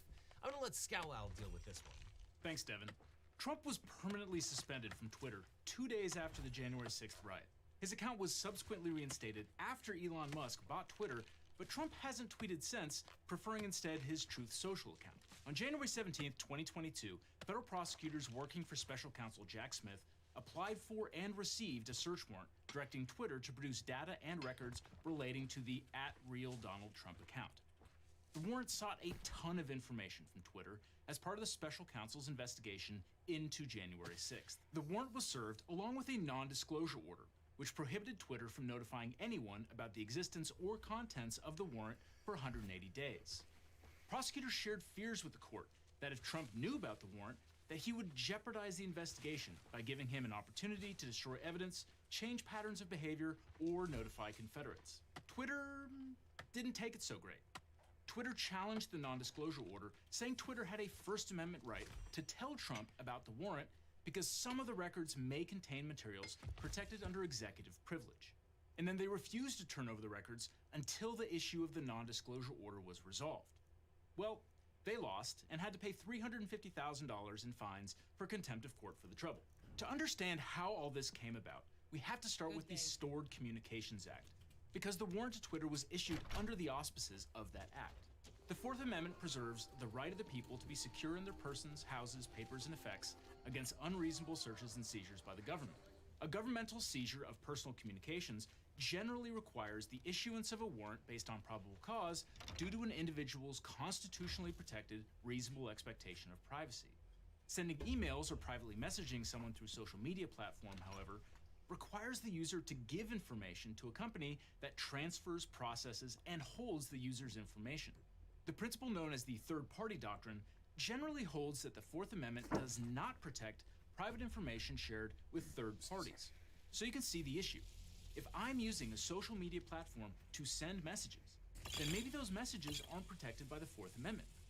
Maybe law enforcement can get them with a simple subpoena to that provider rather than a search warrant. You've been served. Have a nice day. I don't like you! The Stored Communications Act was passed in 1986 as Title II of the Electronic Communications Privacy Act. The purpose of the Stored Communications Act was to strengthen the privacy of internet users by adding a layer of statutory protections over the Fourth Amendment. It's also frankly poorly written and incredibly outdated. To put that in perspective, 1986 to 2023 is as far as 2023 to 2060. Sorry for ruining your day, millennials, but I'm one of you. The Stored Communications Act is codified in 18 U.S.C. sections 2701 through 2713.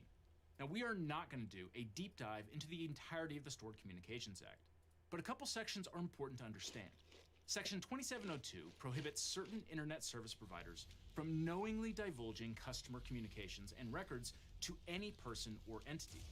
Under certain circumstances, if a service provider improperly divulges customer communications or records, that customer can sue the service provider for compensatory and punitive damages. Section 2703 identifies how state and federal governmental entities can compel providers to disclose electronic communications and records.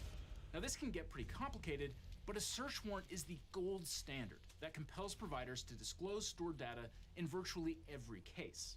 And the section goes on to explicitly say that no provider can be sued for complying with a facially valid search warrant.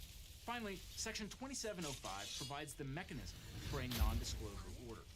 A governmental entity can apply for and obtain a judicial order commanding a provider to whom a warrant is directed for such period as the court deems appropriate not to notify any other person of the existence of the warrant. The court shall enter such an order if it determines that there is reason to believe that notification of the existence of the warrant will result in any of 5 enumerated harms. Those enumerated harms broadly cover endangering the life or physical safety of an individual, flight from prosecution, destruction of or tampering with evidence, intimidation of potential witnesses, or 5, otherwise seriously jeopardizing an investigation or unduly delaying a trial. Investigations that use non-disclosure orders are sometimes called covert investigations. For your information, the Supreme Court has roundly rejected prior restraint. And yes, a non-disclosure order is a prior restraint of speech, potentially in violation of the First Amendment. For reasons we don't really need to go into, it's not entirely clear whether a non-disclosure order should be analyzed under strict or intermediate scrutiny, but even assuming strict scrutiny applies, these kinds of non-disclosure orders are generally constitutionally sound. So let's take a step back. Search warrants under the Stored Communication Act happen all the time. From both state and federal law enforcement agencies, I do them frequently. I don't just mean Twitter warrants, I mean warrants for social media and other companies that store vast amounts of digital information. Warrants to Google for emails and location information. Warrants to Meta for Facebook direct messages. These giant companies store immense amounts of information on their users, often without the users really knowing about it. And law enforcement agencies of all stripes try to get that information regularly. What's notable about these warrants is that they are two-part warrants, sometimes called hybrid warrants. Let's say if you got a search warrant for an apartment, the warrant would spell out the place to be searched, the apartment, and then the things to be seized, say bank bags, masks, or guns. If you got a search warrant for Meta, on the other hand, the two-part structure comes into play. But things to be seized has 2 parts. The first part commands Meta to turn over certain records, say all Facebook communication for the week before and after the bank robbery. The second part commands you, the investigator, to look through those records produced by Meta for certain information. Meta may not know what specific information you're looking for. They don't need to know. They're told, hey, turn over all these communications and that's it. You then, as the investigator, are told, look through those communications and find communications that talk about a bank robbery or guns or masks, whatever. So with all that in mind, let's talk about the special counsel's warrant for Donald Trump's Twitter account. Judge Beryl Howell signed the warrant on January 17th, 2023. The warrant was sealed, meaning not available to the public, and the non-disclosure order was signed at the same time.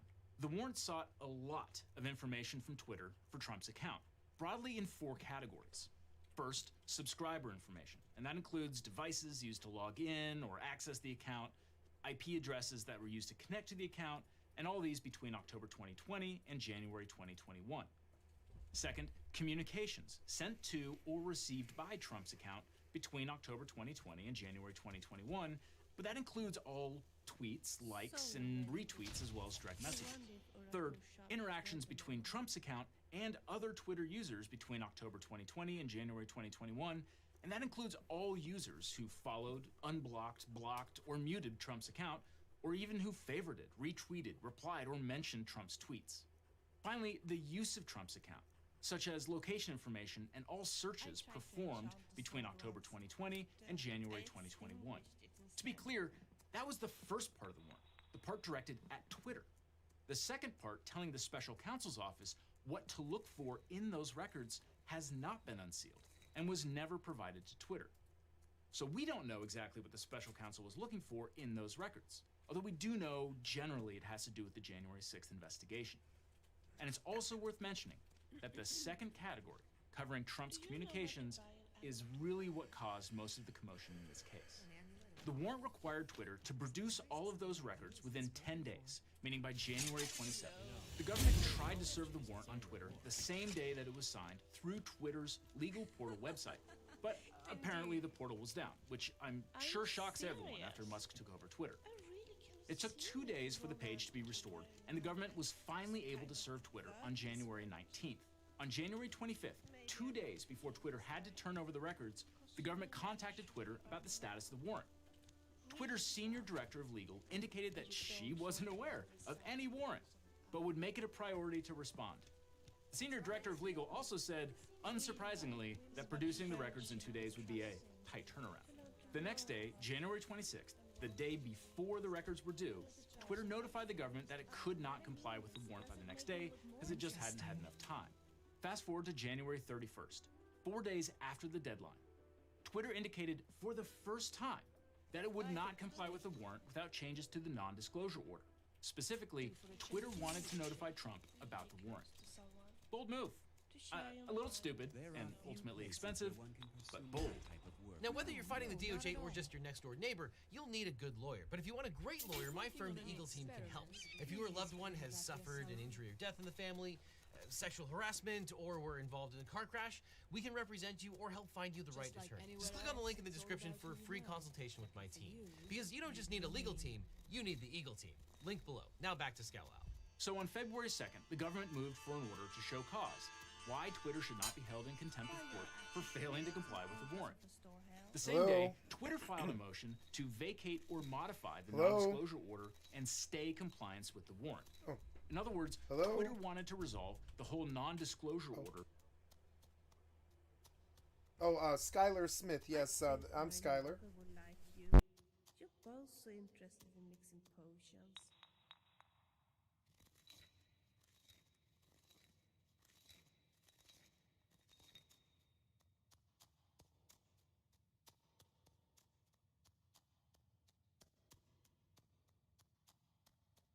Sergios Terrianos doesn't seem very helpful.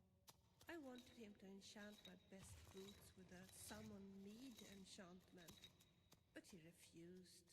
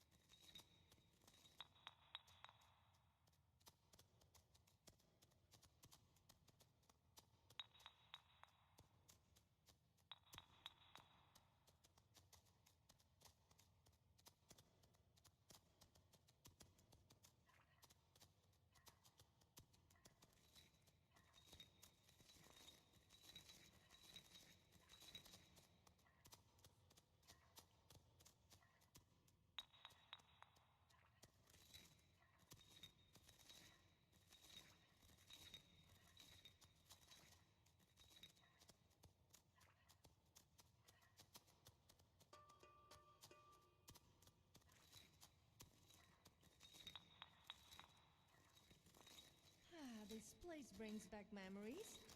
I spent ages working on my own unique spell. The reason I got kicked out was because I used it to make everyone naked. I don't think anyone appreciated my true genius.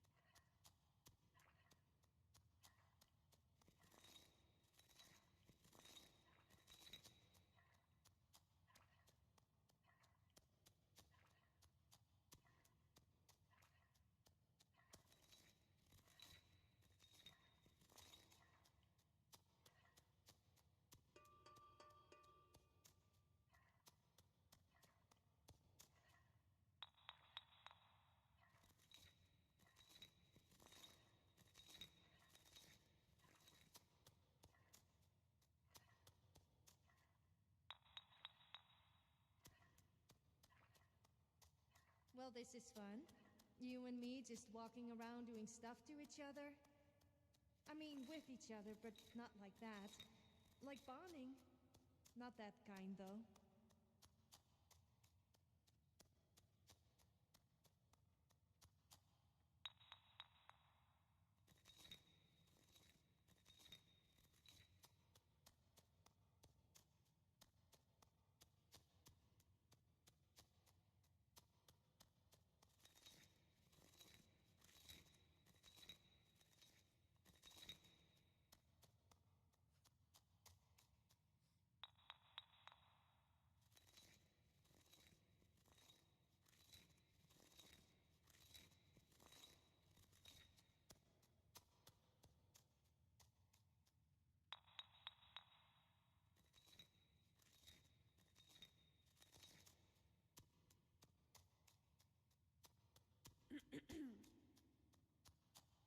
We are having a good time together, don't you think so too? Of course. Exactly.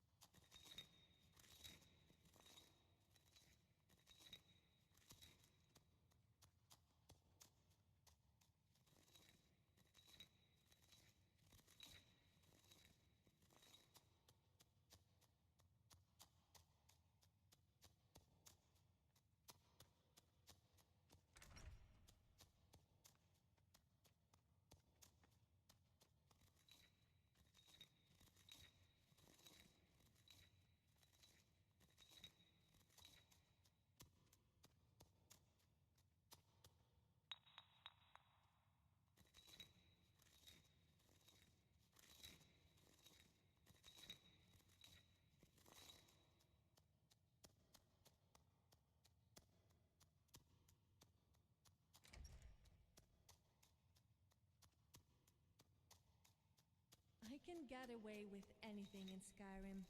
I just act all cute and innocent, and the guards turn a blind eye. Not that I'm a bad person or anything. Most of the time.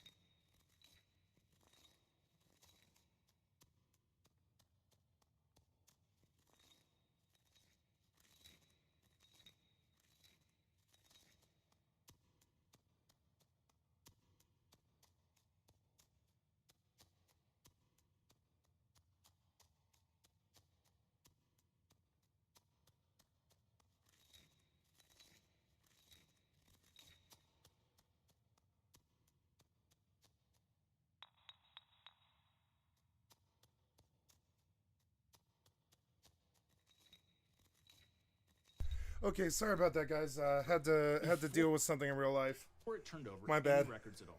So what were Twitter's arguments about why they shouldn't have to comply with the non-disclosure order and the warrant? Well, basically, Twitter argued that Trump could potentially assert executive privilege over some of what was sought by the warrant, and that Twitter had a First Amendment right to inform Trump in order for Trump to be able to assert that privilege. Their arguments were heard on February 7th in front of Judge Howell in D.C. Judge Howell was not happy. This was her warrant, after all. She signed it, which makes it an order from her court. And it's worth noting that Judge Howell spent 6 years as a federal prosecutor, and as chief judge of the U.S. District Court for the District of Columbia, she supervised the federal grand jury involved in Robert Mueller's special counsel investigation into Russian interference in the 2016 election. At the February 7th hearing, Twitter acknowledged that it did not have standing to raise Trump's executive privilege claim over the records Twitter possessed. So instead, it leaned heavily on its own First Amendment right to communicate with its customers. Twitter pointed to its policy that, for purposes of transparency and due process, Twitter's policy is to notify users, e.g. prior to disclosure of account information, of requests for their Twitter account information, including a copy of the request, unless we are prohibited from doing so, e.g. an order under 18 U.S.C. section 2705B. That policy is essential to its business model and fostering trust with its user base. Now, one could plausibly ask, okay, so how many times has Twitter actually ever filed a motion challenging a non-disclosure order given the thousands of warrants they get every year? And in fact, that's exactly what Judge Howell asked on February 7th. Twitter's attorney could not answer, saying only that he, in his own experience, had a couple of informal conversations about non-disclosure orders in the past. And after Judge Howell gave Twitter the opportunity to dig into its history and look for past instances when it had, in fact, filed challenges in court to non-disclosure orders, Twitter came back with a whopping 0.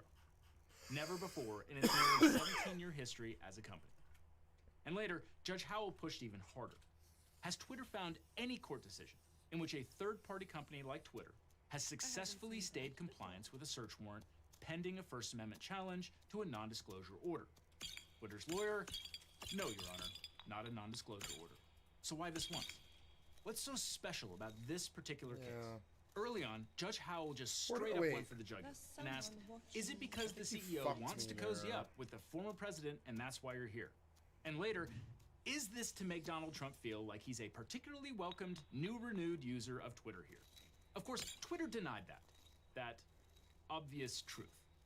Twitter said that in this case, their First Amendment right to notify its user, Trump, was particularly important, though in a kind of roundabout way. Twitter noted that NARA, the National Archives and Records Administration, requested that Twitter turn over a lot of the data it stored from Trump's account over the duration of his presidency for the purposes of archiving that data as potential presidential records. Twitter suggested that the special counsel's office should just go to NARA to get what it's looking for. The government responded that 1, NARA doesn't have everything that we want. 2, that's not how search warrants work. You don't just get to tell us to go look for evidence somewhere else. And 3, pursuant to the regulations governing NARA, NARA would have to notify Trump about the request for records, and this is a covert investigation. And this was Twitter's aha moment. In one of their filings, Twitter stated that the government is attempting an end run around the statutory protections that Congress put in place regarding presidential communications, and that the statutory regime in place never contemplated and does not account for the circumstances at play here. In fact, during the February 7th hearing, Twitter's lawyer told Judge Howell, this is the first time in our knowledge that private presidential communications held by a third party were being demanded by the government through a warrant without any notice to that former occupant. We were not aware of another time ever where that has happened. Judge Howell was not impressed by that line of argument. Remember, she supervised the grand jury during the Mueller investigation, so she just had it ready to go right in front of her. And she cited the fact that the Mueller investigation obtained more than 230 orders for communications records under the Stored Communications Act, including Trump's private messages to General Mike Flynn. So, no, sorry, Twitter, this is not the first time this has happened. And to make matters worse, it's not like Judge Howell surprised Twitter's attorney with the Mueller investigation factoid. Twitter itself cited the Mueller investigation in its filings in order to support its own position. Sadly, Twitter's attorney proceeded to dig himself even deeper. In response to Judge Howell's comments about the Mueller investigation, Twitter's attorney said, my understanding, Your Honor, is that the Mueller investigators were in contact with the White House counsel's office about executive privilege concerns. This mirrors Twitter's statements in a filing that the Mueller report contains potentially privileged information, but that was not obtained without notice and agreement. Again, Judge Howell had to correct him, pointing out that the only time there was notice to Trump about potential executive privilege during the Mueller investigation was when a witness was being called in to testify in person to the grand jury, in other words, where it was not covert. As Judge Howell said during the hearing, you need to read the Mueller report a little bit more carefully. Ouch. In fact, Judge Howell gave something of a painful masterclass to Twitter's attorney about how privilege actually works in a criminal investigation. She pointed out that with every single privilege, with the sole exception of Congress's speech and debate privilege, there is no advance notice requirement. Instead, material obtained covertly by the government that is potentially privileged is typically subject to a filter review protocol to identify that and get judicial rulings on that. That's exactly how it works for, say, the attorney-client privilege. If a search warrant is executed on an attorney's office, any random attorney, a special filter team combs through those documents to identify potentially privileged information. And then there's this whole process for the main investigators and prosecutors to get access to privileged information that may be relevant to and needed in the criminal investigation. This goes back to what Twitter knew and did not know. Judge Howell started the February 7th hearing by clarifying with the government attorney that Twitter hadn't seen anything more than the part of the search warrant ordering them to produce certain records. The government attorney responded, that's correct, Your Honor. They do not know about any filter protocol that could or could not be attached to the warrant. That is a very coy way of saying yes, there's definitely a filter. The February 7th hearing ended with Judge Howell holding Twitter in contempt and levying a fine schedule that doubled every day. $500,000 for the first day, $100,000 for the second day, $200,000 for the third, etc. If Twitter were able to turn over the records by 5 p.m. on February 7th, there would be no fine. The contempt would be purged. Needless to say, it took Twitter 3 more days to get the records to the government. So Judge Howell ordered a total of $350,000 in fines for contempt of court, and the DC Circuit upheld that order in full. Now sure, for a company valued in the billions, $350,000 is a drop in the bucket. But with recent inflation, it might just cover a smooth shave. Actually, shaving is really affordable with today's sponsor, Henson Shaving. Now, you all know me as the beard-wearing Legal Eagle lawyer, but I'll admit there's nothing that'll get a jury more suspicious of you than looking unkempt and sloppy. So keeping my neck and cheekbones clean is of utmost importance. Or in the summer when I just shave it all off, which is where Henson comes in. For the longest time, I've been using those insanely expensive razors with the disposable 5-blade heads, which work, but you go through the cartridges quickly and they are insanely expensive. But this is where Henson with their AL13 single-bladed safety razor comes in. They are better for the environment and better for your budget and everything else. And I can't tell any difference between the shave from Henson or the 5-bladed ones. The engineering that went into this thing is immense. The Henson AL13 razor is made using CNC machines to aerospace standards. And the razor is actually really clever. It's completely idiot-proof, and they make sure that the blade is seated 13/1000ths of an inch past the shave plane every single time because of the way it's engineered. And Henson blades only cost 10 cents, so a year's worth of shaving can only cost $3 to $5. With my promo code, you'll actually get 100 blades free, which could last for years. And that's why Henson doesn't even try to sell you a subscription. Henson just makes a good quality razor. So if you decide that you want to invest in a quality safety razor that works and will be dramatically cheaper than the other competitors, then click on the link that's on screen right now or down in the description and select which razor you'd like out of a variety of different colors. Then use my promo code LegalEagle and you'll get 100 stainless steel double-edged replacement blades for free. So again, click on the link below and use the promo code LegalEagle to get 100 blades for free. After that, click on this link over here for more Legal Eagle, or I'll see you in court.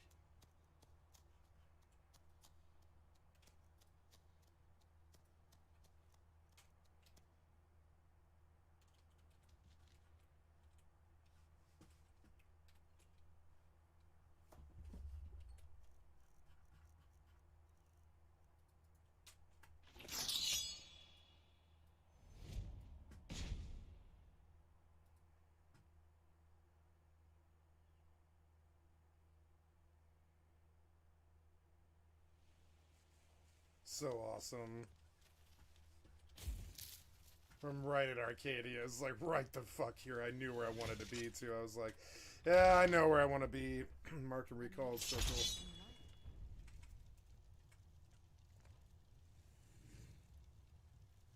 What if you can make the combat in Morrowind actually good?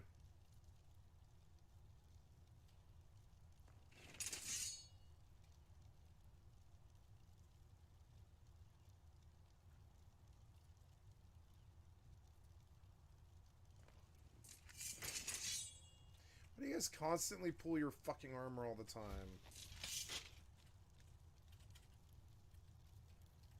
Oh, Oliver's stuff respawned. That's funny. That's just Robber again. You look rather pale. Could be a test. Ooh, training in alchemy, I think I yeah. can teach you a thing or two. I think you could, yeah. My god, that was expensive. What? Okay, I have some frost salts for you from Ferengar. Splendid. It's for a special brew I'm working on. A love elixir like none other. Maybe I'll test it on Ferengar first. Oh, but I suppose you expect some compensation.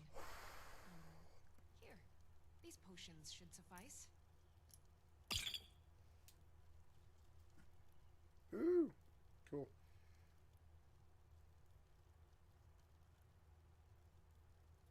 So you're interested in my potions? I'm interested in your 10,000 gold. I'll tell you that.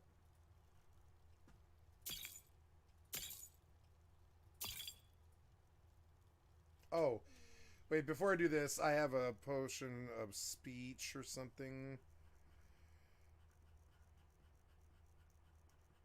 Speech, right? Lots of speech. Anything speech. Yeah, borrow potion of barter. I'm looking for barter. Yep, fortify barter. Yep. And I'm looking for speech. Yep. We're going to sell all that. What do you need, my friend? I would like your 10,000 gold. So potions and ingredients? Mm-hmm. This speech better actually have done something. I doubt it, though. So, yeah, five more gold each item or something. Yeah, whatever. So, blah, blah. I'm broke because I did alchemy training and it's really expensive. And so now we come through and we sort by value and we sell anything. Health regenerates 26% faster. It's a health regen potion. Yeah. Impure draught. Oh yeah, targets. Oh yeah, like these things, they kind of suck, huh? Yeah, the impure stuff. Yeah. Okay. Well. I know I'll never use this stuff. I just want your money. Yeah, give me all your money. There is 1,000 gold. Magic regen, impure elixir of hell, poison fatigue.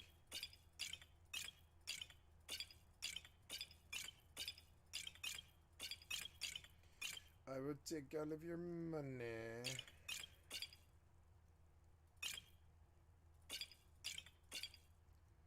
Detect life could be pretty good, but eh. I mean, what are the chances of me using this stuff? I just want your money. Yeah. Took me a while to accrue the mass to do all this, but now I got 10,000 more gold that I didn't steal, you know? That actually worked for.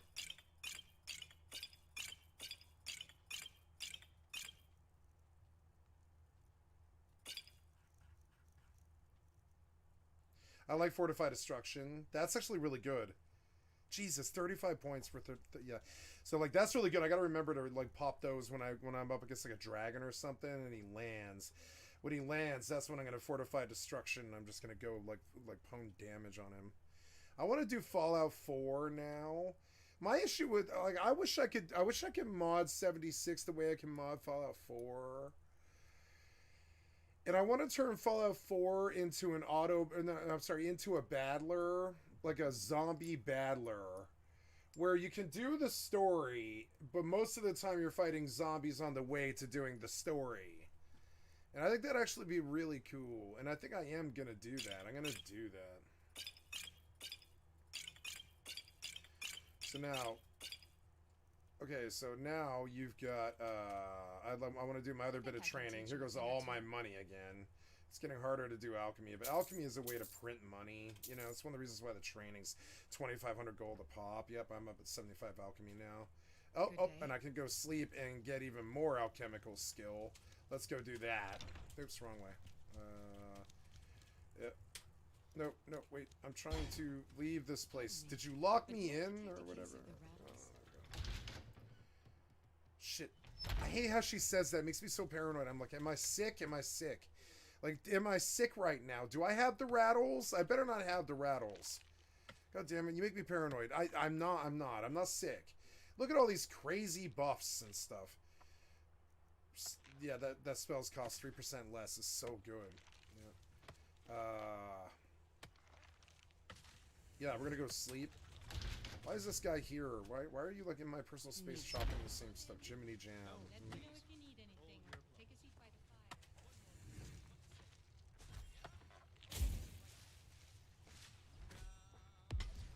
Oh. Oh. Oh, instead.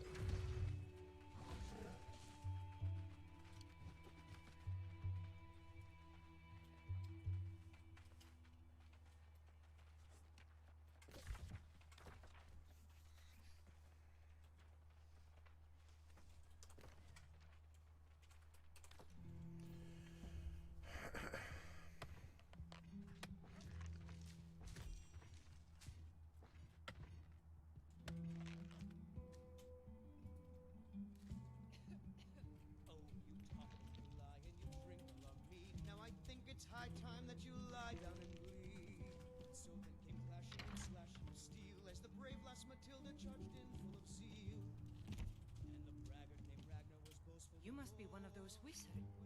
Sure thing. It's yours for a day. I'll show you to your room. Right this way. The battered mare. Oh, sorry.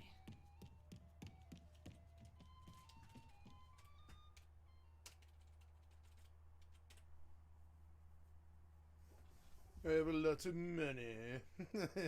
Eat the pennies. I have a lot of money.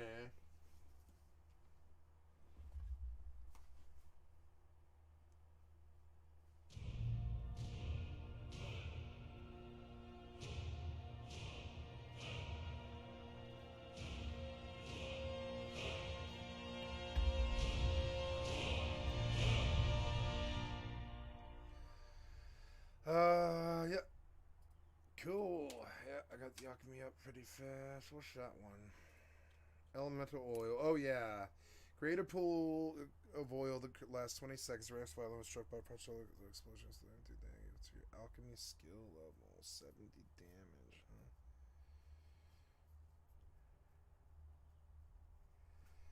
huh? Elemental oil.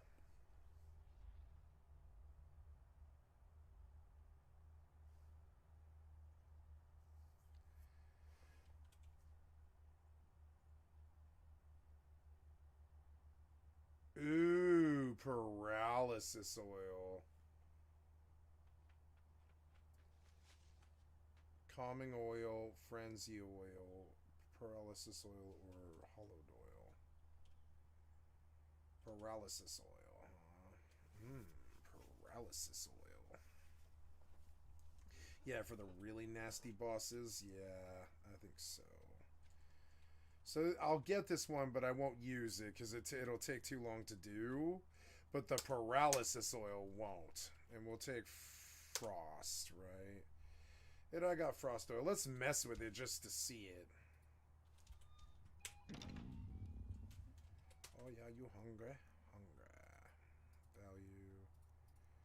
Ionian blood wine, snowberry crostata, cooked venison, hot woodsman stew.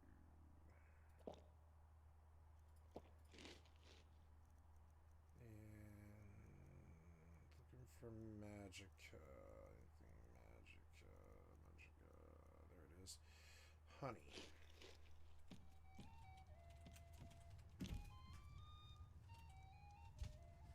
And that bard's feeling like pretty, that NPC bard is feeling pretty feisty today. He's feeling pretty hot. Like he wants to perform a couple of songs. It's interesting. It really seems like the world's a lot more alive than it actually is.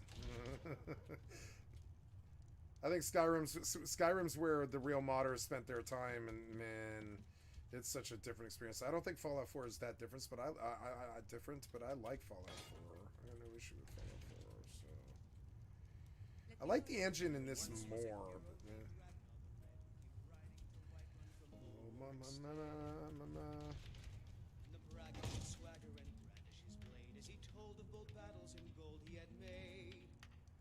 The ghost is clapping. But then he went quiet, Ragnar the Red, when he met the shield maiden Matilda. I have a ghost slave who just follows me around for all eternity, like killing things for me. Then they're called NPCs.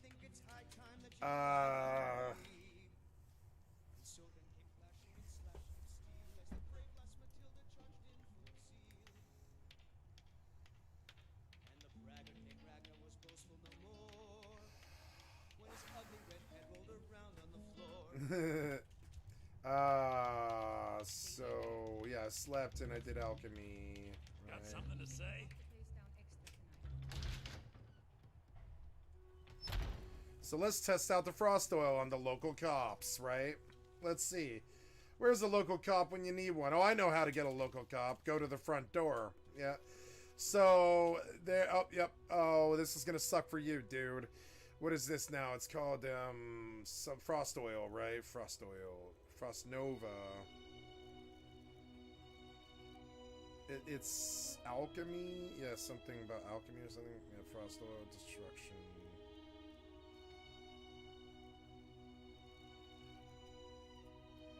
How do I do the frost oil? Oh, here we go. That's the mistake here. So sort by name. Frost oil. There it is.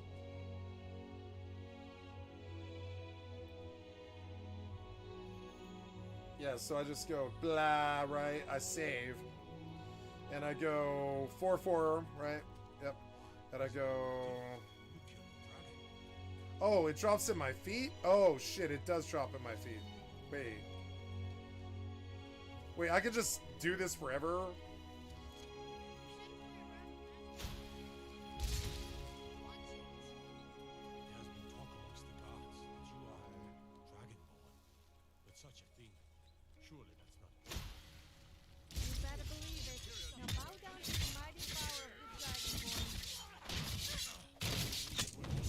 Oh my god, you did not hit me that hard, son of a bitch.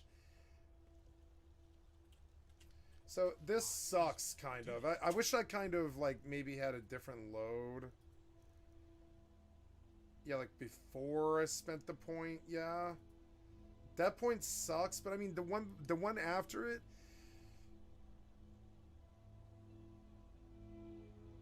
No, these points suck. They suck. I shouldn't have bought it. It's a bad point. I'm not gonna waste that point.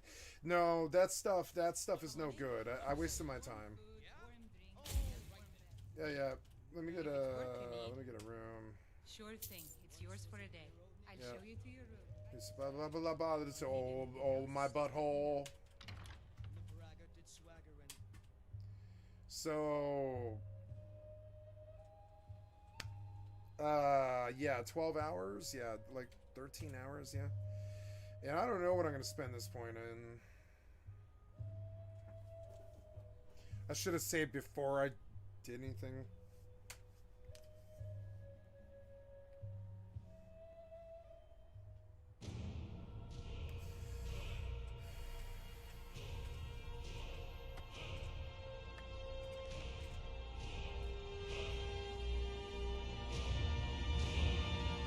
Let's look what else we can do in the magic, or sorry, in the alchemy chart. Bottomless cup. All poisons create now way less.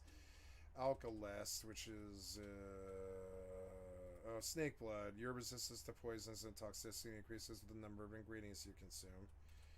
Bottomless cup, which is all poisons create now way less poison blood weapons. Last longer, up to 3 times as long as 100 skill.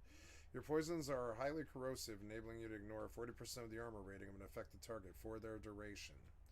Now that is a particularly strong one for archery.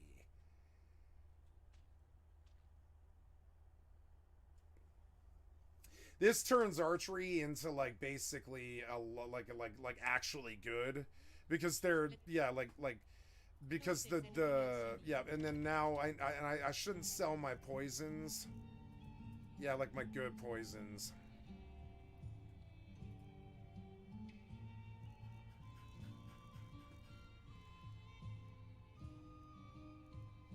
It doesn't matter what I poison the bow with. Even the damage stamina thing. Yeah, it doesn't matter what I poison it with. It like the bow becomes super powerful now. That's a really good point. That's a point that I'm okay with banking, that I feel very positive about. That one I'm fucking positive about. Okay. Where to now? I cleared that one for whatever his name is, Toldorf or whatever. Gotta go do the Alembic, but I don't know where it is. Find unique. 12 tiers Alembic. Okay, I don't know where to find that. And I don't think there's a thing on the map for it either. So I don't know. Let's just not track that. Let's go do that one. Kill the giant located at Tumble Arch Pass. That sounds fun. Oh shit, the fuck was that? Oh, a ghost spawned? No, the egg spawned. Wait, what did I get for the egg? I didn't get anything? Is that right? How is that right? I didn't get anything at all, huh? Oh, no, I guess I got 5 Writ of Adventure. Oh, yeah, that's what I got for that. But it's VOP. I don't know.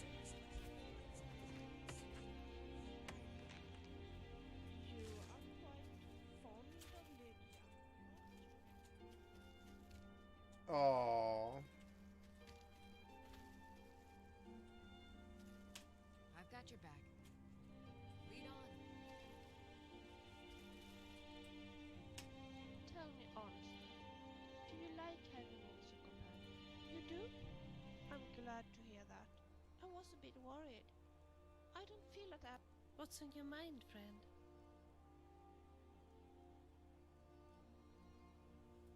Some people say that the Empire stands for culture and security for the people. Culture? Tell you what, they don't even know about good Nord cultural traditions, like dancing on tables. And security? If I'm not completely mistaken, it was the Imperial Legion who wanted to chop your head off in Helga. Tell me, what do you want?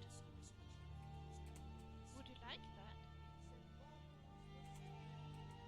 I told you about the flute, didn't I? I turned down the sound and it kind of sucks. I need to turn the voice back up.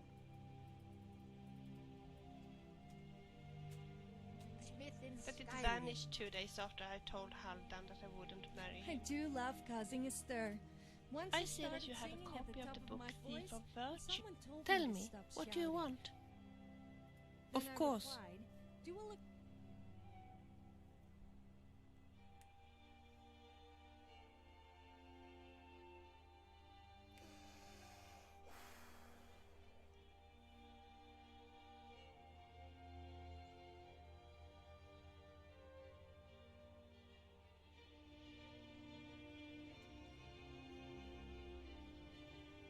Dragonborn are like one of those creepy old guys who live on the I mountain. see that you have a copy of the book Galerion the Mystic. If you give it to me, I can read it aloud for you if you wish.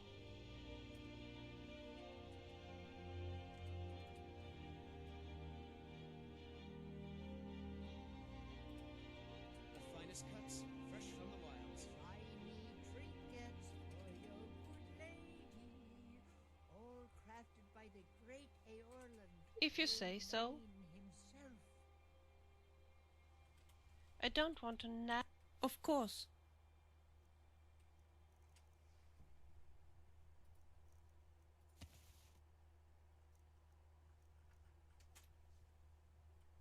Chops and steaks fit for a Jarl. Come and see my selection of the finest quality meats. Yes? Bits and baubles for sale, all crafted by the best blacksmith in Yes? Tired of bread and stew? Had enough of fish and fowl? Treat yourself and your kin to a choice cut of steak or a tender rack of ribs. Do you really think so? Yes?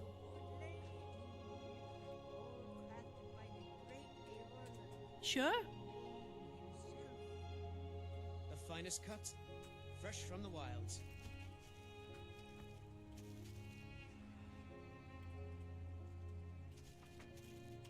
I've got your back.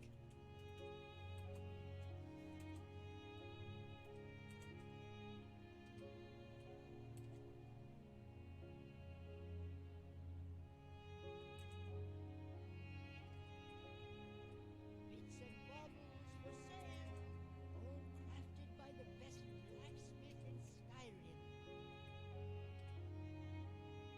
Tired of bread and stew? Had enough of fish and fowl? Treat yourself and your kin to a choice cut of steak or a tender rack of ribs.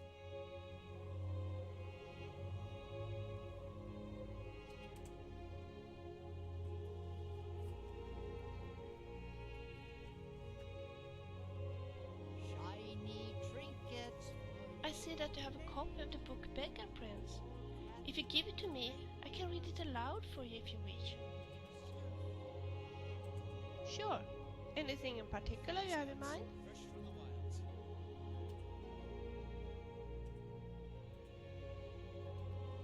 Shall we continue? baubles for sale, all crafted by the best blacksmith in Skyrim.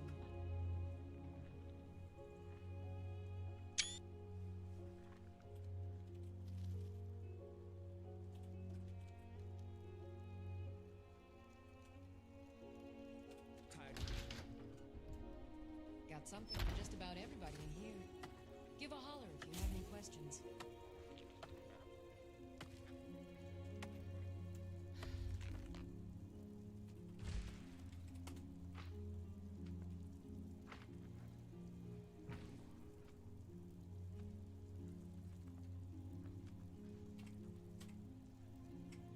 offer remedies for ailments both common and rare. Do let me know if I can be of service.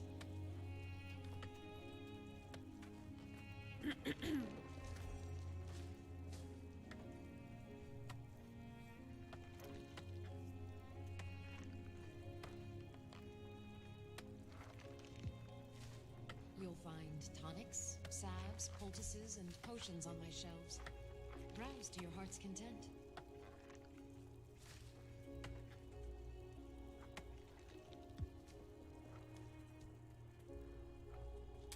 Pardon me, but do I detect a case of the rattles? You already know all that I know. So you're interested in my potions and ingredients?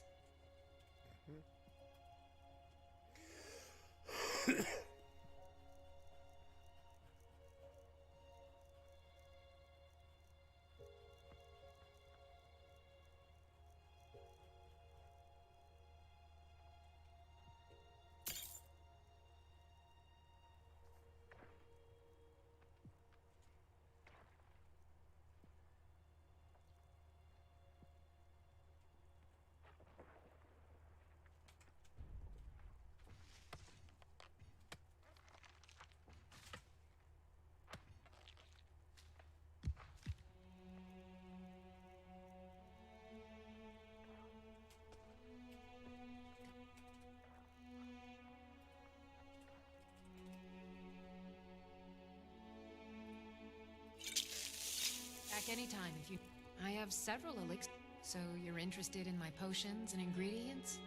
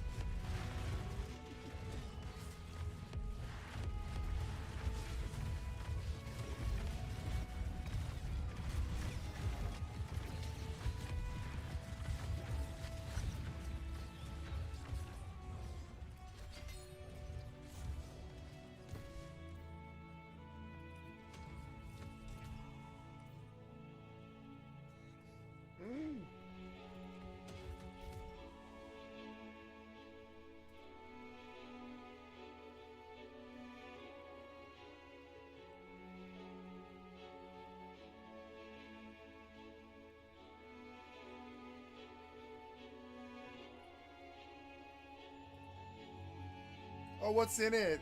Acid resistance. Yeah, not bad. I like it. I like it. Sweet. Yeah, but what just happened to the pair of boots that I was wearing?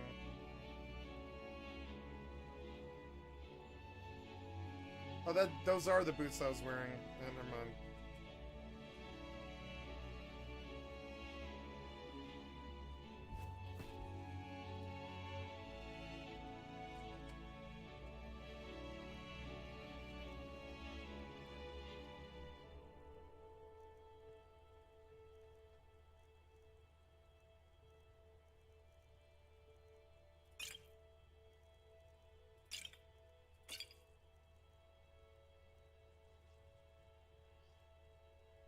That's actually really good too.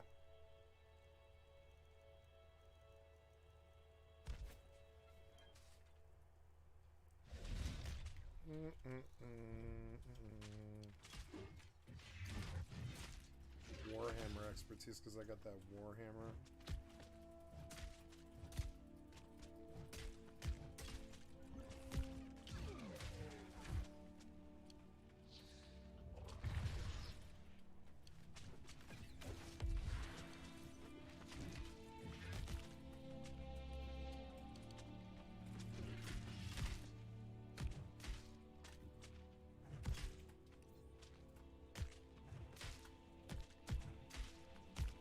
Why so many?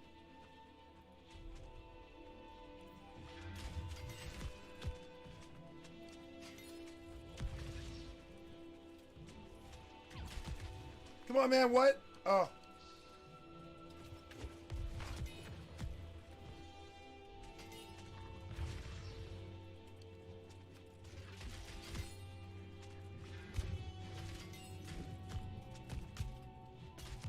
It was so many! It was so many! Why was there like 7 of these? Why? I wasn't even like, I was out in the middle of nowhere. Why was there 7 suddenly? Come on, man. Kind of toxic a little bit. Like, I'm out here like chilling, like, it's suddenly 7 wolves come that didn't come for anybody else. Seems really fucking sus. Seems fucking sus, sort of.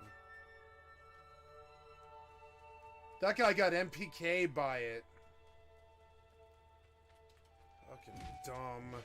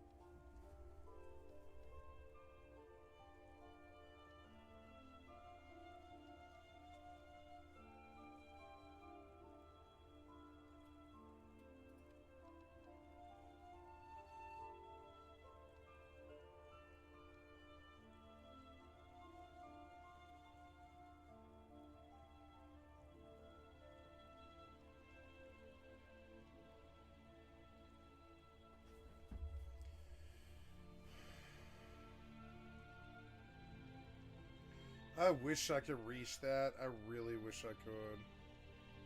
But I cannot reach that.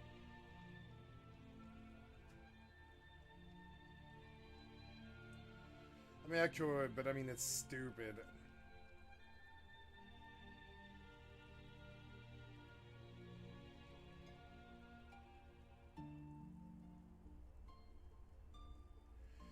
Yeah, that's just better. So there was like kind of a misusage here. I can't.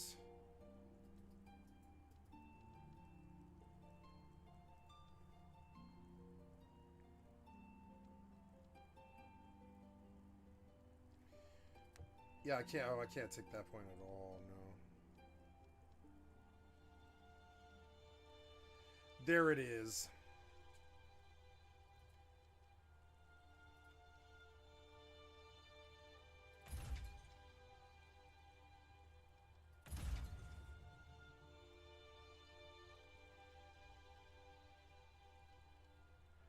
No, I don't want, I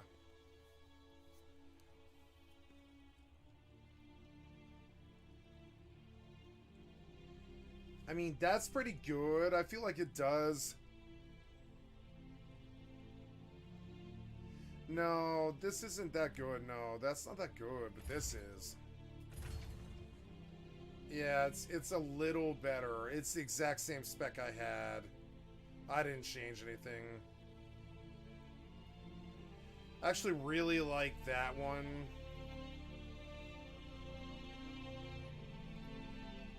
Yeah, there's nothing else I can do. I actually do like the spec. And then the last point will be critical, and I don't know where to stick it, but I'm guessing center of attention. Because that's actually super fucking good. For, like, monuments and solo play, it's super good because you have like 3 mobs on you all the time.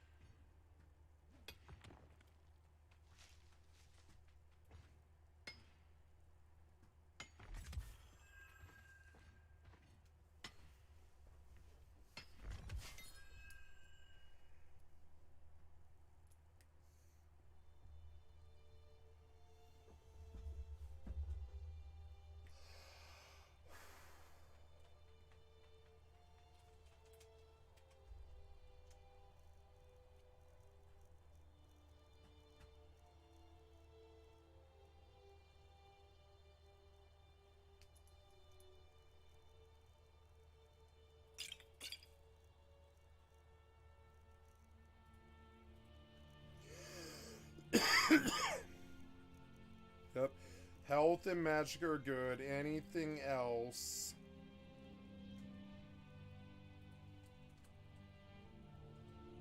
Oh, no.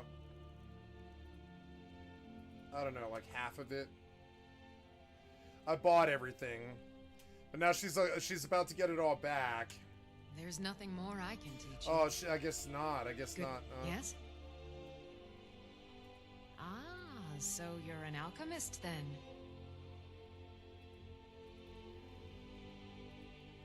Yeah, here we go.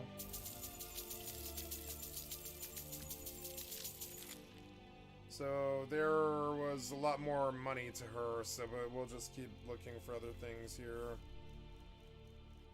I mean, yeah, all that damage, stamina stuff. Yeah, fuck that. I'm just gonna sell that. Take all her money. Wait. Oh, no. No. Mm-hmm. Just reload. You fucked that up. I fucked that up. Try it again. You look rather so you're an alchemist then? Yep. And then we come back and we buy all of her ingredients. Yep.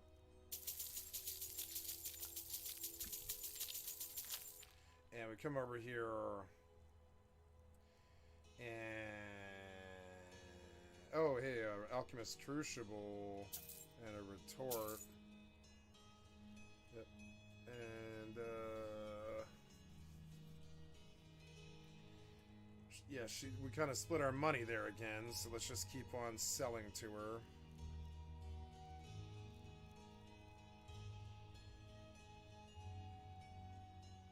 Stamina to 0 for 90 seconds. That's actually super good. I didn't know it was that strong.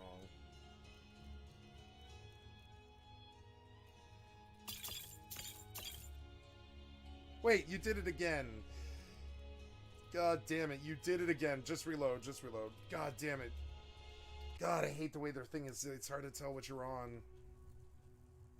Admittedly, this store isn't what one would call You look posh, rather pale. but it still has Could quite be. a lot to offer. Ah, so you're an alchemist then.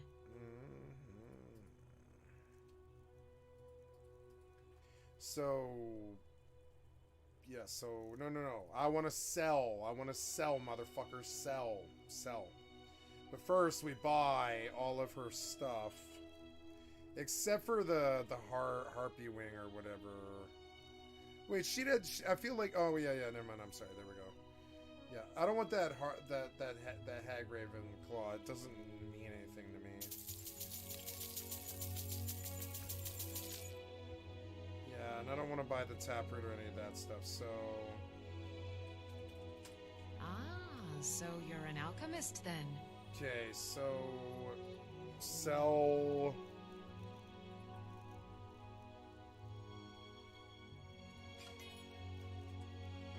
Oh, 8 gold, okay.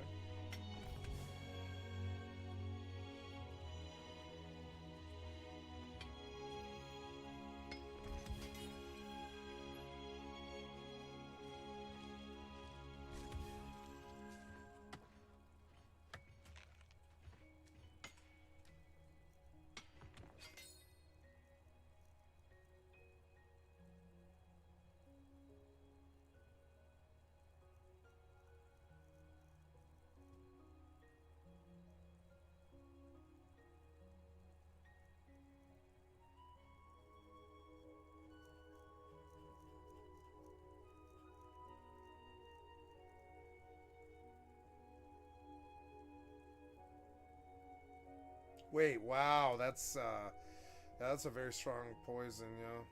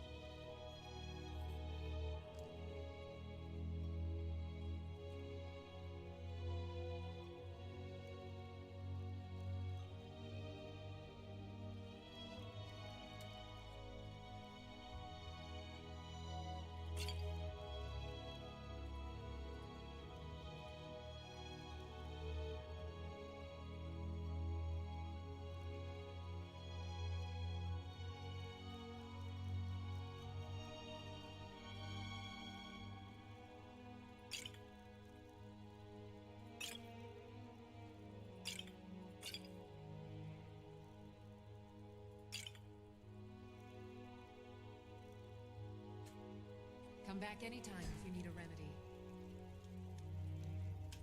I've got your back.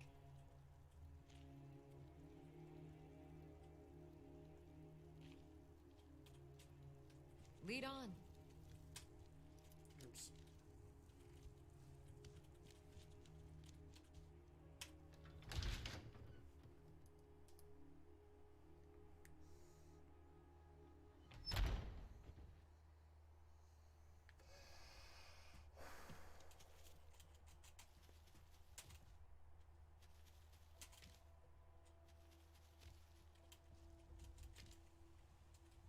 Save.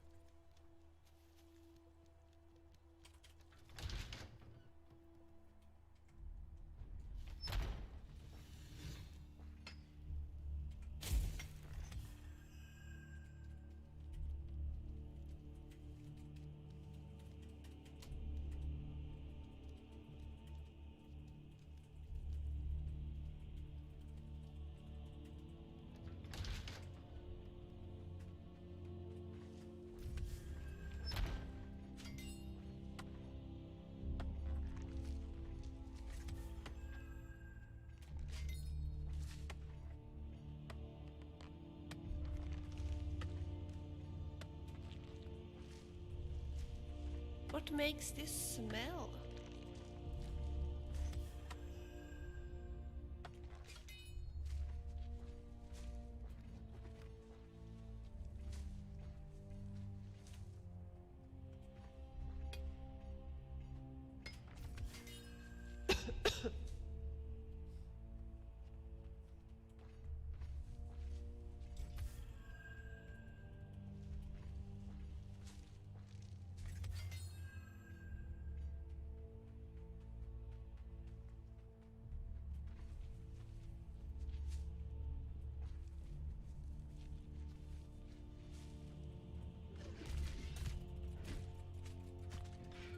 Oh, right, I rebound. Do you think I'm pretty? I'm feeling a little self-conscious. I love saying that to guys when they are with their wives. They don't know what to say. As if they say yes, their wives get jealous. And if they say no, I pretend to be really upset and they feel bad. What? I have to amuse myself somehow.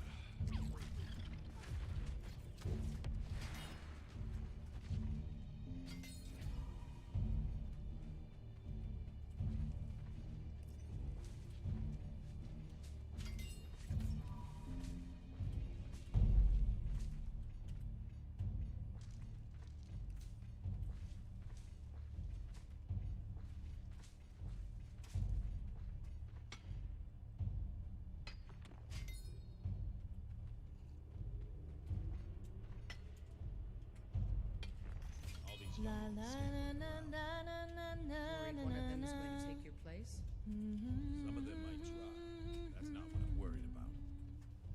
What then? That they might get themselves I've heard killed. you may actually be strong. I'll show you what I know. Fuck, it's all expensive now. God damn it. Whatever, at least I'm done. I'm not done, All right, but at least then. I've got some, you know. Expensive habit training. Fuck, I meant to close my door. It's kind of cold again. It's only going to get worse now. The sun's set. So, or not set, but it's like almost set. I am definitely going to shut this door. Oh, yes, I am. I'm also going to get like a blanket, I think.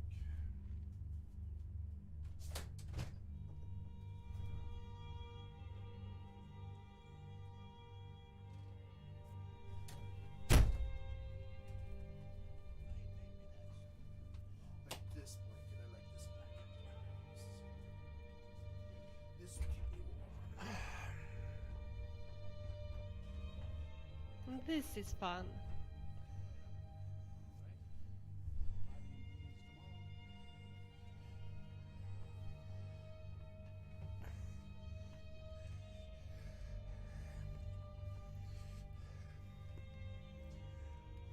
Greetings, Vilkas. How are you doing?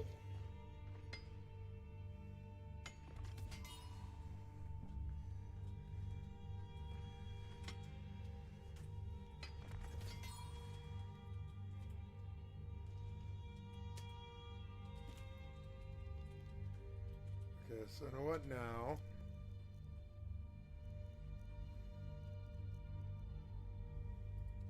Oh, I have to do that one, so... I thought I did that one, but I didn't. I died of cold.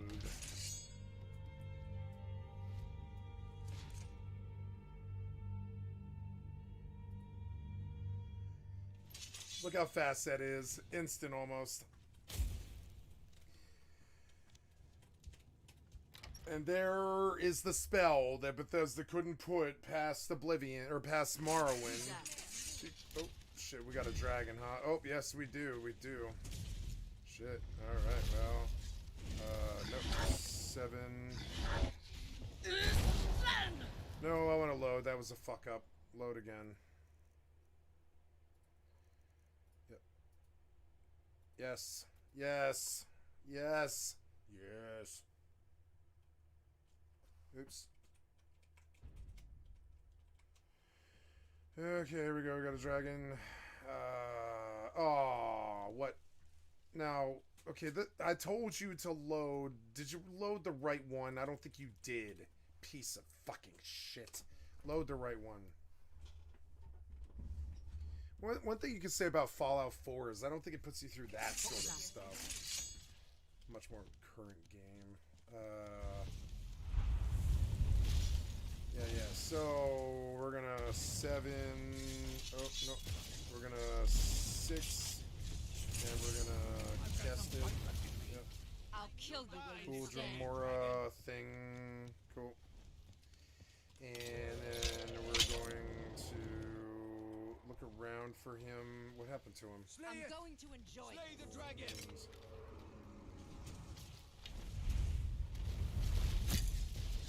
Oh, get out of the fucking way. Yep.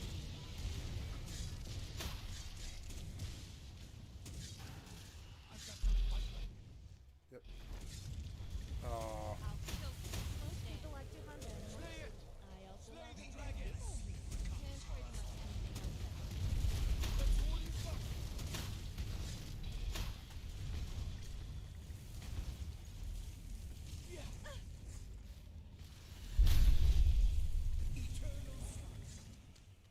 Oh, come on, man.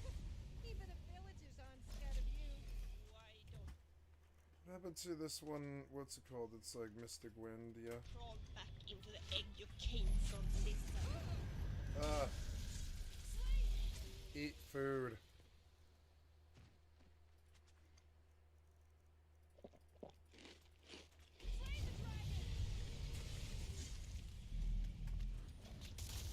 I've got some fight left in. You'll die this day, dragon. Careful! You wouldn't want to hurt my pretty face. Now I'm gonna get you. At least you will die with a nice view. Next time you drink, you might make We are a good team. Don't you think so? Yeah, it's going better. It's definitely doing better. I mean, there was a lot of mages here, though. This many mages, the dragon's going down. Mages kill dragons really well.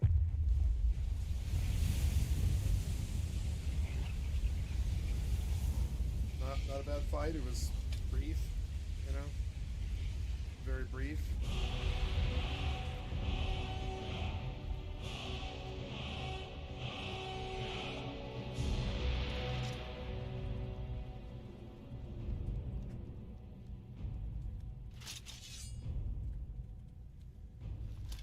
Good. Now we're gonna go do the Stormcloak thing. What's the hurry?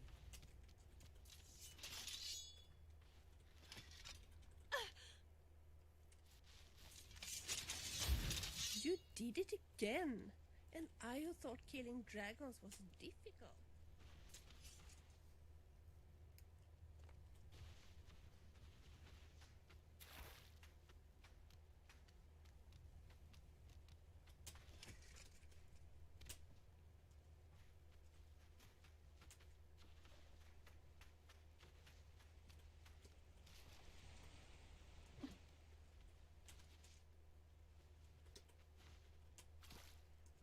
don't want to submerge in this.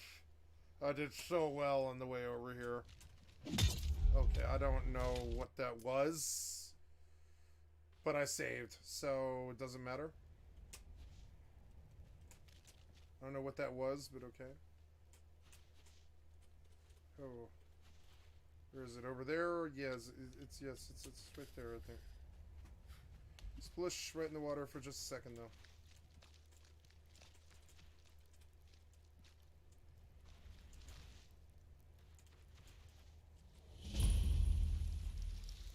Alright, time to use fire.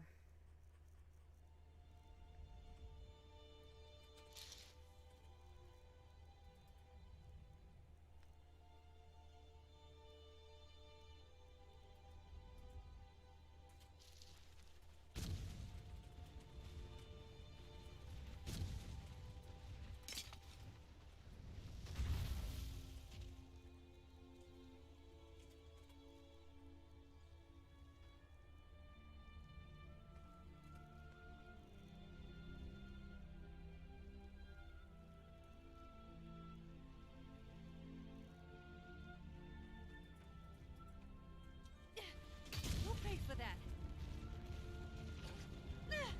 That does it! Don't let my looks fool you. Looks can be deceiving. Maybe that means you...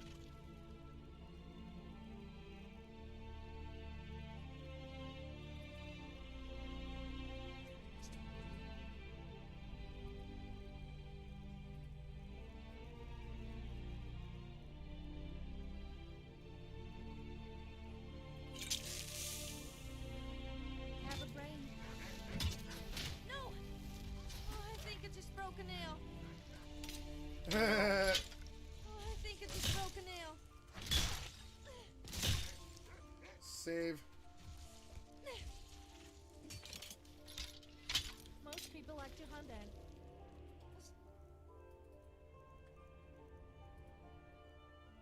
I love to hunt people. And pretty much anything else.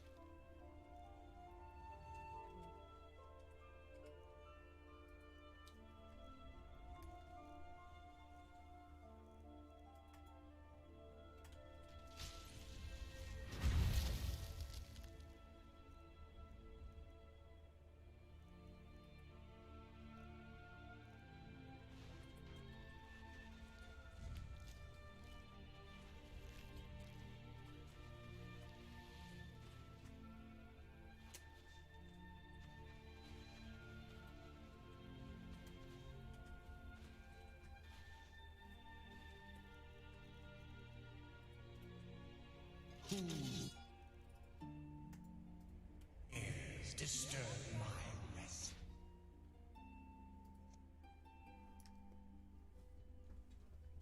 Almost instant teleportation to Whiterun. And it becomes such a better fucking game. Just a better game. Like, much better game.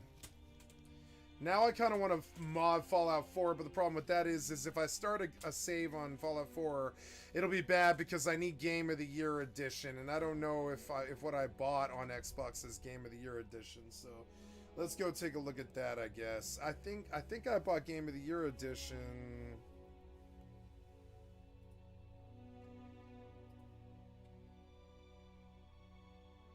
There's a season pass. What does it give you?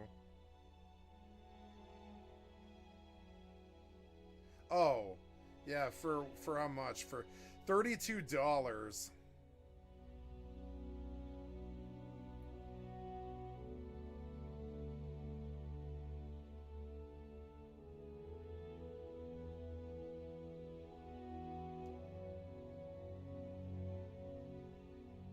$32.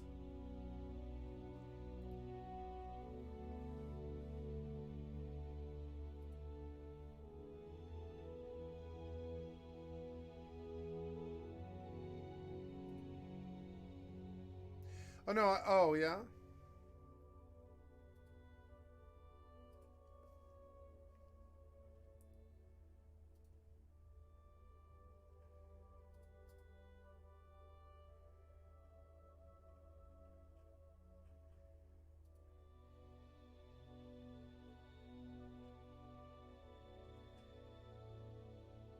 Oh no, I own it. I bought Game of the Year. Oh, they did the high res, yeah.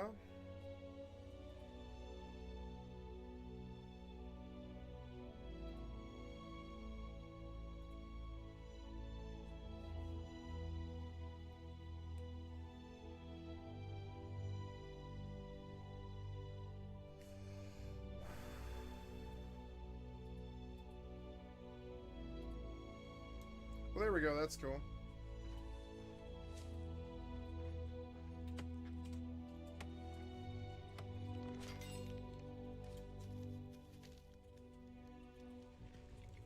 Please stay away while you got that spell on you.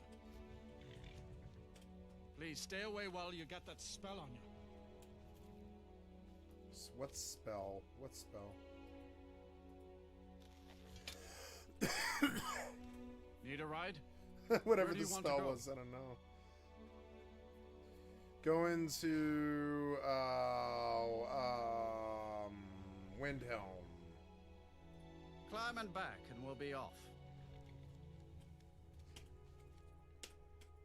Couldn't ask for better weather.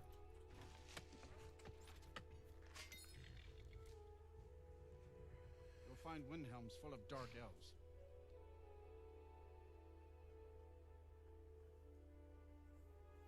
Jeez, that, like, yeah,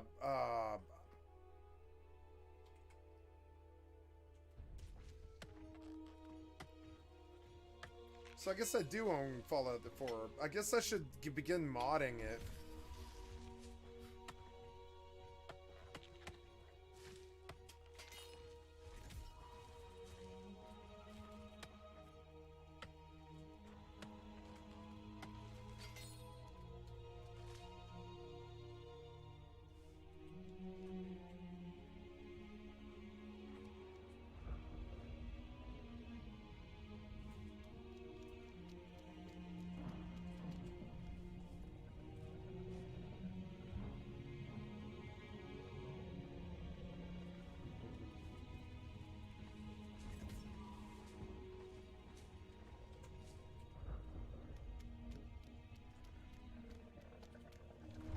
Need something?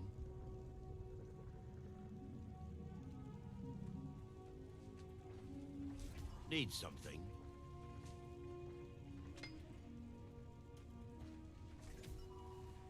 Yes.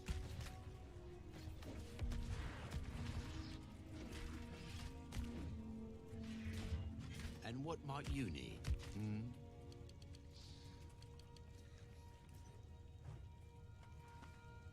Yes.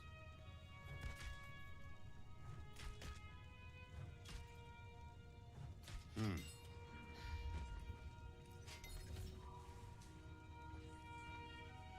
Yes.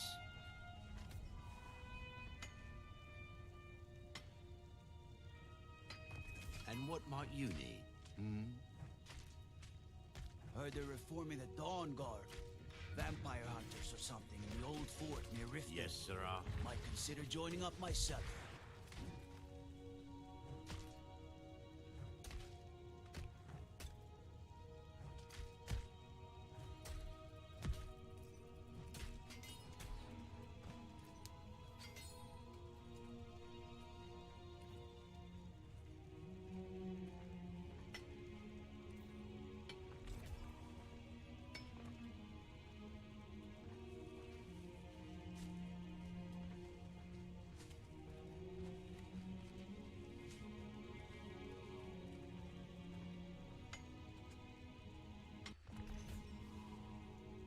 Oh, you froze. Oh, well, that's okay.